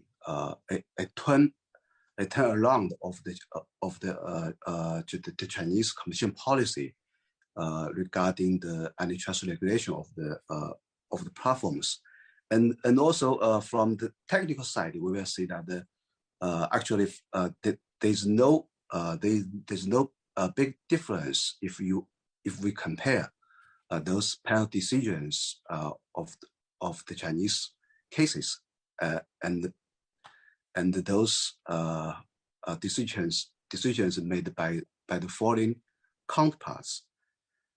And so I just want to share with all of you this kind of competition policy change here, and I hope to go further in detail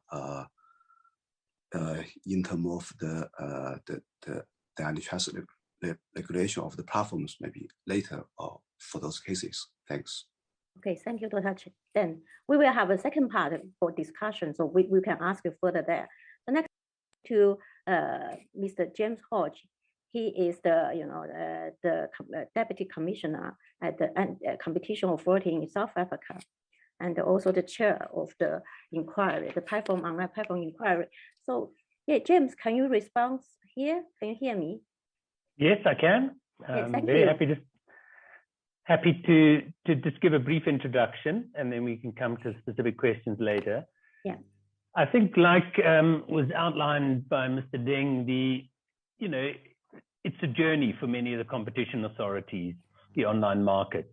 It's something that has sort of crept up on us over time, but moving from a position of sort of passiveness to active enforcement does require quite a shift. And I think the first shift is just educating and understanding what are the business models and consumer behavior that separates the online world from the traditional markets, in order to then understand what might be new theories of harm or different theories of harm, or even just determining market power. So the fact that consumers may navigate to one site, the fact that Google search may be the dominant platform directing people, all have an impact on our assessment of the market power, as well as the types of theories of harm. So often on sort of online intermediation, it's more around not necessarily consumer exploitation because it's free, but exploitation potentially of sellers. And it's a buyer power type relationship. Same in advertising models. It may not be necessarily exploitation of consumers on price, but it may be exploitation of their privacy and their data. So it requires quite a mindset shift. I think the second thing for South Africa is also to think about it strategically for ourselves. We're a small developing country at the tip of the African continent, and we're not directly necessarily overseeing a Google and a Facebook such as the US or Europe might have that. So we also had to think about it strategically. Where do we position ourselves? And so certainly we found on global mergers, there's far more of an ability to participate even as a smaller country, and maybe one more representative of our region and our continent. So although initially we were not notified of the Facebook WhatsApp merger because there was no revenue generated in South Africa, we did force Google to notify their Fitbit merger and became part of a global group of jurisdictions looking at the merger. And I think that is important to point out, because I think both the authorities and even the companies are starting to realize that there needs to be a better level of coordination at a global level to come up with different regulations or different even remedies in a merger context for a firm that is global by its very nature can create quite a lot of complexities. So that is one way we can, I think, move along with others and add our voice to that overall assessment. I think with the conduct cases, again, seeing what is being happening in other jurisdictions does provide you with insights into what may be going wrong in your own jurisdiction. So as some of the same companies appear across the globe, if a Google is being investigated for something in the US, the chances are that conduct may be having a negative effect in the South African economy too. There may be differences because certainly we have homegrown platforms that dominate or lead in certain areas other than social media and search. But even there, the business models get copied.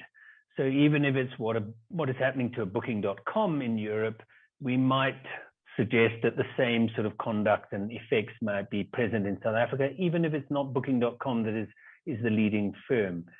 So I think there's also a very important part about strategic focus for an authority. And obviously the US and Europe have focused on your bigger platforms. I think for a country like South Africa, we've also got to focus on our homegrown platforms and conduct amongst them. Because what has often happened in a smaller developing country is that local platforms emerge mimicking the business model of the global ones, and only later may the global platforms arrive. So there are subtle differences, I think, in strategic approach that we take. Maybe a last thing to say is the importance of cooperation, not just globally, which I've mentioned, but nationally. You need to be cooperating with the information regulator around privacy issues, because competition authority may want more data sharing to promote competition, but that may be the antithesis to what the information regulator is trying to achieve. And similarly across other spheres of government which may be involved in the regulation of the industry. So it's almost required, I think, dealing with the online economy has required far greater levels of cooperation than we've previously had. I'll stop there, Yik, and take questions later. Yes, thank you, James. It's very important issue James just mentioned about the cooperation and the global scale of the antitrust. So in that sense, should we invited our last speaker, Abala and Kaparanko. She's the advisor to the Minister of Finance and Economy of Albania, but because Albania is also the candidate countries for the EU, so she will share of the both EU's situation and also Albania's situation. Thank you. Okay, thank you very much, Ik. Actually, I just terminated my term as a legal advisor to the Minister of Finance and Economy because we had a change of the government, and I work in PwC actually as a lawyer in Albania, but that has been quite an insightful experience. It's a pleasure to be here. Well, based also on all the speakers that I've been hearing so far, so the situations everywhere in the world is very, very similar. So everyone is pushing towards this new antitrust regulation. And I think, and we have noticed that the European Union has taken quite a tough approach, which has resulted in very lengthy court procedures generally towards the big tech. Well, there is a realization that what is the basis of competition law in Treaty on the Functioning of the European Union, Article 101 and 102, and also the regulation is not enough to respond to the current platform economy, actually. So basically, since, European Union compared to others counts around 10,000 platforms. Most of these are startups, and they account only for 2.7% of the global total value. And in order to be included in the global top 10, the minimum company value has to now rise to 5.5 billion euros. There are only 12 European companies in the global top 100. This new ecosystem has required for new regulation, and the EU regulation on platform to businesses relations entered into force in July 2019. It is considered to be the first ever set of rules creating a fair, transparent, and predictable business environment for smaller businesses and traders on online platform. Nevertheless, given the pandemic and all this increase of the use of platforms, the European Commission, considering also the several case laws, has decided to propose since last year an ambitious set of rules for the digital space that consists of two complementary acts, the Digital Service Acts and the Digital Market Acts. This was published last year, actually December 2020, and the new rules are expected to create both a safer and more open digital space for all the users, and also to protect their fundamental rights, but at the same time to lead to fairer and more open digital markets for everyone by fostering innovation, growth, and competitiveness. The scaling up of smaller platforms, small, medium-sized enterprises and startups, it is supposed to be supported by facilitating access to customers across the whole single market. These two acts actually are also being criticized. Strategically speaking, they're expected to have much higher impact and be much more important than general data protection. They complement one another, but then their results are to be seen. And taking here from the word of the previous speaker, there is also a need to consider all the international scenario and see what is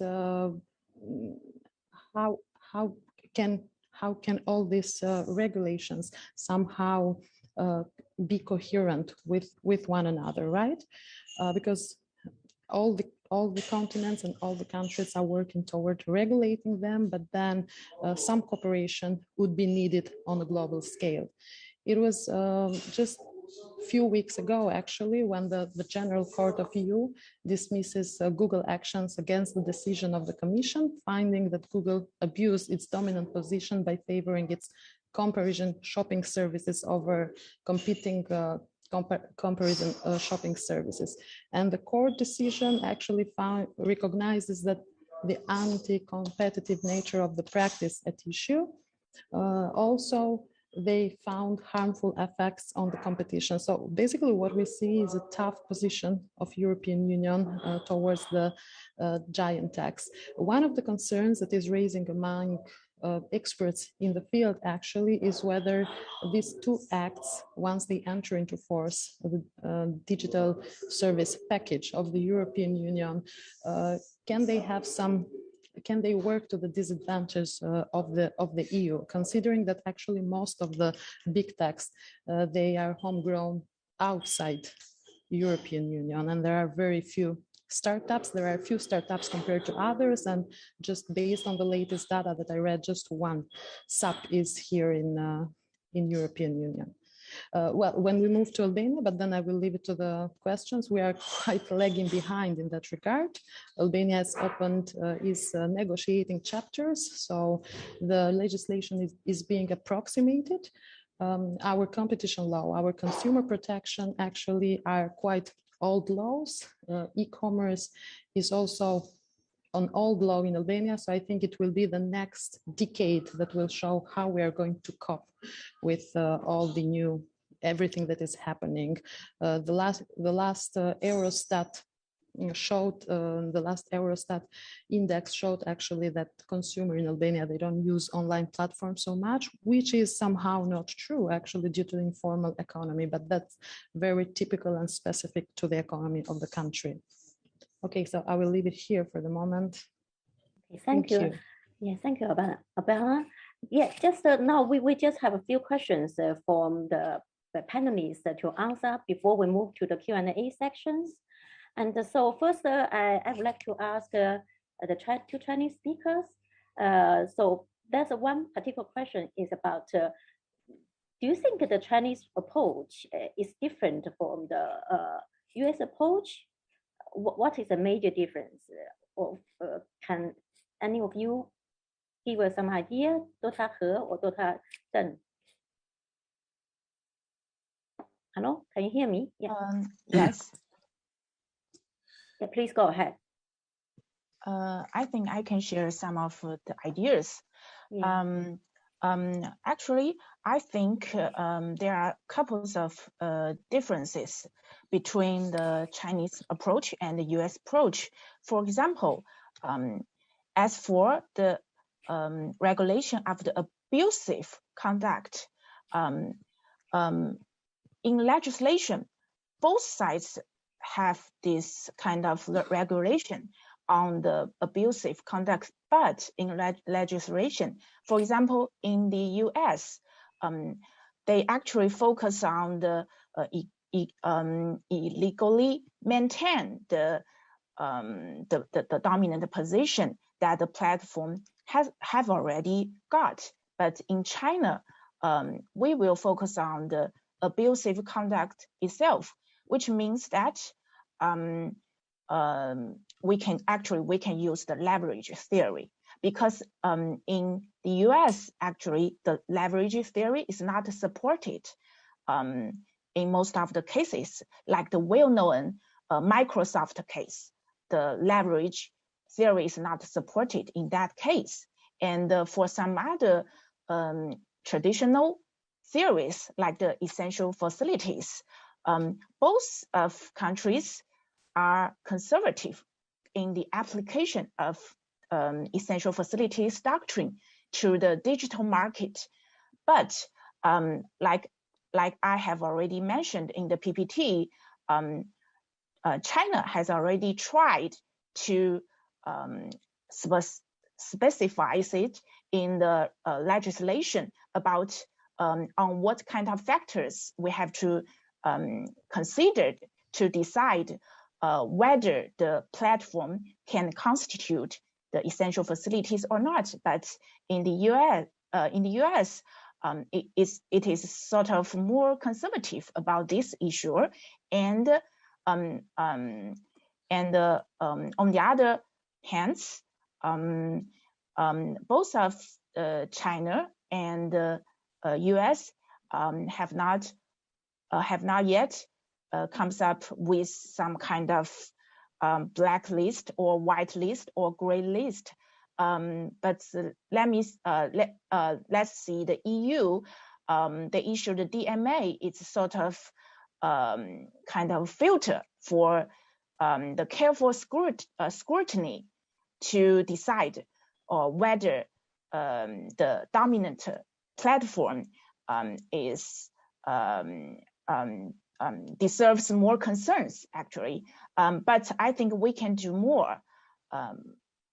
So we have to make more efforts. Okay, we will ask. So time's up. So we will ask a response from Milton and Abana regarding to that. Maybe James also can comment on that. Yeah, let's give Milton a chance to jump in here on the difference between US and China. Yeah, just I think Cheng said very pertinent things about the substantive doctrine behind antitrust, but I think to me the biggest difference is procedural. In other words, in the US, the companies are tried under a law and they take it to an independent judiciary that then decides whether they've actually violated the law. And I get the impression that in China, that if the executive agencies decide that you've violated the anti-monopoly law, that's it, you're done. And that's why they move so swiftly. And in the US, these cases drag on for 5 or 10 years. Okay, yeah, maybe Abana can also comment on Dr. He's comment on the difference between the the US and China. So what is the approach in EU as well? Sorry, Dr. He is Abana. Ching, you can continue. I was just reading one of the questions, actually, which is quite, I would say maybe it's also a rhetorical question. Would the EU be so eager to crack down on big tech if there were EU homegrown alternatives as big as Google, Facebook, and Amazon? I think that everyone, if we refer to all these continents and countries, stakeholders, everyone is trying to level the playing field. And also it's a question, I believe, that most of everything else is certainly a question of power. I mean, we can never escape that, right? EU itself is more paternalistic than other system. Continental Europe is characterized by a civil law system, which tends to become very paternalistic and very rigid in ex ante regulation, actually. So I wouldn't have any definite answer to that, because I believe that the question itself could be quite rhetorical, but I believe that it is also a controlling strategy for all the countries. History of EU over the last years, well, shows us that EU is being quite rigid in terms of all these big techs. So that was it for my part. Thank you. Okay, yeah, you know, I can give some supplementals from my angle. So I will say that actually, if you look into the regulation, and also if you look into those cases, actually, I will say that there is no significant difference among the Chinese antitrust law and the US antitrust law, and also the EU competition law. I agree that you know the main difference is with the procedures, but if we go further, I will say the main difference is with the attitude. So why in the first 12 years there's no one single case in China regarding the antitrust regulation of platforms, but all of those cases just emerged within just 1 year. I think that the attitude of the Chinese top leadership is a key point in this regard. It's just like, you know, in the US, you know, the Trump administration, the Biden administration, and the previous, like the Bush administration, you know, they adopt the quite different attitude, you know, in this regard. Thank you. Thank you. So, Dr. He, do you want to respond to Milton's, Professor Muna's question, whether it is only about the procedure? Actually, I also learned a lot from the other speakers. Yes, actually, you know, the monopoly law is just issued like 10 years ago, so we still have a lot of experience to learn from the other countries, but we also have many practices in a lot of cases, which is focused on the digital market. So we also learned a lot from the practice, like we issued the platform guidelines. So that's what we are making our efforts about this issue. Yes, that's all. Thank you. Okay, so I think next we want to also move to James. I think James, in your commission's inquiry and initiative, actually you incorporate the concept of public interest component, which is different from most of the competition authority. So how does this public interest angle impact on your approach to regulating online platform? I think in Chinese antitrust law, I do not remember they have a public interest component. All right. Yeah. So James, please. Yeah. So I'm very happy. Yeah, I think that the debate that's just happened is interesting. I think there are procedural issues, but it's also how the law is constructed. So our law incorporates the public interest, which has a broader development angle, and also a sort of specific focus on participation of small business and, in the South African apartheid context, historically disadvantaged individuals who were discriminated against and not given opportunity under apartheid. So it does affect what we're capable of doing, and also where our interest and focus can lie that may differ. So just to give an example, with small business, we do have provisions around fairness in the bargaining relationship with powerful buyers. We do have a lower standard in terms of things like price discrimination, in terms of just how we may frame those cases rather than under substantial lessening of competition, but more impeding their participation. And of course, in the online world, what it has meant is we've also added a focus of South African business participation in the global economy. So in our online platform inquiry at the moment, part of that is also to understand whether we are just going to be dominated by global platforms, or is there scope for local platforms to emerge and compete? Different business models, maybe different focus, but is there something inherent in some of these markets that may end up being that South African platforms are pushed out of these spaces? So certainly the public interest has that element. Just on the procedures and tools, I mean, guidelines were mentioned, whether you go to court or not, and every country will have different procedures. So for us, we could run an abusive dominance procedure. And if you're looking at the major platforms, dominance is easy to establish. But a market inquiry looks at any factor that may hinder competition. So it doesn't have to be about a dominant firm. It can be about a market practice. And that gives you a lot more flexibility in order to look at things you can't under typical abusive dominance. So you can look at, for instance, just whether certain types of consumer behavior or how consumers' choices is shaped, may shape competition on the platform or between platforms. So I think any authority looks at the tools they've got, the law they've got, and makes strategic choices around what is effective in what situation.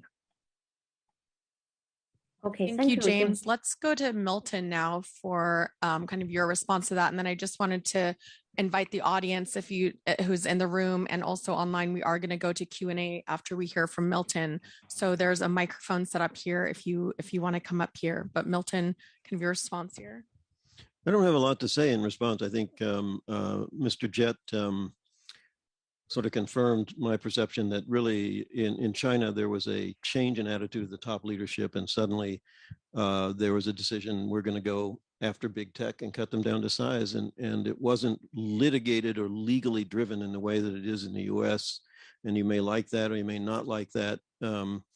If you just want to get big tech, the Chinese way is much more efficient. If you want to have more of a rule of law, you're giving them the right to defend themselves and hire expensive lawyers and go through these legal criteria. So that's the difference, I think. And it's interesting also to hear from the South African authority how much more flexibility they have. This would not fly with most of the antitrust economists in the US. They would want a much more, you have to be a monopoly and you have to abuse or do something illegally with that market power rather than just some kind of practice that people think is unfair, because we're very concerned about competitors just using the antitrust laws to protect themselves rather than actually protecting the market process. Yeah, I think that's, yeah, please. I think that's a difference which just public interest component incorporated by the South African Competition Commission. Yeah, now we're open to the floor.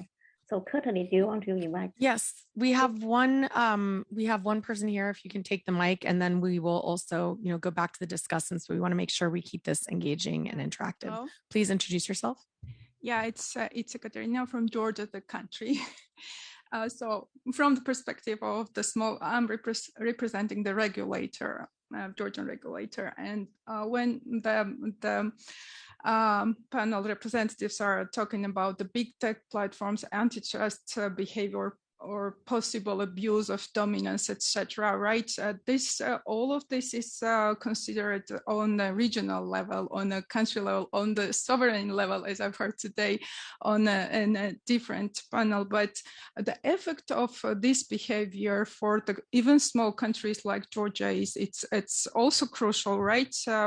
Whenever it might be damaging for our Georgian customers, Georgian alternative platforms. And my question is, where do you see this cooperation, for example, for the antitrust bodies in smaller countries or who are not the home country for Facebook or Google, etc., but they see that the breaches, even for example, how they self-regulate the content, for example, how Facebook self-regulates their content. This is something beyond Jordan legislation, but this is the challenge, for example, for countries where for our consumers and for our stakeholders. So where do you see this cooperation?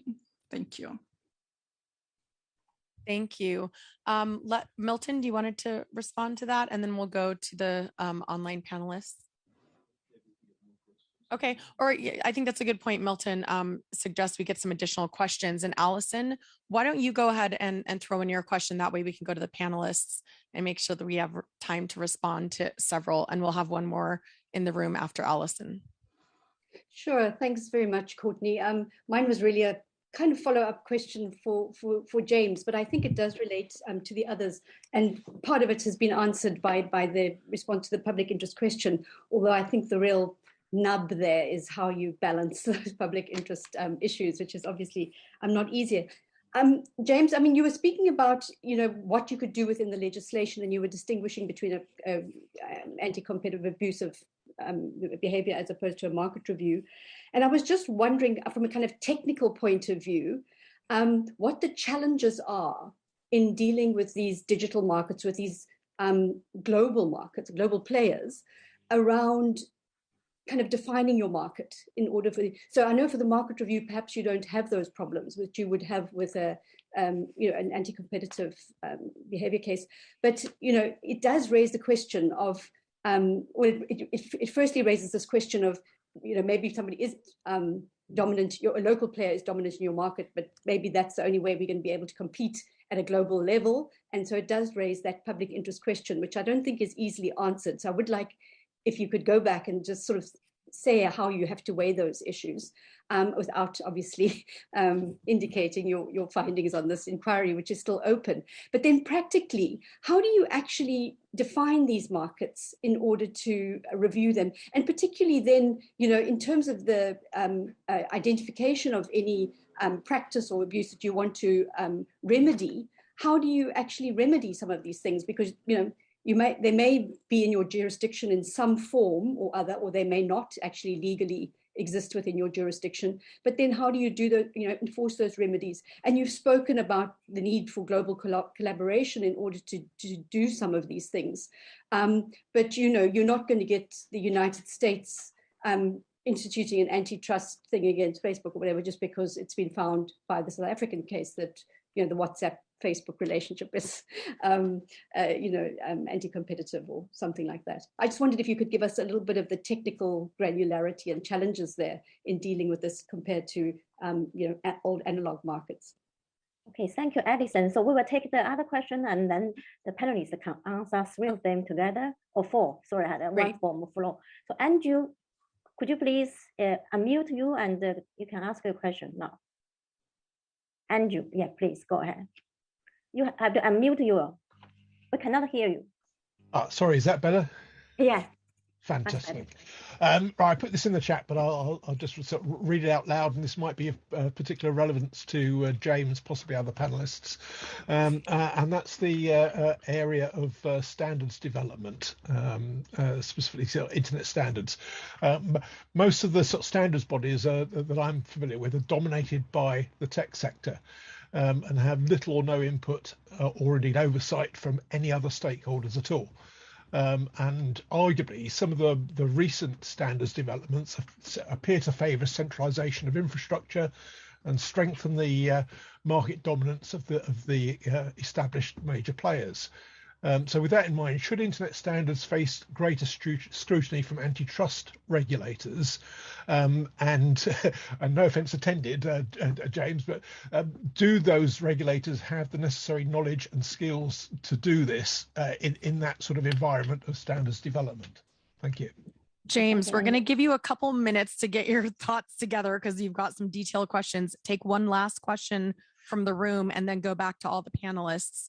So we'll go to James first since you've had a couple of pointed questions, but please, all the panelists, get ready after this other question. Thank you. I'm Vittorio Bertola from Open Exchange. And my question stems from some of the comments that were made before about the EU approach, since I've been quite involved with the current EU regulatory attempts. So I'd agree that they come from, a change of attitude even in Europe. Europe has not been basically regulating for a long time or touching the original regulation from the end of the 90s. And all of a sudden, some things happened that prompted the European leaders to come forward with some pretty heavy regulation that is currently being discussed. But if you have a look at this is not really just about market power and economy, as it was suggested by one of the comments. The events that prompted this regulation are stuff like the US Cloud Act, or there are stuff like the ban of President Trump from social media. If you remember, Merkel commented it very, very negatively. And these are the kind of things that prompted sanctions. So my perception is that, yes, it's a matter of antitrust regulation. Of course, it's a matter of economy and so on. But it's also a matter of using antitrust regulation to address stuff which is not really just about market power, but it's more about fundamental rights. And the fact, like also that the person from Georgia was commenting, that many countries, including Europe, feel that they have no power, no sovereignty over the policies of these big tech companies. So do you feel that maybe the antitrust regulation, which is the only common base across, market economies across the world, is used as a proxy for the lack of, common regulation and common ways of action on other issues, connected to freedom of speech, content control, these kind of things? Thank you very much. There's kind of a common theme throughout several of these questions, but James, I think we should go to you first to respond to the specific questions raised, and then. Yeah, very happy to. And Andrew doesn't insult me, so don't worry about that. I think, as I indicated before, learning is part of this process. And that's where maybe to come to Alison's questions, probably 5 years ago, we led through a merger of two big e-commerce platforms because the view was they're constrained by retail, the brick and mortar retail. One of them is making a loss. Are they failing firms? And I think those are the lessons you have over time. And so there has to be a massive investment in your teams and your understanding of the business models. We even considered bringing in business people to kind of educate us around business models and how things work, because quite easily you can be hoodwinked into thinking that for instance, we recently had one of the first probably prohibited platform mergers in South Africa. And again, we were presented with facts that there's lots of entrants, but we know in this sort of market, deep pockets and the ability to expand is probably what separates out true constraints from just wannabes. So I think the issue of there's a lot of technical stuff where we need to get involved, and we can't just move. So on the issue of internet standards, we would have to be educated ourselves before moving. But part of the problem that you've raised, Alison, is remedies. And to be quite frank, I think there's a lot of sort of people out there that believe that apart from paying fines, that a lot of the remedies that have been imposed, quite frankly, do not work. So in Google Shopping, there's a lot of research that suggests it hasn't worked. It hasn't, in fact, promoted comparator shopping sites. And firms find a way to work around. We saw Korea just recently introduced a law to try and bring down the price of commissions, or the level of commissions amongst app stores. But the law there required the app stores to offer an alternative payment means, and all Google did was come and say, well, I'll charge you 11% because you're going to spend 3 or 4% dealing with the payments operator. So the overall fees are still the same. So there's a lot of workaround, and this is primarily one of the problems with regulation, that it can be ineffective in such a dynamic space.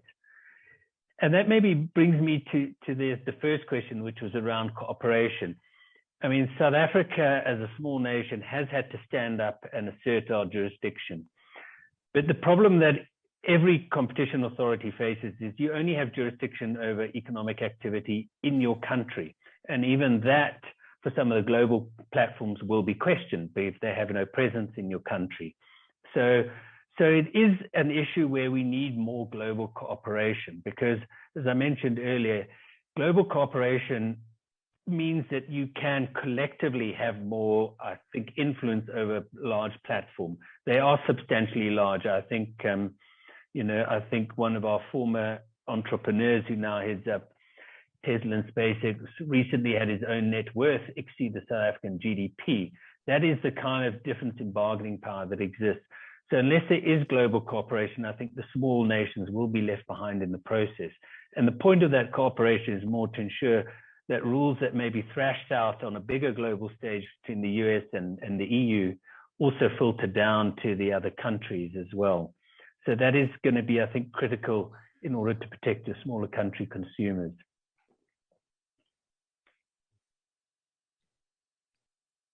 I think whether others want to also comment on those issues of global collaboration, and as opposed the last question about whether the competition law can act as a policy, to tackle the global issues. Maybe Abala can respond, and also Jaden, can you respond as well? And also Newton.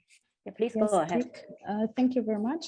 I'm thankful to the gentleman who posed the comment and also the question. Well, I totally agree with your approach. It is a proxy as well to respect all the EU existing legislations, but is not only related to the antitrust regulation. So in that regard, we agree. This comes very clearly also in all the documents that address these two new acts that are expected to enter in force. As per the lady who talked about Georgia, I fully understand you, because I think Albania stays in a very similar position actually to Georgia, maybe even a bit in a transitory phase if we take into consideration all the change of the legislation and the regulatory environment and enforcement issues that have been persistent through all the last decades. Thank you. And also, Jade, do you want to respond to the cooperation and how the China to cooperate with other global partners in terms of antitrust, or whether there's a global framework can build? Sure. I had the chance to participate in the Chinese antitrust law legislation. So back to 14 years ago. So at that time, actually, China, we introduced the competition law mainly based on the models of the US and the EU.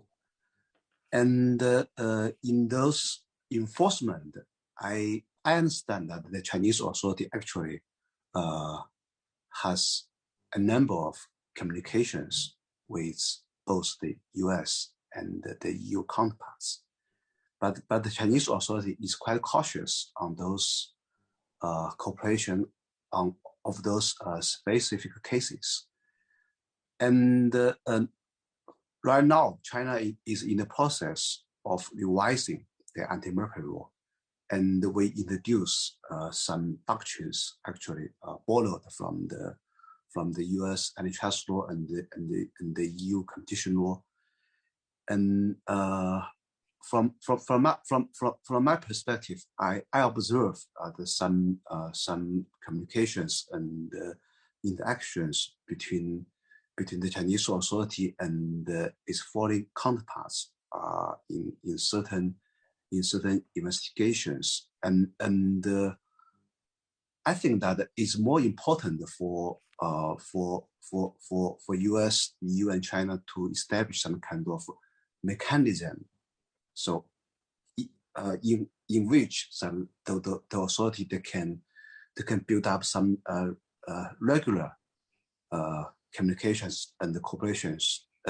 So up to now, we only have the BRICS mechanism. So in which China, the Russia, and the South Africa, the India, they have some regular communications. So for in the long term, it will be quite important for those major jurisdictions to build up some kind of international competition enforcement cooperation mechanism.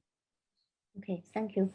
Milton, do you want to respond from American perspective? Yeah, those are a very complex set of questions, particularly the one about cooperation across small country jurisdictions. I'm not sure how to respond to that without hemming and hawing. But I do want to respond to Vittorio's comment.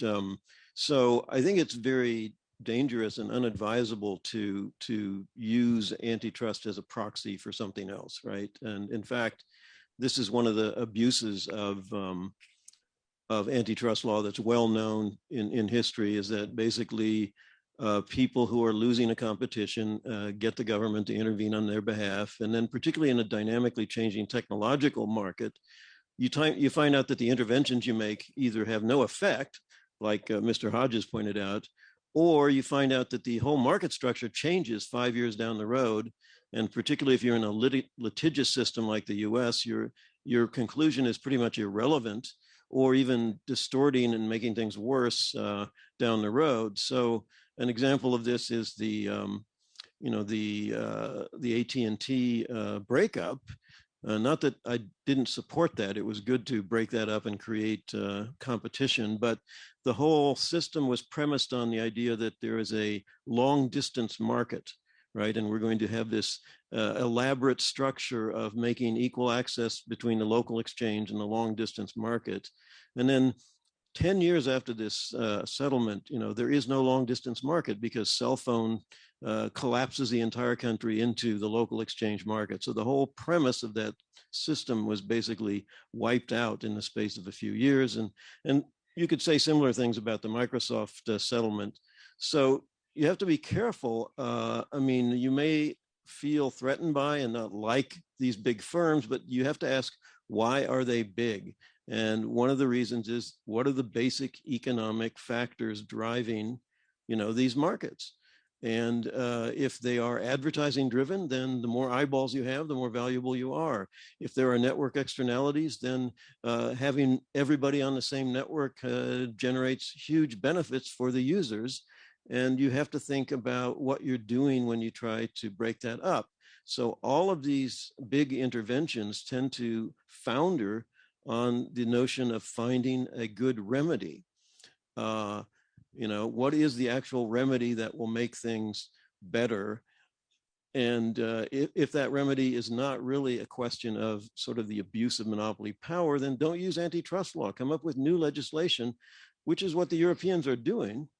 We'll see how it works. I don't have a good enough grasp to know how I think it will work, but if indeed you want new rules for these markets, then formulate new rules, but don't say, we're going to redefine the nature of anti-monopoly law because we don't like you. You've got to have a rule of law. You've got to have stable expectations for economic progress. Okay, and I think this is very interesting questions, because I think in both James' speech and also Abana's, the EU antitrust law, there's a component about public interest. Is that right? So, and I think James also mentioned that when the South Africa Commission consider public interest, one of the components is about how to protect the local enterprise. Is that right? So, but Milton's point is that this should not be the component to be considered. So, what is your response, James? From my understanding of Newton's point. Look, I think, to be frank, globally, there is a greater focus on exactly what you may consider these sort of softer competition issues around privacy, around inequality, around access to platforms. So I think the world has definitely shifted more towards the direction of the South African competition law in the last 5 years, and even I think the US has shifted, under the new administration and with the success of the sort of group who have now taken over the Federal Trade Commission and DOJ. So I think there is a role for that. It's how you balance it. And our position has always been rather have it in the law. It used to be that there's sort of political discretion around strategic issues that existed even, I think, today in UK law. Our approach is put it in the law, that forces a proper weighing up. And South Africa has a court system, much like the US, although we have a specialist court, not a lay court, that can hear these matters. But that has resulted in the fair balance. So to take one example in merger control, we do look at retrenchments and whether retrenchments as a result of the merger are harmful to workers and if they're necessary. And that has never prevented a merger going through, and that's the balance that has been maintained. In the online world, we're going to have to navigate this, and part of the reason for an inquiry is exactly the way to explore that. But to take an example, if you know what we have been exploring in public hearings is if Google search is the channel or the top of the funnel for most commercial activity, then what happens on the first page of Google matters. And does that start to shape and favor those with the deepest pockets who are global, who are going for a sort of scorched earth? Can you have almost a predatory approach of no return on investment? So most of the advertisers look at the return in terms of bookings or whatever that they get, that you can have predation in that context. So whether there's a remedy for that, that is, I think, where I would agree. This is complex. It does change business models, and it's not easy, and it may have unintended consequences. You may remove the top ads on Google and find that the organic is still dominated by the bigger companies that invest in search engine optimization. So that is probably the biggest challenge. I think there are interventions such as the platform to business regulations that the EU brought in around transparency, around that which probably work more effectively. I think other regulation may be undone by dynamics. But this is certainly the challenge. And I think one raised in the sort of forward for the session was also about different business models. In food delivery, we're seeing local models by local entrepreneurs servicing a need in areas where the big companies have not gone. But when the big companies come, are they going to be destroyed? When your business model is sink massive amounts into consumer marketing, promotion, does that change it? Can we have both there in the market, and how? So I think we are at that exploratory stage. I mean, for us as an inquiry and I think globally, and we don't always have the answers, and we've stepped with trepidation. But the reality is there are dominant platforms, there is abuse, and that has to be on the radar for treatment. Okay, thank you, James. I think that's a very complicated, questions, and also I think as far as annual in Chinese anti-monopoly antitrust law, they also took this as a consideration whether the bigger platform could destroy diversity, variety in the market. But we have to have another hour to discuss this. So I have to pass the mic to the next question. And Anna, do you want to speak for your question? Yes, thank you, Ichan, and thank you everyone for a really interesting, insightful discussion. So we have a question from the chat for Milton this time. And after you answer, Milton, I pass the mic to Courtney, who also has a question, and also to continue with questions from the live audience. So Milton, the question for you is from Jorge Cancio, and he says, what do you think is the agenda on platforms of the Biden administration, and how does it relate to the projected Alliance for the Future of the Internet, which was in the news? So we're going to do 2 more questions and go another round. So I do want to invite anyone from, is this on? Courtney, we cannot hear you. Can you hear me now? Not just want to. Is this working? Okay. Yes. So I want to invite anyone in the live audience to come up to the microphone to ask your question after my question. So my question is whether we're thinking about this in the right way and whether the current frameworks, our legal frameworks, are adequate to assess the potential antitrust implications of some of these major platforms where it's not in a single, it's not in a single business, whether it's actually about advertising or whether it's about data, and whether we can think more creatively about antitrust, for example, putting, data into a public trust. How could we think outside of the box since we are in a new environment, and are the current legal frameworks even adequate to this? And as we think about trust and earlier this question around kind of cooperation and multi-stakeholderism in the standard setting, I would just think, ask the two regulators on the panel about how they're incorporating not just business and not just government perspective, but civil society and advocacy groups on behalf of not just users, but citizens, people, the individuals who are affected by all of this. Okay, that's my question. We're going to go to one more question here from the floor. Please introduce yourself. Okay. I would like to just take your consideration, all the panels, to the super applications.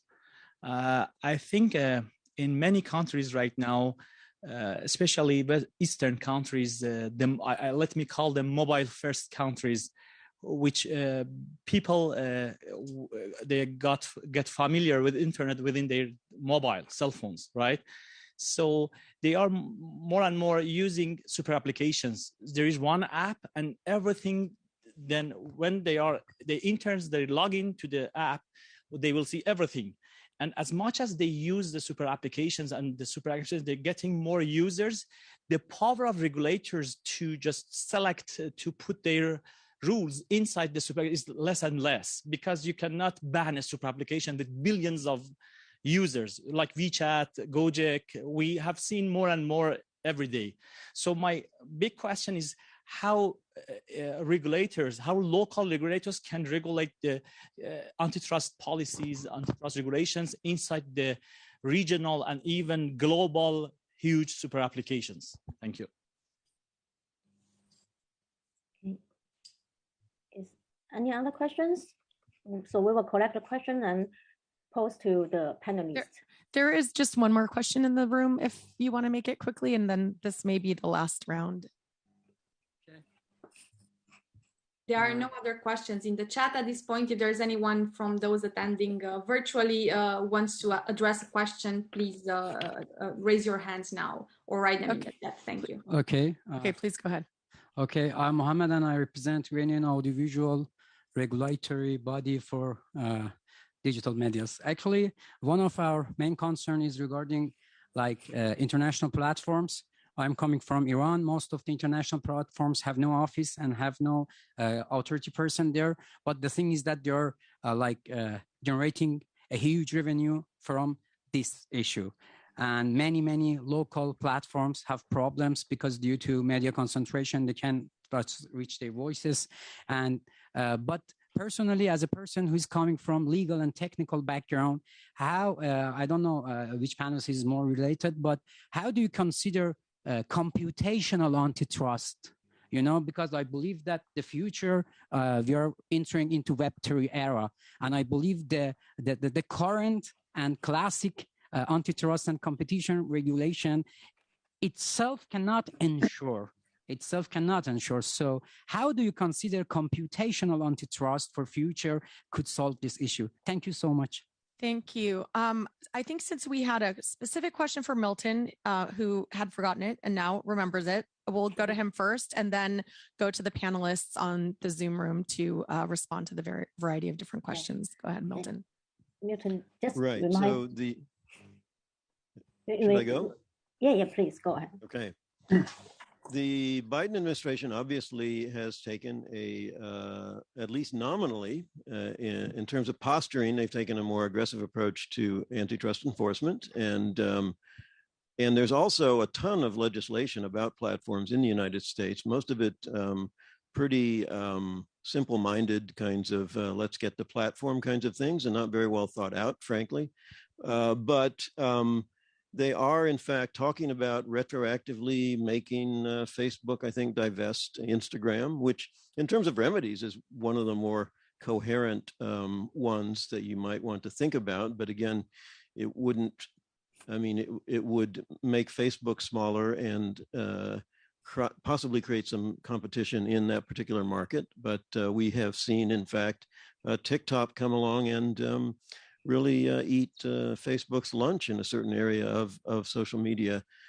So the idea that the market is closed to that kind of innovation is different. I don't think there is a strong relationship between the Biden administration's approach to competition policy and their proposed alliance, which I'm waiting to see what exactly that consists of.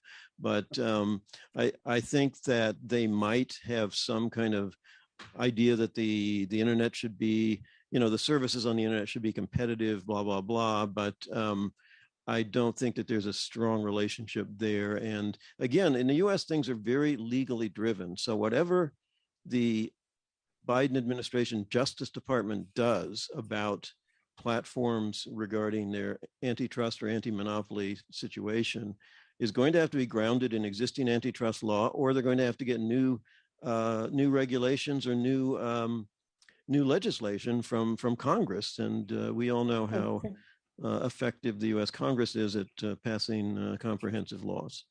I'll leave it at that. I can't address the Iranian guy's question, but I think I've spoken enough. Thank you.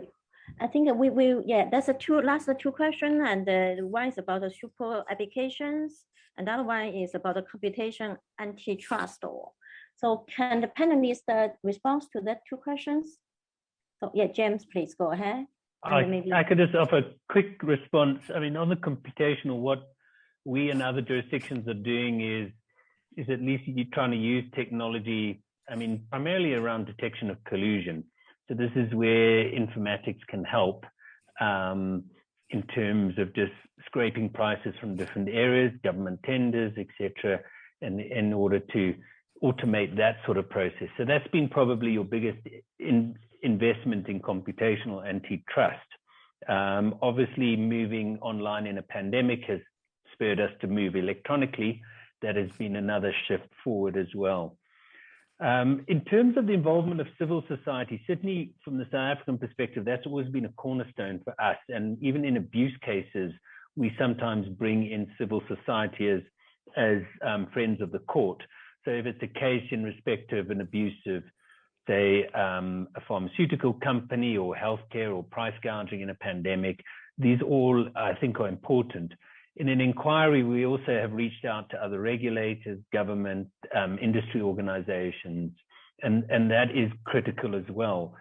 And in terms of building that legal framework, I think to Courtney's question, part of the problem is that many of the issues are cross-cutting, as one of the people earlier sort of highlighted in the question. And so that's why you need cooperation. I mean, just this morning I had a meeting with our advertising standards body to find out if they have any advertising standards for internet companies. We've heard from the information regulator, but there are gaps.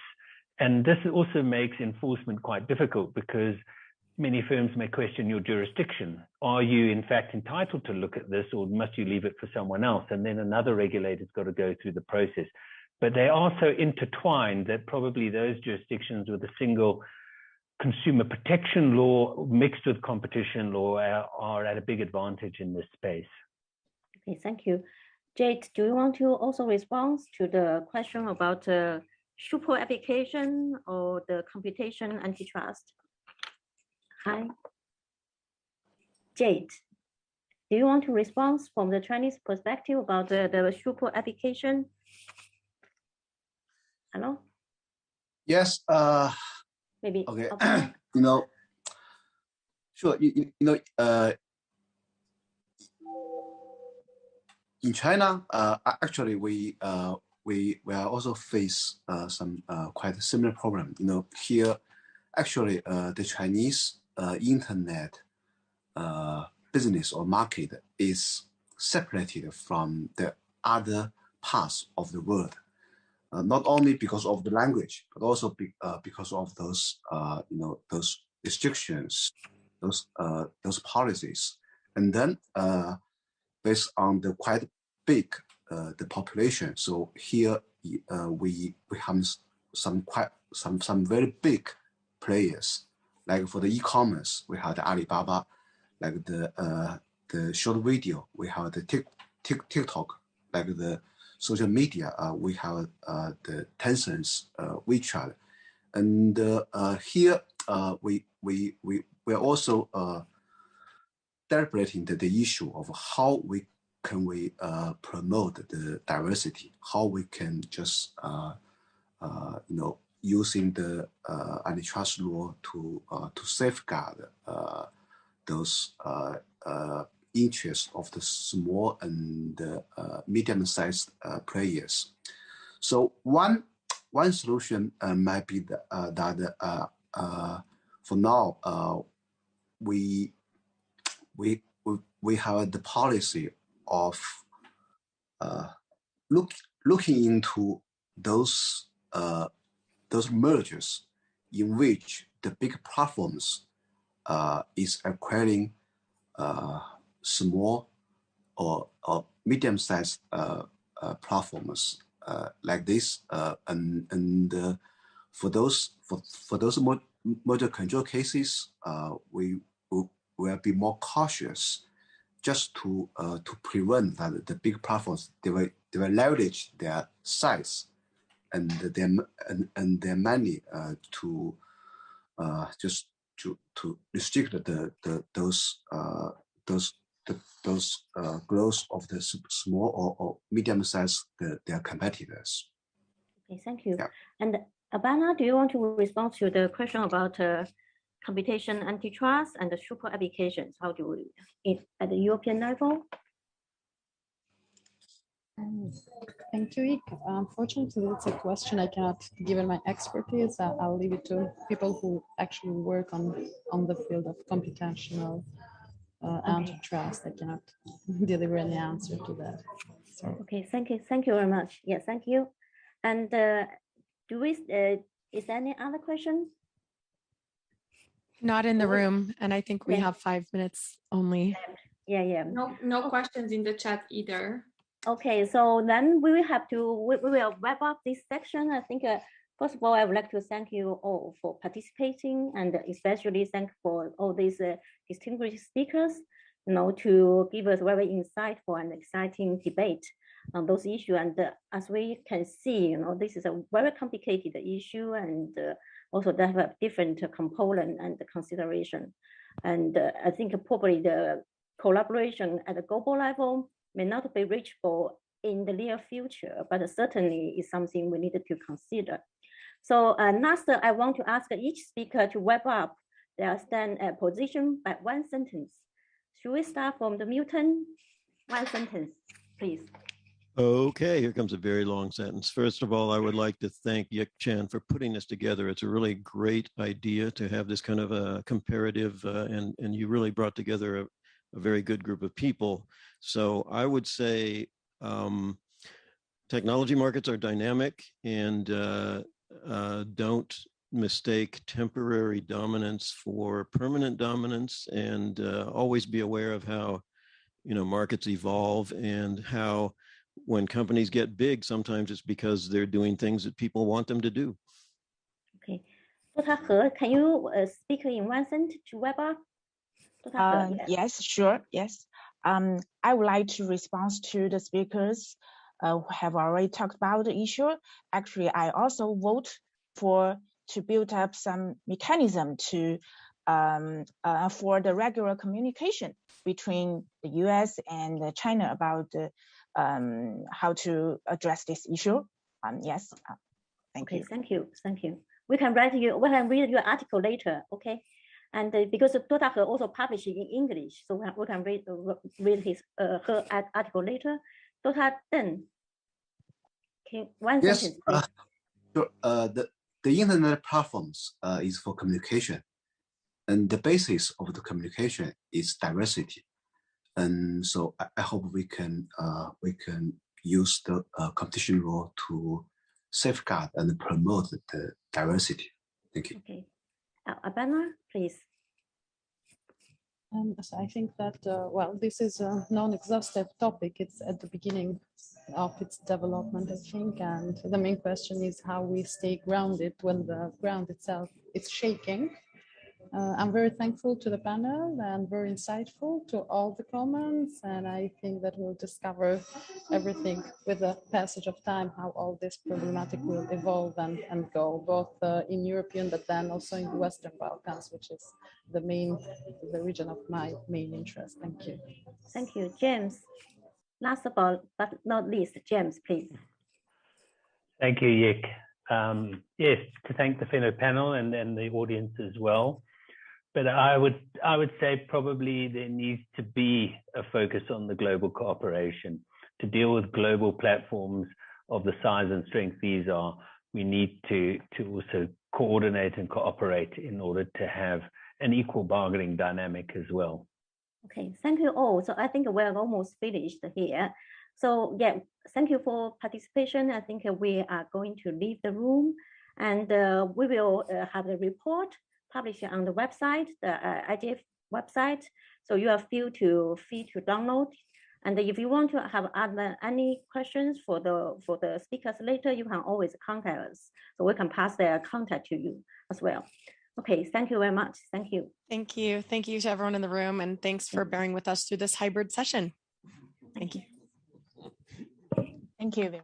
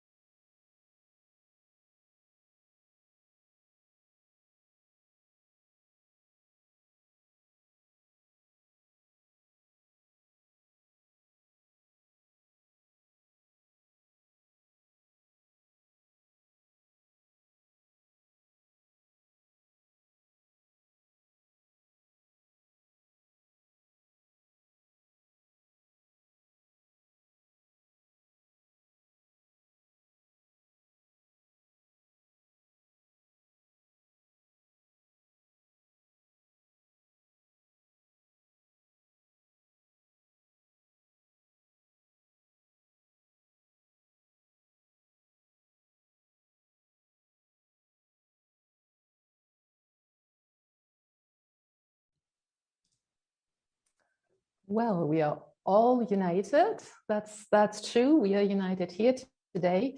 And I want to welcome you to our session on platform economy, post-pandemic chances for SMEs.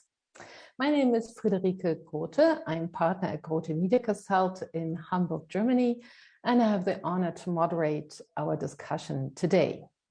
A warm welcome to all of you in Katowice, at the remote hubs connected, and to everyone following us online from so many places around the world. Thank you for joining us for this workshop, and thank you for joining from different time zones, even those in which it is already really late in the evening. So thanks for being here.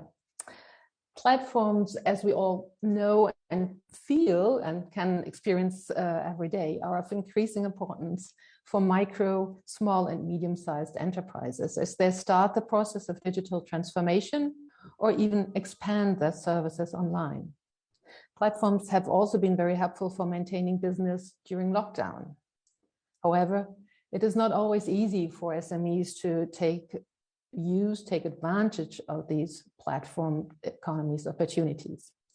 Today, we want to explore the framework conditions that will support SMEs their fruitful participation in the platform business, and to learn from each other's best practices. And believe me, there are many to share. I've already learned a little bit about it. I'm very glad to have the most knowledgeable experts for this discussion. They're experienced entrepreneurs and actively supporting the emergence of a prospering digital business ecosystem. I would like to introduce Alex Ntale first.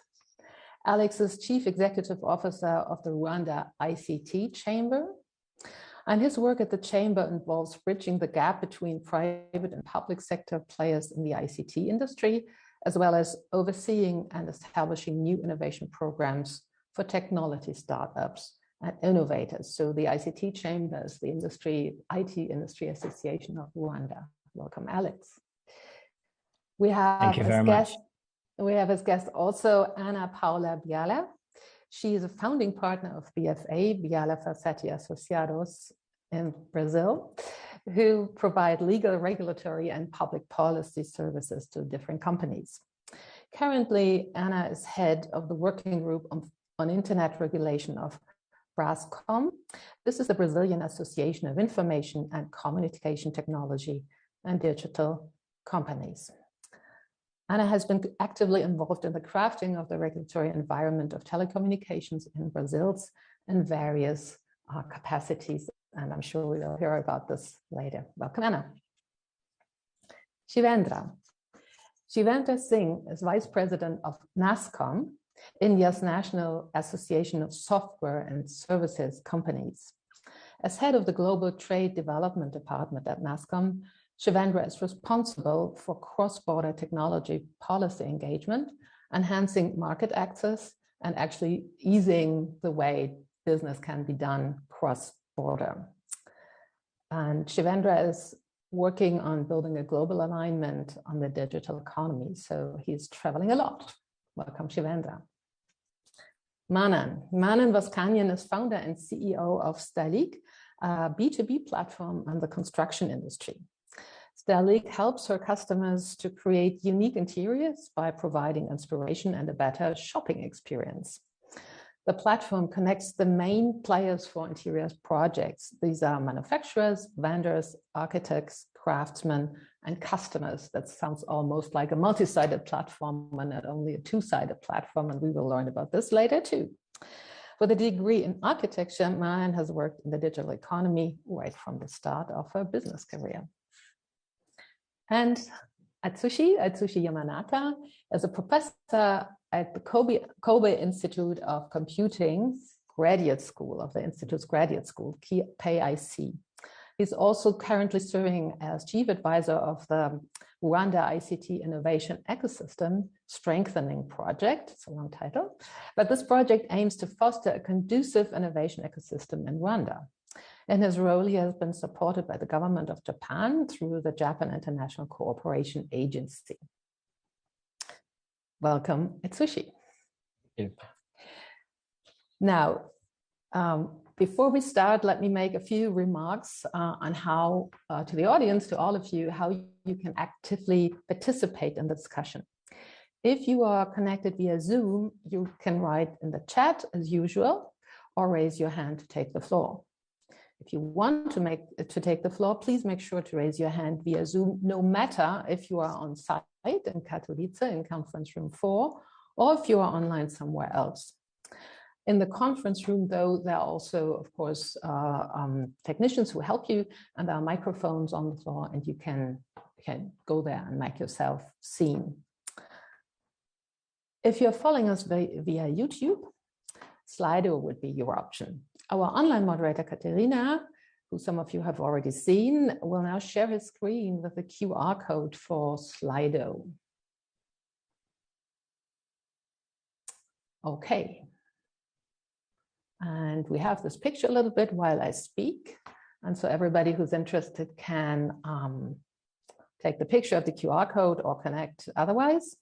Slido has a few questions already, and you can post your observations. We will screen share every now and then what has been posted so far along our discussion. The poll will be open until tomorrow evening, and this way you have the chance to, you have some extra time to add your comments if you wish to. Katerina will also manage the Zoom chat, answer questions, offer technical advice if needed, support, and she also has an eye on Slido. Now, dear audience, we are looking forward to your contributions. Okay, and we are off for the discussions. We want to talk first about how the platform economy is able to promote SMEs and how SMEs can tackle their challenges. And so, Alex, I would like to know from you, in your opinion, what is the greatest potential of the platform economy for SMEs? Thank you very much, Dr. Frederica. I think the greatest potential that we've seen, at least in our environment, is clustered in around 3 elements or 3 aspects. 1 is increased access to markets, 2, increased access to financial services, and increased access to skills development and skills or capacity building. Mm-hmm. And for the platform economy, what we have seen in the recent past, even catalyzed by COVID-19, is that it grows with the internet, or the internet gives it quite a stupendous growth rate. And that is really what is feeding in. But going back to access to markets, what we have seen with platform economy is that it is leveling the playing field and enabling removing barriers that previously, whether it's geographical barriers or time and so on, or even resourcing technology-wise that were needed for SMEs to participate in the global economy or even in the local economy. And that is where we're seeing a lot of opportunity. World Bank Group, IFC, estimated that by 2025, the internet economy in Africa, sub-Saharan Africa, will be valued at over $180 billion by 2025. Now, it highlights a few subcategories or subsectors that will drive this growth. Fintech, e-commerce, the gig economy, which is also falls into that space. But when you lump all these up and look deeper, what's really at the foundation of it all is technologies such as cloud services or SaaS that removes investment requirements that would previously have been a hindrance to SMEs with really very little resources to participate. And that's here for us at home, what we have been seeing. The case actually, a recent survey in Kenya indicated that 90% of surveyed businesses use M-Pesa for payments, for accepting payments. In Rwanda, just last year at the height of the pandemic, we saw an increase in digital payments of over 400%. And that, what does that speak to? Immediately, we saw financial service providers beginning to use that kind of data to improve and to innovate and to provide new solutions to SMEs, whether it is credit facilities as well as insurance products. So on a whole, I can say that this is increasing, whether it is customer engagement or supplier engagement. SMEs are being supported. On the second part, which is access to financial services, where we see the greatest opportunities and potential, is that Africa has been, or even SMEs on the continent and mostly in developing countries, have had a challenge of accessing financial services simply because the data about their creditworthiness was missing. And what these platforms are doing are generating data, are facilitating that data generation process. And with that, providing new mechanisms or new tools for product developers that are developing, whether it's lending instruments or other instruments. And that is also the other factor. Now, I won't go into YouTube and its capacity and other platforms like Coursera and Udemy and Upwork, etc., which are increasingly becoming the go-to place for people to learn quick trades, for people who want to improve their capabilities, and SMEs on how to use different technologies to increase their grow their businesses. So that's where we're seeing the opportunity is immense, and we're seeing that it is growing at home and within the region. Wow, that was a very lively picture of really a vibrant industry or a vibrant economy, really. And I saw several nods from our other discussants. And I think when talking about the possibilities of mobile payment, I'd like to start with this a little bit and the technical infrastructure needed to do this. Ana Paula, I saw you nod at this point, at this part particularly. I hope I got it right. Would you like to further move on that aspect before we address others? I was nodding because in a certain way, I would say access to the financial system is very broad and disseminated in Brazil.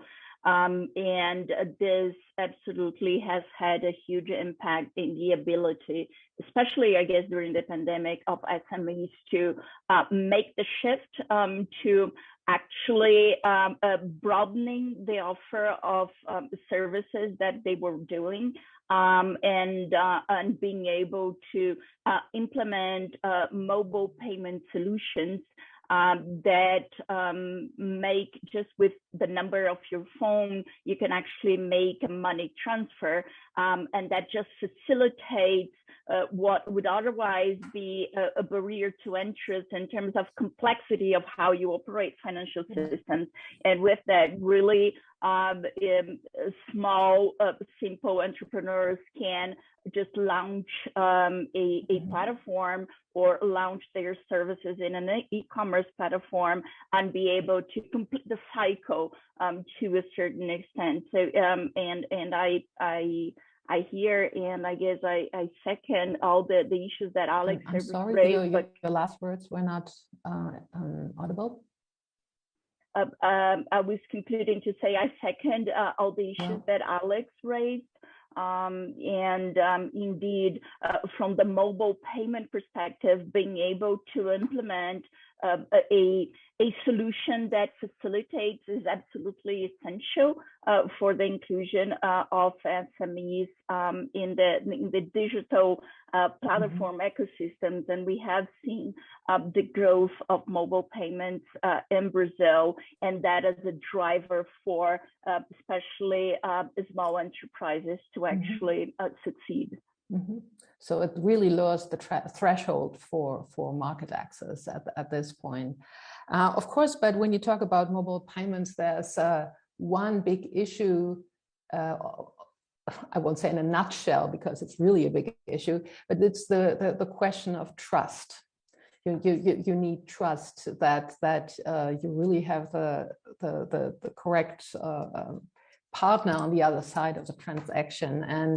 And Shivendra, I know that you've worked on this well, it's cybersecurity issue, but it boils down really to small issues too of trust and offering hands-on support. Would you like to comment on that? Well, thank you so much, Frederica. I think the first and foremost important thing is that digital economy is where we are going to see all the growth, which is happening. So I call it digital transformation 2.0 because this is digital at scale. So whether it's AI, cloud, machine learning, cybersecurity, all of these 5G, robotics, all of this is driving, huge growth. In fact, so much so that traditional technologies are coming down from about 70% to about 30%, and digital transformation 2.0 will grow to about from 30 to about 60 to 70%. And this has been driven by a number of factors. As we know, in the period where we've seen the pandemic, the tech sector has become even more important. So when we come to trust, for all of this to thrive, whether it's cloud services, and I heard Alex talk about cloud adoption, whether it's software as a service, platform as a service, infrastructure as a service, this is growing by leaps and bounds, between 16 to 50%. We did a recent survey in India. And, and then one of the big concerns, CXOs have pointed out is on data privacy. And this is something which, is very important around the world. We are seeing a lot of traction, and we don't have a body like a WTO. OECD is doing some work, and then, we are trying to see there is a Schrems II judgment, and EU has gone ahead with GDPR and then India is coming out with its own personal data protection bill. I think one of the things that we all need to build is an alignment on cross data flows, because this is like a horizontal cutting across AI, cybersecurity, cloud, 5G, 6G, and for all of this to grow, data privacy and security are going to be very, very key. How do we build an alignment, globally to ensure cross-border data flows, and I think and interoperability around, some of these areas. So I think that's something that we as NASSCOM have been working very closely, especially because we have a number of FTAs, free trade agreements, working on both with the UK and with the EU. And so we are trying to see if, associations, in this case, UK associations and NASSCOM have put together a joint paper, which we are finalizing, to present to our respective governments, while the personal data protection bill comes in, and while there is a lot of overhang from EU GDPR, how do we work on building that? And I think that's going to be very, very critical for all the great growth that we are talking about, which needs to happen. This could potentially be a bottleneck, and we all need to work together on that. Thank you so much, Shivendra. How can we find the criteria necessary really for this alignment, as you called it? Anna would like to comment on that. Well, you know, sorry, did you ask me or someone else? I asked the panel and of course the audience too, if they want to share. Maybe Anna first and then you again, Shivenda. Okay. Thank you. I would say the issue of cross-border data flow is instrumental to allowing for this new digital economy to actually flourish. And the challenge here is beyond it's the international interoperability of actually legal frameworks that allow for the international data flow. And Brazil, for reference, has implemented a very similar model to GDPR. And also the equating the challenges that come from law enforcement and data localization initiatives. So it's equating the free flow of information and data sovereignty provisions for that.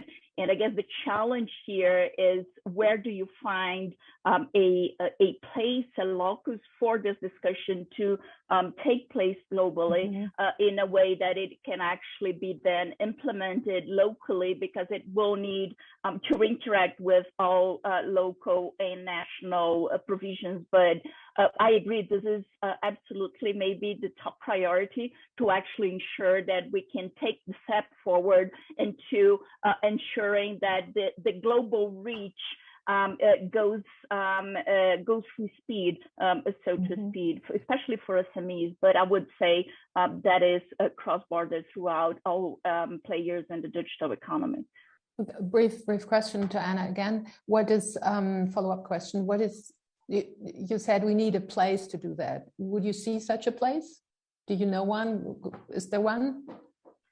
I have a really hard time finding what the correct or the ideal place would be. I guess we are, and this is an interesting aspect, because in the end, the digital economy challenges concepts that we have in business models and all the traditional ways to offer services and products.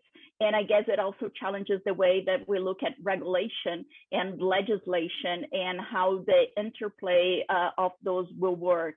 I'm not sure that at this point we have this locus, and maybe this is an excellent question for IGF to explore, as it has numerous implications. Okay, thank you. Shivenda, briefly, and then I want to tie in the other speakers too. Yeah, you know, I would say that, you know, EU GDPR, let's say, is probably the first of in the race to be able to define the rules on that, and everyone is kind of working around you know, what they think are the good parts of GDPR and what they think could be challenges of that. From our perspective, you know, we feel that because cross-border data flows are absolutely essential for the digital economy to thrive, you know, you need to look at, you know, the certification schemes. So while data adequacy is the ultimate objective, but till the time data adequacy agreements are signed, you know, you need to look at the standard contractual clauses, the certification schemes. I know for a fact that the certification schemes, you know, are not very easy, you know, for the SMEs. So how can we make the certification schemes a bit more easier, you know, for the SMEs to kind of work on and follow? Because SMEs obviously don't lead on all of these developments, but this is a bottleneck for them as they move forward. Right. Could organizations be permitted to create or identify their own transfer tools is one aspect. And then when we look at data classification, and you know, what is the way that you can classify data in order to again streamline you know, flows, and last but not the least, you know, the individual ability to access and seek legal redressal, I think needs to be clarified, and an alignment needs to be built on that. So these are a few points, and I think as associations here in this panel as well, if we are able to jointly make a recommendation towards this, and I'll be very, very happy to put up our hands to do that with everyone. Okay, so joining in associations, we have three here: ICT Chamber Rwanda also, and ICT Chamber has already worked together with a German ICT association called BitMe. And maybe Alex, you want to briefly tell us how you worked on standards together with BitMe. Thank you. I think the point of standardizing and really having a single source of truth, or at least having one place where people are able to recognize who is who is important. So what we've been working on is still work in progress. Seeks to provide a framework nationally for players to be able to be identified with different level of scores in terms of we call it the Rwanda Tech Seal, with the purpose of really giving a buyer or a partner or an investor some level of confidence along different parameters. One of them being data privacy, but also compliance on some of the regulatory frameworks that are available, and then of course depending on who is looking, sometimes the compliance is for RFDA for e-commerce companies. Sometimes it's compliance for fintech regulations or for cybersecurity elements, the data privacy that I was talking about. So we're still working on that. We currently building out, automating that process. We last, I think, leading up to 2020, we managed to certify four companies. That was just in the pilot phase. Going on now with the automation process, we believe we'll be able to reach out for more. Earlier this year, we had ran a self-assessment process with over 40 companies, and that these are really helping us to fine-tune as an organization that works with innovators. We are ourselves trying to see how we can innovate to give our confidence and build trust in the consumers of our services. Thank you. I will return to the trust issue from a practical side, but also I would like to ask Atsushi first, because you've worked in Japan and in Africa and also in other nations, other continents. Where do you see the place where this kind of alignment that we were just talking about, where could this happen? So if we have the industry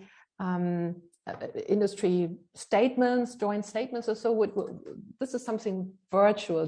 Where would they meet to, except for IGF, obviously, but where would they meet to come up with ideas and solutions?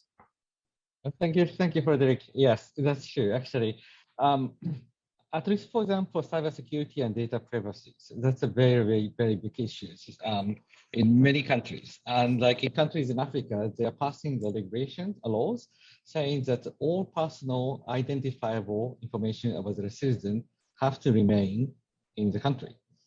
So of course, that would actually really hinder cross-border transactions. It's going to be a big deal. Now, there's going to be a fine balance, I think. Of course, the government want to keep their information, their citizens' information safeguarded, and they also not to be exploited, of course. But there's also the growing needs because transactions is actually global nowadays. One of the things, of course, I mean, it has been mentioned so far in quite many panelists here, GDPR actually has been basically many of the standards where a lot of the countries actually adapting from the GDPR perspective and creating their own cybersecurity and data protection regime. And also around that, there's actually regional conventions. For example, Malabo conventions in Africa. And if I remember correctly, it was a Budapest convention. There's so many cities named convention. I think for the European regarding the data protections and cybersecurity. So there's actually regional organizations, which is actually, convention-wise, they are trying to actually promote sort of standardizations or harmonization between the different actually data protection and cybersecurity regimes. And that is also, sorry, do you want to say something, Frederica? No, go on. Yeah, I have a follow-up question, yes, but go on, please. All right, so basically on that front, I think there is quite interesting or quite important actually actions within the regional organizations to basically provide the framework, and then they could sort of negotiate between the regional organizations to make sure that we have a global, standard or framework or policies to do so. Now, that's actually harmonization parts, but there's another side of the coin to it. It's always good to actually have the harmonized policies, but the challenge really is how to implement them, right? The compliance is a big thing. For example, a lot of African countries and a lot of developing countries and developed countries, they are instituting the digital national IDs or a common national ID system. Enforcement of that or implementation of that is really, it's a problem. For example, Kenya, they have a new sort of ID where they could actually do the government transactions, but they just actually created, they actually started with this initiative first, but they created data commissioner just like, half a year ago. So the compliance or the enforcement or the implementation of this, standard or the framework, that is going to be really the issue, especially in the developing countries and especially with SMEs. I think Alex mentioned about this as well, but that is going to be the key. How can we actually encourage both the government as well as like private sectors to actually have, they comply with these and also implement this framework? I think that is really the key for moving forward. Okay, thank you. I heard that it is good if we have some starters or front runners in various areas, and then others can follow. But international data flow, reliability, trustworthiness.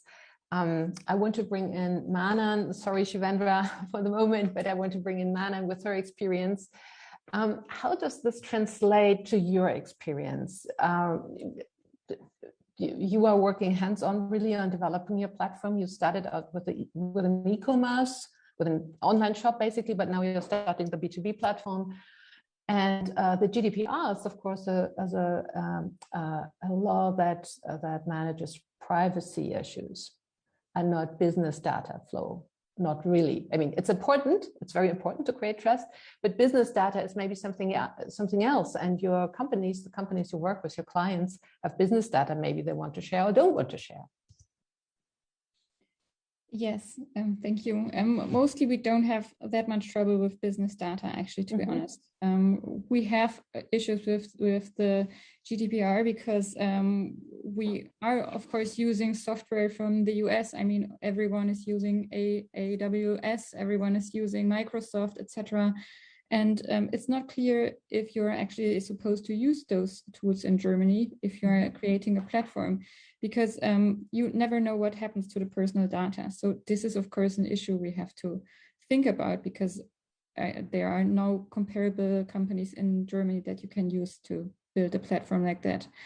Regarding the business data, all of them are quite free, actually, because you can always just find the data online as well. They are very interested in gathering customer information. Who's ordering what product, how many items are they ordering, what kind of person is ordering what kind of product. I think this is one of the most valuable information you can gather online.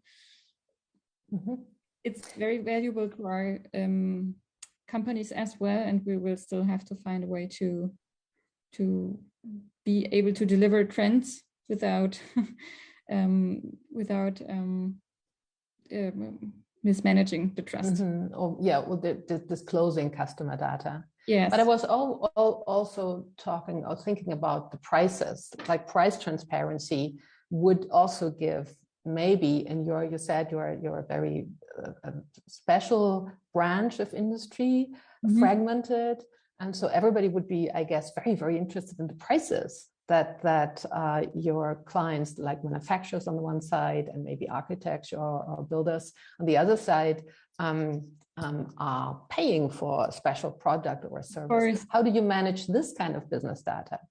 This has to stay secret. We will only be able to show the recommended reselling prices, and of course the vendors can show the prices they want to set for their products, but we will never be able to actually show the prices that have been paid, because if an architect is buying huge amounts for a big project, the prices are always been talked about separately.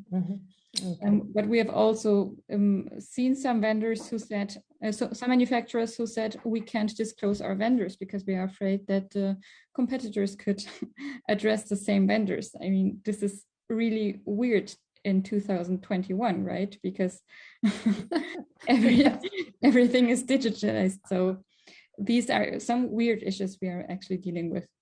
Okay, but not on a large scale, as I take it. Well, on a daily basis. Okay, that could be a large scale. Shivendra, is this still something, is your comment still does it match where we are now in the discussion? No, I just wanted to, take the discussion with Atsushi mentioned in terms of compliance and digital national ID. I think at the India level, one of the big success stories has been the public digital platforms that India has. A number of years back, we went in for what we call Aadhaar, which is the unique digital identity that we have of more than 1 billion people, 1.2 billion people, which has not been easy, and then UPI, which is a financial, digital payment transaction. In fact, UPI currently has more number of transactions than Visa and Master taken together. And CoWIN, which is our app on, COVID vaccinations, again, 1 billion plus. So I think linking it to compliance and last mile connectivity is a great example that the government of India has been able to do through an open source public digital platform. And from a compliance perspective, I think that has been something which has been a big success story. So I just wanted to kind of highlight that point at that. Okay, thank you. Anna? I wanted to get Shivendra's point on compliance and go back to your question around trust. I think we have a tendency to look at SMEs and trying to do exercise to lower the threshold so the costs are lower, and that allows them to have more of a competitive advantage. And we need to be careful from a policy perspective on that front, in the sense that if threshold is lowered in terms of data protection or cybersecurity measures, you are actually lowering the compliance and taking them away from the value chain. So I think we need to change the perspective on how we help. It's not by lowering, but actually by giving them easier access, education, capacitation to actually be able to achieve those thresholds, which will be absolutely central for consumer trust and for them to actually prosper. And I'm glad I see several colleagues nodding to that. I think that's an essential point in the conversation. We tend to look from the traditional economy, and we really need to find ways to help them level the threshold in terms of transparency, data protection, cybersecurity, consumer support, and so on. Thanks. Thank you. Is there anyone in the audience who wants to comment on this, share your opinion, or maybe even send a question or so? Please make use of the chat. Use Slido if you want, or raise your hand too. So you're very welcome to do this. I would like to move on to another issue that has been very, very vital in shaping the platform economy and the digital economy in general, which is actually the scarcity of skilled labor. This has been a problem everywhere, and I would like to start with Manon maybe to explain how she's basically now as a platform startup, from online shop to B2B platform is kind of a startup, as I understood. Again, it's a big move. But what are your experiences about labor, skilled labor? It's always been very difficult to find good people. And for us, it has gotten worse actually in the last few months. We hear from investors that they even have trouble finding experienced laborers, especially technicians, for their own companies. And now we as a startup have to find them and be able to pay them with the money we have, which is actually not so much. So this is a big problem for us. In our case, we have founded a company in Armenia where the labor prices were supposed to be very much lower than here. But it turns out that even the US has a very much interest in developing software in Armenia. So even there, the prices are getting up. So I think it's getting very hard and even harder to find good people to do what we need to do. And I don't think we are even ready to educate the students in a way that we need to for the future. What do you mean by that? If you still look at what people are still studying, I don't think there's enough developers out there, actually. Okay. Not for now and not for the future, definitely. Okay. So I keep this in mind when we come to our final issue, the regulatory framework. We want to address this too and add on that, build on that, so that we have to keep that in mind. But Alex, I would like to know from you. You are just doing a large-scale project, IHUSO, which is about onboarding iWorkers, as you call them, and also small and micro-sized and medium business to the platform economy. How are you handling the issue, or what is your perspective on the scarcity of skilled labor? Thank you again. So this scarcity of skilled labor is a fact now. We see it as Manon was explaining, that our demand today is for developers is high. We've had experiences from US clients to some of our member companies asking them for hundreds of developers, and even stating they don't care where they come from. We have others that are asking for thousands. And that really speaks to the fact that digitalization of the global economy is happening, and it's everywhere, and that's putting a strain. So what we are trying to do within the project and within the chamber is to try to use the resources and the innovation hubs that we have to upscale the talent that we have in partnership with different partners, government as well as development partners.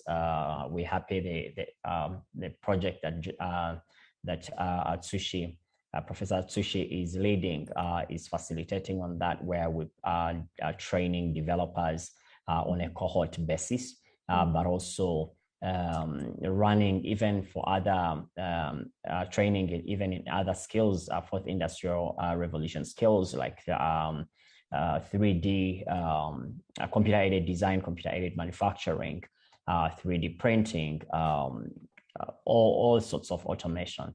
So from that point of view, and others actually, artificial intelligence. So the demand is immense, but beyond having the demand and saying, oh, we know the demand is out there, we're also creating channels to aggregate aggregation platforms to help identify talent at the same time to aggregate employers and to know who is looking for what, because you cannot be training for individual employers on an ad hoc basis, but you could identify streams of a particular skill sets or technology stacks.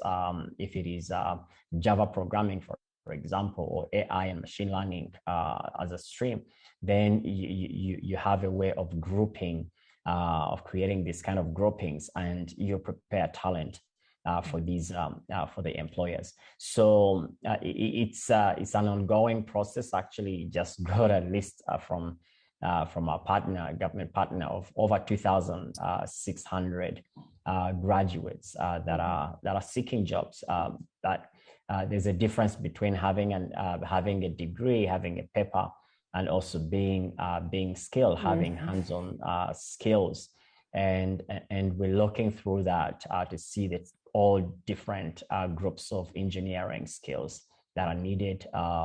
Last week, we had a meeting with manufacturers, and they're looking for talent from agri-processors to metal workers and so on. So the demand is there. Luckily for us, we have a young population, and we want to position ourselves, or position the continent to take advantage of this revolution, digital revolution that is happening. So one takeaway would be that maybe matching platforms could be like you are doing now, could be a one of obviously several solutions to this problem. Anna, I know you've been working at Brascom too, also on this issue of scarcity of skilled labor, if I recollect this correctly. And what are your experiences? How are you trying to tackle this problem? Brascom has done a number of studies to understand the gap between what the ICT sector needs in terms of various demands and what's actually available in the market. And it seems the gap is actually growing. The number is near 100,000 people without, or 100,000 jobs that lack the people with the capacitation to actually fulfill them. We currently have some initiatives in terms of trying to, you need to start early, so trying to include in the educational process in school coding and STEM capabilities to actually be able throughout time to bridge that gap. But that has been a challenge, and it really there is a big effort in terms of including that, not only with technical capability courses now, but looking at how you bring them from the start to be able to fill that gap. And as you look at, for instance, issues like artificial intelligence, that we currently have a national strategy plan, and it's in the works of actually being more relevant in terms of local development. We do lack the people skills to be able to develop that and work locally, but the number is really stunning. Good, thank you. I would like to ask Katerina if we have some Slido contributions to share, and maybe good. Can you show them, please? I will show them to you in a second. So there we go.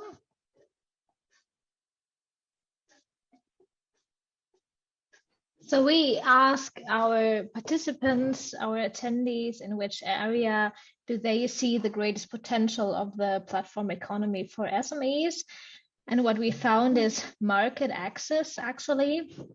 There's one tag which was scaling, and then the other 4 or 5 tags is actually one sentence, which is launching new cloud platforms on new markets. So the system just broke the sentence apart. I think this is quite interesting. And then we also had a look at the pandemic pushing the digital transformation of SMEs and their observations, which are also, I think, very, very interesting. For example, the fact that there is no doubt, of course, that the pandemic has pushed the digital transformation for SMEs. The service sector mainly benefited, in my opinion, and one person says that she or he agrees with this post, and another person says, I would agree that SMEs did accelerate the DT. I am not sure, however, if this was mainly digitizing processes or rethinking the business model on a more profound manner. So also very interesting. Yeah, I think I would like to make a break here and save the third question for a later point, because we have a third question.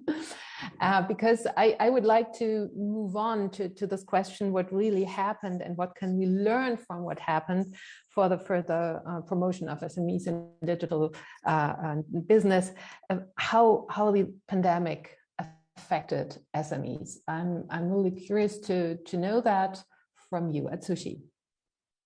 Sorry, Frederica, can I actually make a small sort of comment on Anna's point? Yes, about please. Yes, of course. The needs of human resource development. I mean, that is a profound, actually. I mean, it's an issue. You know, JICA, Japan International Cooperation Agency, has been working very, very deeply in many countries on, especially on the science and technology sort of capacities. And then it's been a long process. You know, it's in many countries they've been working more than 10 years, more than decades, and still there's a lot of actually challenges to be met. And so it's important, of course, that we actually have the skilled sort of coders, yes, developers. That's a very important part. But we really need to think in a bigger scale in terms of, you know, creating the capacity of the people who actually have the logical sort of thinking, as well as like science and technological, you know, knowledge and so on, you know, mathematical skills. So without these foundational skills, we will not be able to create, you know, the developers who are capable of actually, you know, meeting the demand globally. Another part which is important too is also the language, actually. You know, for example, countries like in Japan, they won't actually have someone who can understand, who speak their own language. So, which is a bit unfortunate, but I think this is also very important part. I think. You know, even though that they may actually have the coding skills or the skills necessary to actually, not only the coding skills, but different skills, the language actually remains to be pretty important, even though we have, you know, the translation tools and so on and so forth. So that's also something that we need to be mindful, and how can we bridge the gap? I agree. For example, like JICA has been working in Vietnam. For example, they actually created a Japanese language school with actually IT schools combined. So to actually cater to specific market. So that is something that's also, you know, like, for example, government could really think about, you know, not only the technological skills, but also the linguistical and also the business skills as well. You know, that's actually need to be cultivated. Language is a governance issue, or like tool, maybe even language learning. So, okay, so I see we have to postpone the pandemic results. No, that's fine. I think Manan is on your trip, right? You want to maybe say more about education? Yes. I think this is one of the most important things, because we don't only need developers. I mean, this is one of the biggest needs we have, that we also need these people between development and the business side who can translate the business requirements into smart technology or technology features that are actually usable, which is a big problem, because developers are always looking straight ahead and they have some trouble figuring out how to implement things that are actually needed from the business perspective. And then there's also the aspect that the things you need offline might not be the same things you need online, because the people tend to react differently when they're online. So how do you find the right solution to translate what you do offline into an online world, and maybe even connect the two things? I think this is something which is really new, and maybe you have to start educating yourself within the company. So, because there might not be the right person who has the understanding of your specific industry, and also of the right technology to use. So the person in between might be from one of those areas, and then you have to educate them in the second one yourself. I think this makes so this is kind of a different level on speaking the same language. So you may have the same mother tongue, but you don't speak the same language in terms of the product, of the development, and maybe even of the goals you want to have. Yes, and of course, a business person doesn't speak the language of a development person. This is just impossible. You need a project manager in between to translate your needs into a doable solution. And maybe one more thing about the language. We recognize that we are currently developing in Armenia, which is a completely different country with completely different structures. They actually have trouble understanding how Germany works, how German people think, how they use technology, how they move on a platform. So for us, it's also a big issue to translate the German way of thinking or the German way of doing business. So even though you can use or you can work with people from other countries, there's still some issues you need to find a way to work around. So our talk about earlier, we had the data flow, which is a good thing, and kind of a framework for reliable data flow, but then we have also got quite a different framework for understanding. Okay. Is anybody wants to comment on this question of this way of working together? Because of course this has other implications too for cross-border work, but I would like to put this later. Shivendra, please. Yeah, I think we have walked the talk with NASSCOM. We are the official partners to the government of India on upskilling. The Prime Minister launched it, what we call Future Skills and Future Skills Prime Program. We have a platform provider. We haven't developed our own platform, so Edcast is our platform provider. And then we've sourced the best content in 8 or 9 technology areas, including AI, robotics, machine learning, cybersecurity, 3D printing, IoT, blockchain, etc., etc. And then we've looked at 70 odd job roles and developed competency standards for those job roles. So, and because of the fact that you have academia, you have industry, but it's led by business. So around the world, as digital transformation takes place, the biggest challenge is evolving for academia to evolve at a pace which the industry needs. And I think to some extent, we've been able to bridge that gap. We've kind of had about 1 million people on this platform, and the Prime Minister has given us a mandate to upskill nearly 4.5 million people in the next 5 years, which is what the industry numbers are in terms of employability. And I think if we look at competency standards, how do we look at building a global alignment on those competency standards in some of these job roles could be an interesting one for all of us to discuss, because if there's anything which keeps CEOs awake at night, it's the issue of talent. You can talk all about the fancy digital transformation work which is happening, but there can be a huge supply side bottleneck, and we are doing a fair bit, hands-on doing that. Thank you.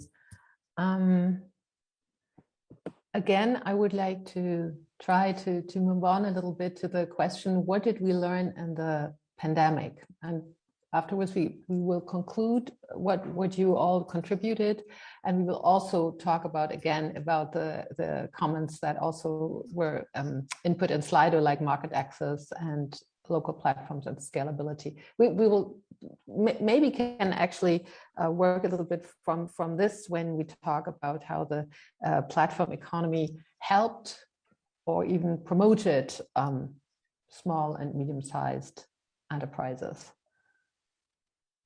What are your experiences or your observations? Are you ready this question? Yes, please speak up. Okay, speak up. Okay, good. It is actually, it's remarkable how actually people have to adapt to this lockdown, especially during this COVID-19. I was doing actually research in North Africa at that time, and I actually have to quickly come back to home because everybody, they actually close the borders. But after that, we've seen globally how they had to survive, especially SMEs, right? Because the means of actually, the livelihood was all of a sudden lost. So they actually jumped into different platforms, and they started selling their products online.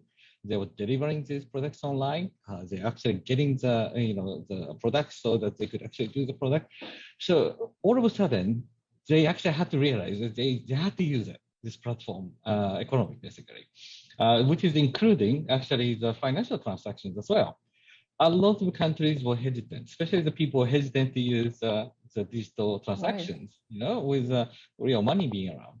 But they couldn't do it because you couldn't go to shop, right? Or you actually had to say like, okay, we will not touch the money, right?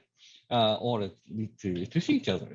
So that's really actually forced people to use. And then that kind of cultural sort of transformations of the business process, I think it was really a wake-up call, but also I think it's going to last for many countries, because now they actually trust it as if, the platform actually works.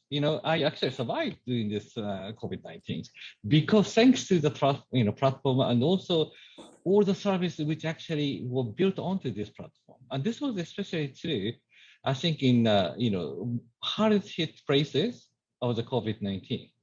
Yes. If I actually say one regret I have is, for example, Japan, we may not have been, this is a little bit of controversial things to say, but I was expecting more transformation if they actually were hit a little bit more harder than it might actually have actually in other countries, because that's really forced a lot of countries and a lot of SMEs to say, okay, this is a new way of doing things. And, once actually they learn the new, way of new trick, they would stay, they will stay and they will flourish with it. So I think there is really a great opportunity here for the business transformations, especially with SMEs. Okay, thank you. Anna, please. I'd like to add on that, and I think the experience in Brazil is a bit different, maybe because the gap of the digital transformation was a little bit broader. So I think we really felt more, really society transforming and SMEs appearing as a result of the pandemic. In a certain way, I do believe that the upside of such a strategy has been to expedite, and folks talk about 10, 15 years in Brazil in terms of the digital inclusion of society. And here talking about younger folks and older folks that were really against technology. They would prefer to go to the next door store to buy something, and all of a sudden everything needs to happen online. So the relevance was tremendous. As well as really people that lost jobs and that had to find ways of making a living, that became entrepreneurs, so became really small business, and actually have been a business now that are flourishing because of it. So I think it's the changes have been really structural in a certain way. I would be interested to see, like in 5 years from now, whether that's a long-term trend or whether this was a reaction. But it does seem to be something that has been really ingrained in society in terms of it's okay to go digital. Okay. This is very interesting because we were all talking about very strategic, like how to foster, how to promote, and all of this sudden this awful pandemic happened, which has brought so much sorrow and pain over so many people around the world. But then all of a sudden it works without strategy. This is really a surprise. Alex, I would like to ask you whether you have also encountered in Rwanda that maybe SMEs can be promoters of pandemic relief in a way, of overcoming the bad results of the pandemic. Yeah. So what we saw, especially at the beginning of the first lockdowns, which were around March, we saw there was panic. At first, people thought maybe it's going to be a short while. After 2 weeks, we may get back. We may get out and back, and then 2 weeks turned into a month, and then turned into 3 months, and but within that one, we saw our members getting on, working with SMEs, coming up with new solutions on facilitating whether it's distant farmers, rural farmers, or people in marketplaces, because some essential workers were given movement permission, and that quickly moved from a member-based core group of just around 18 platforms that we were working with, or that were member company e-commerce member companies within the essential services sector, up to rose to 30 and to 60. And that with it came increased transaction volumes as well. So in terms of moving goods, some have not survived the period to now, the second wave, third wave, so to speak. But some have stayed on course. Some pivoted from focusing on certain sectors into focusing on the food and drug space, and that has enabled SMEs to continue trading, to continue doing business. Then the other trend we saw was social commerce. Transacting and selling on social platforms, social network platforms, Facebook, Instagram, and WhatsApp. So besides just having to go onto a marketplace, people were setting up their own shops on these platforms, and that has also increased tremendously. Actually, last week during our local IGF, we had one youngster testifying how that has grown over the last 18 months, and she sells on Instagram as well as on Facebook and WhatsApp, and she uses another local delivery company for deliveries.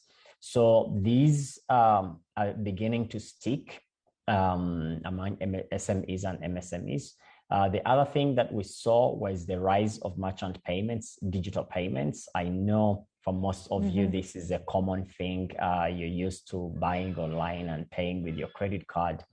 With the prevalence of mobile, as I earlier said, we saw those numbers going up. Actually, merchant payments were up by 530%. So, and that is basically in terms of volumes, but also in terms of transaction numbers of transaction. So we believe that these are sticking after, I think Atsushi is the one who mentioned the part that governments removed or scrapped some transaction charges, even operators and platforms removed some transaction fees that further increased that. But even when they were reintroduced, the drop was not significant. The drop in adoption or usage or volume was not significant compared to the registered growth. So yeah, that's what we're seeing in Rwanda. And we're working also to see how we catalyze and make sure that there's retention and minimize those that go back to the old ways. Okay, so there were some very positive effects there too, and some mobilization. Might be the word that covers the different the different trends you all told us about.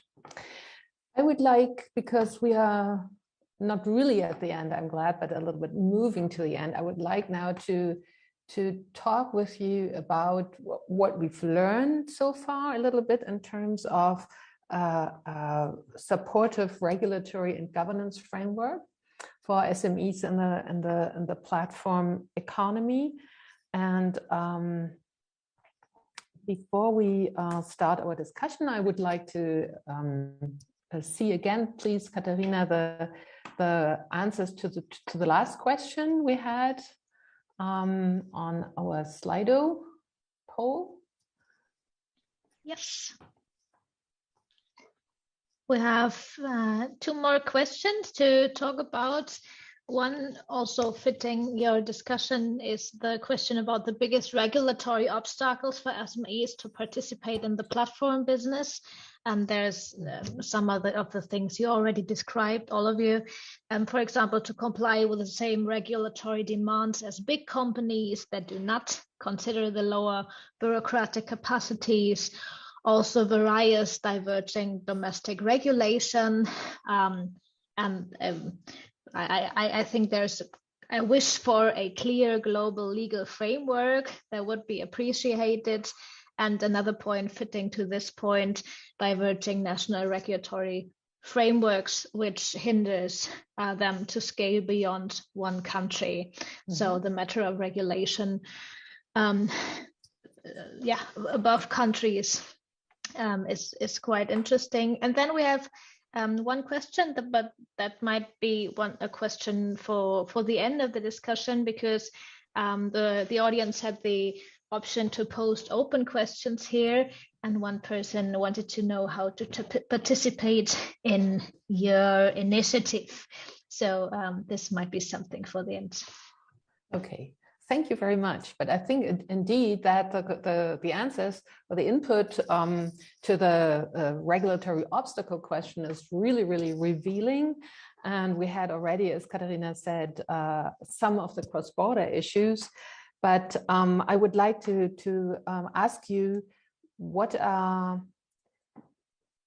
to describe the clash between the local and national norms with a global nature of trade, to put this a little larger. We had the data issue that was very important, but I think this is other issues come in there too. Like, for example, the promise of the platforms is to have market access, as it was mentioned in the first Slido answer too. So increase market access, reach customers you haven't reached before, and so then all of a sudden you maybe come to an international platform or international sphere with your product and service, and you have customers from other places. So what can help a small-sized business to make use of this promise in terms of market access? What does the entrepreneur who wants to do this, what does he or she need to be successful in that? And this transfer from the local seed to the international market. What would they need first? What do you think? Shivendra, please. Well, I think a couple of things. While the focus is on platform economies for SMEs, for market access specifically, I just came back last week from Canada with 45 SMEs, and a lot of deals which were in the pipeline got closed when in-person, face-to-face meetings happened for SMEs. Unlike large organizations who have teams in different parts of the world, who can close deals. For SMEs, I think that in-person connect is absolutely critical. So that's one. The second is obviously credibility. How do you build credibility for SME? Because at the end of the day, unlike a large company which has, golden, clients as testimonials, for SMEs it's not the same. And even if they have testimonials, a lot of their international clients find it difficult to know that. So a lot of that I think is important. But from a platform perspective, I think the biggest problem for SMEs, especially, has been the legacy way of doing things. So I think generating an understanding and awareness of what a benefit of getting onto a platform is, and that too is different from a product company vis-a-vis a services company. I think it's slightly more easier from a product company perspective. So that is important. Getting out of the manual system thinking and saying, this is beneficial because your ROI is going to grow from 30 to 40%. You are able to scale up in a very quick manner. The barriers to entry are less. I think that is something, as in a structured way, programs which are designed for SMEs, how do you access cultural issues, because they're obviously not, aware of some of that. So these are a few things, which I think are critical, from an SME perspective. Yeah, that's interesting what you say between this legacy versus discovering the new opportunities. And a project we have done, which was about increasing participation of SMEs in the internet governance, and our project was funded by the German Federal Ministry for Economy. And in this project, we talked with many entrepreneurs, and they said that one of them said it's an old traditional family-owned business, and they are so used to have this one-on-one contact with their customers. They are producing things and with their customers that they acknowledge the need to keep in the market, to stay in the market, and that platforms will be the only way, even for producers, even for specialized tools, devices, whatever, components, even they need the platform to reach the customers, to reach new customers. But then the way of doing it was so different from before. And I think this is a real issue here. And I'm wondering if one of you has ideas about how to handle this, or maybe even programs. Anna, maybe? I see you nodding. Thank you. I think it's an interesting perspective, and Shivendra mentioned that maybe for the product company might be even easier from the services company. And I'm thinking here about import procedures. Brazil, for instance, is known for the complexity of import proceedings and not being able to actually get things in the country. And in that sense, maybe for this topic, we actually have places where this conversation can happen, which is way to actually facilitate the flow of physical products in different jurisdictions, and maybe with ways to simplify that for SMEs. And I do agree here that the legacy way of doing things is really a problem, and it's a problem for this whole discussion. We are used to look at the legacy and trying to replicate that for the digital economy, and that just doesn't work. But it seems to me that from where the digital connects with the physical, or the delivery of physical goods, it might be easier to address some of the questions than we are only talking about flow of data or rendering of services per se. It's more difficult to actually get the regulation or all the oversight in the services arena. Yeah, that's right. Atsushi, please. Actually, that's very interesting. But Frederica, I think you mentioned about the cases of like the German companies, SMEs, actually having difficult time adjusting. I was thinking maybe actually that might be a challenge, actually advantage or opportunities for like especially the new sort of SMEs. I think how can you actually retain this sort of individual touch within the digital platform area or digital transactions? I think that might be a real opportunities here. We talk about, of course, business process reengineering, changing everything. Of course, in the process wise, it's important. But at the same time, can we actually incorporate this contextualization or individual sort of connections in the new digital transaction arena?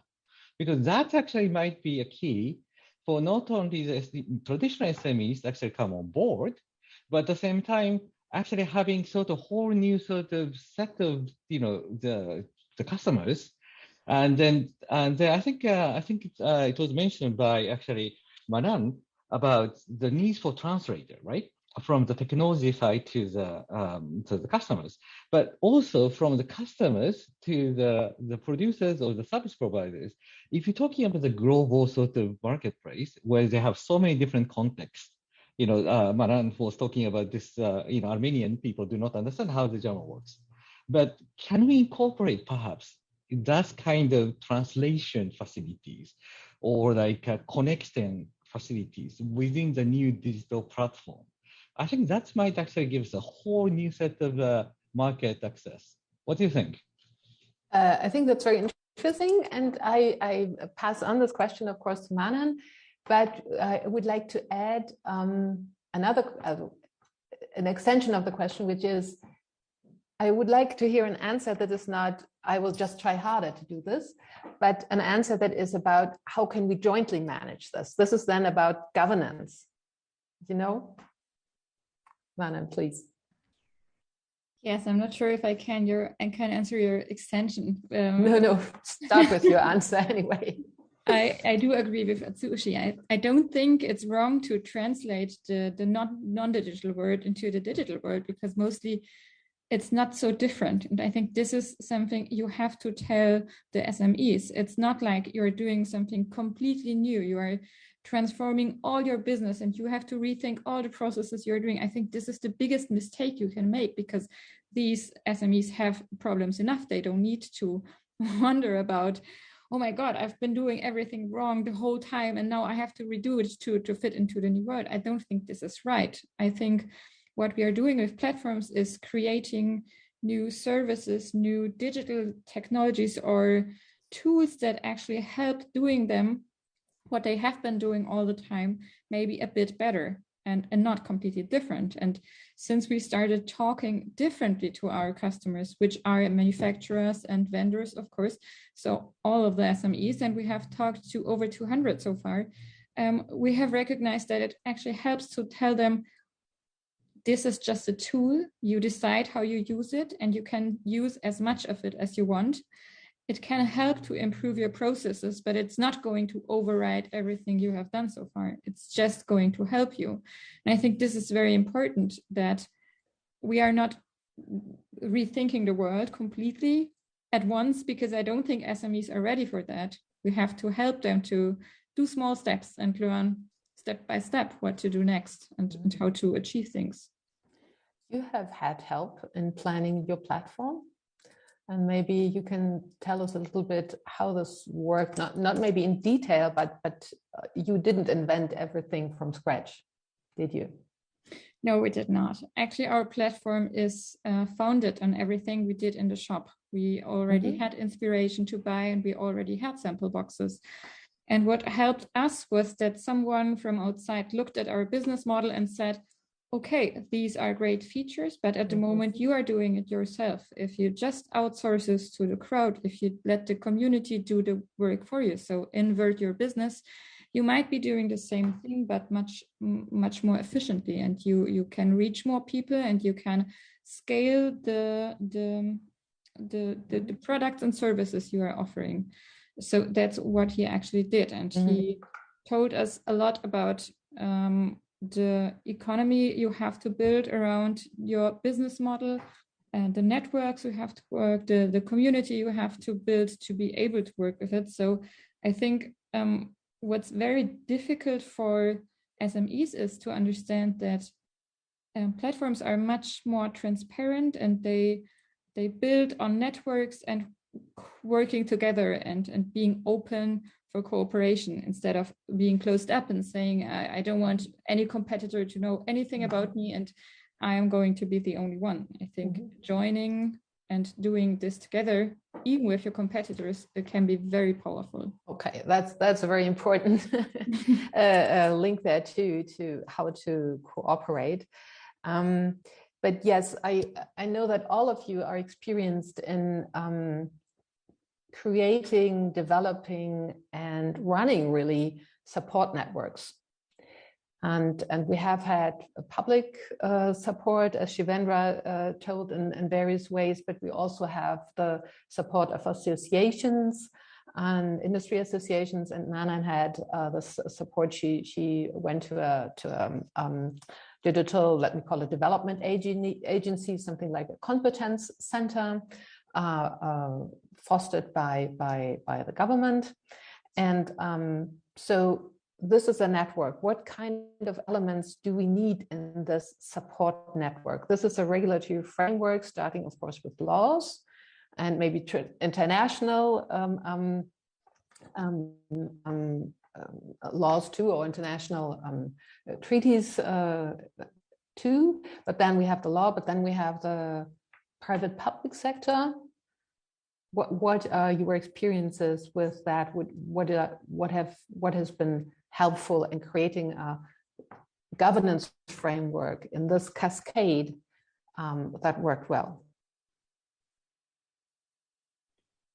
If I may, I think there are ways that you can have a mechanism for specific lines of financing, for instance, that would benefit these companies coming into the market.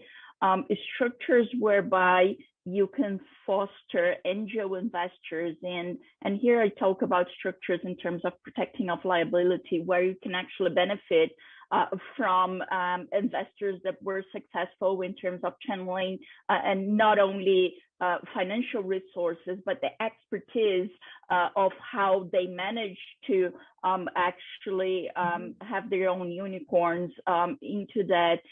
And obviously, I'd say trade associations or forums like the IGF in terms of capacitation. I do have a sense that often there is a complexity that drives entrepreneurs to think it's just too difficult or too distant. And initiatives, multi-stakeholders initiatives where you can have the conversation are absolutely essential for that as well. I think it's way beyond the financial resources. Okay. And when we had the discussion in Brazil, another issue that was raised and that I think it's also an interesting approach is structuring of tax breaks that can be offered for small companies and entrepreneurs to allow them to use those resources for capacity building or actually for that jumpstart. Okay, I think this happened in Rwanda too, right? To create the ICT ecosystem. Yes, you have been working with actually the earlier examples mentioning that shared with us the list of youngsters that recent graduates that are looking for opportunities. It's because of these frameworks that we have with government and working with them right now. Actually last year.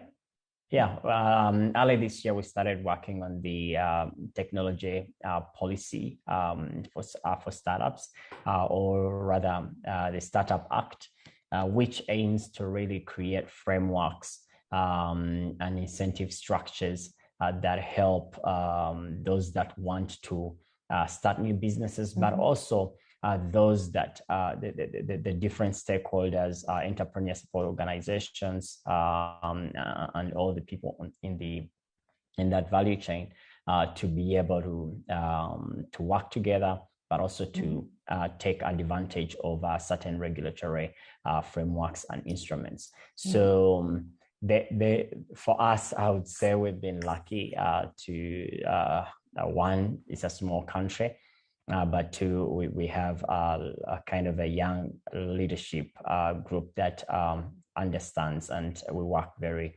closely together to make sure that actually the business environment is conducive.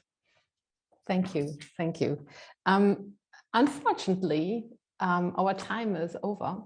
I'm sad about it because there were so many issues that were brought up and I would have liked to discuss in more depth.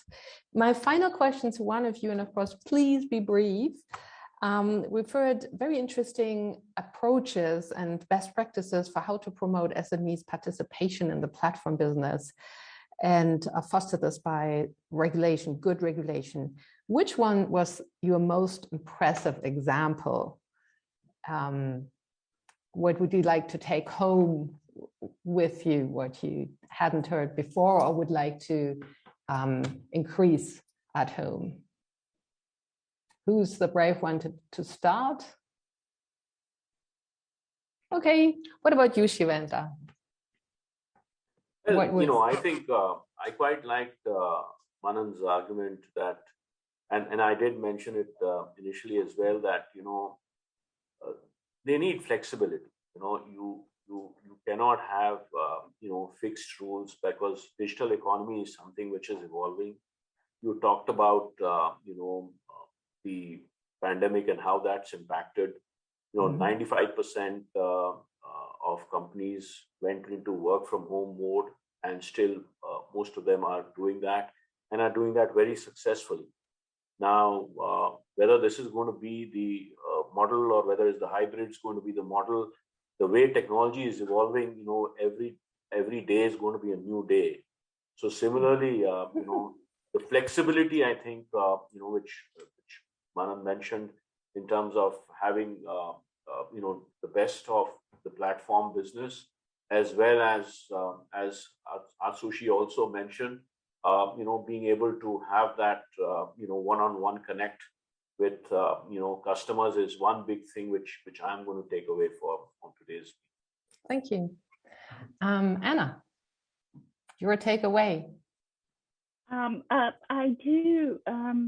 I do have to say that, first of all, thank you for the discussion. It's been incredible. And did stand out Atsushi's comment on the in-person interaction and the very custom relationship. I think we tend to have the discussion in terms of the digital and everything online. But for SMEs, the distance from the physical environment, I think it's a little shorter. And the challenge here is to be able to keep the connection locally, but to be able to actually have the global access.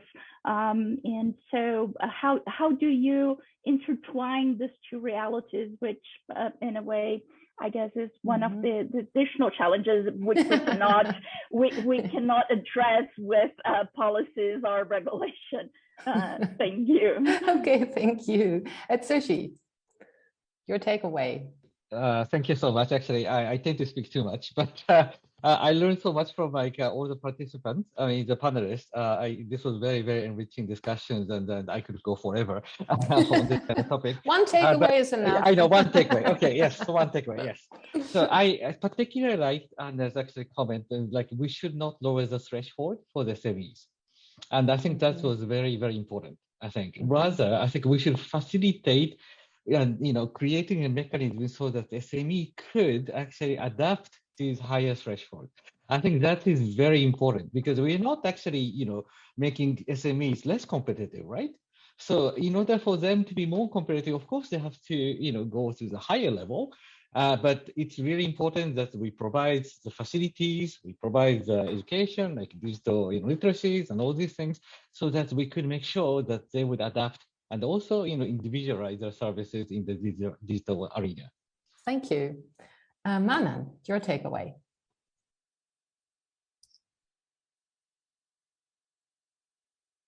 Sorry, I forgot I was on mute. Yes, I actually agree with Atsushi. I think we have to help the SMEs to be able to achieve the higher threshold, but still I think they need some kind of entry level. I think they need some trials or some very clear guidelines on how they can actually profit from doing more work and then doing that. And then I think they are actually able to manage it. Okay, Alex, the final words.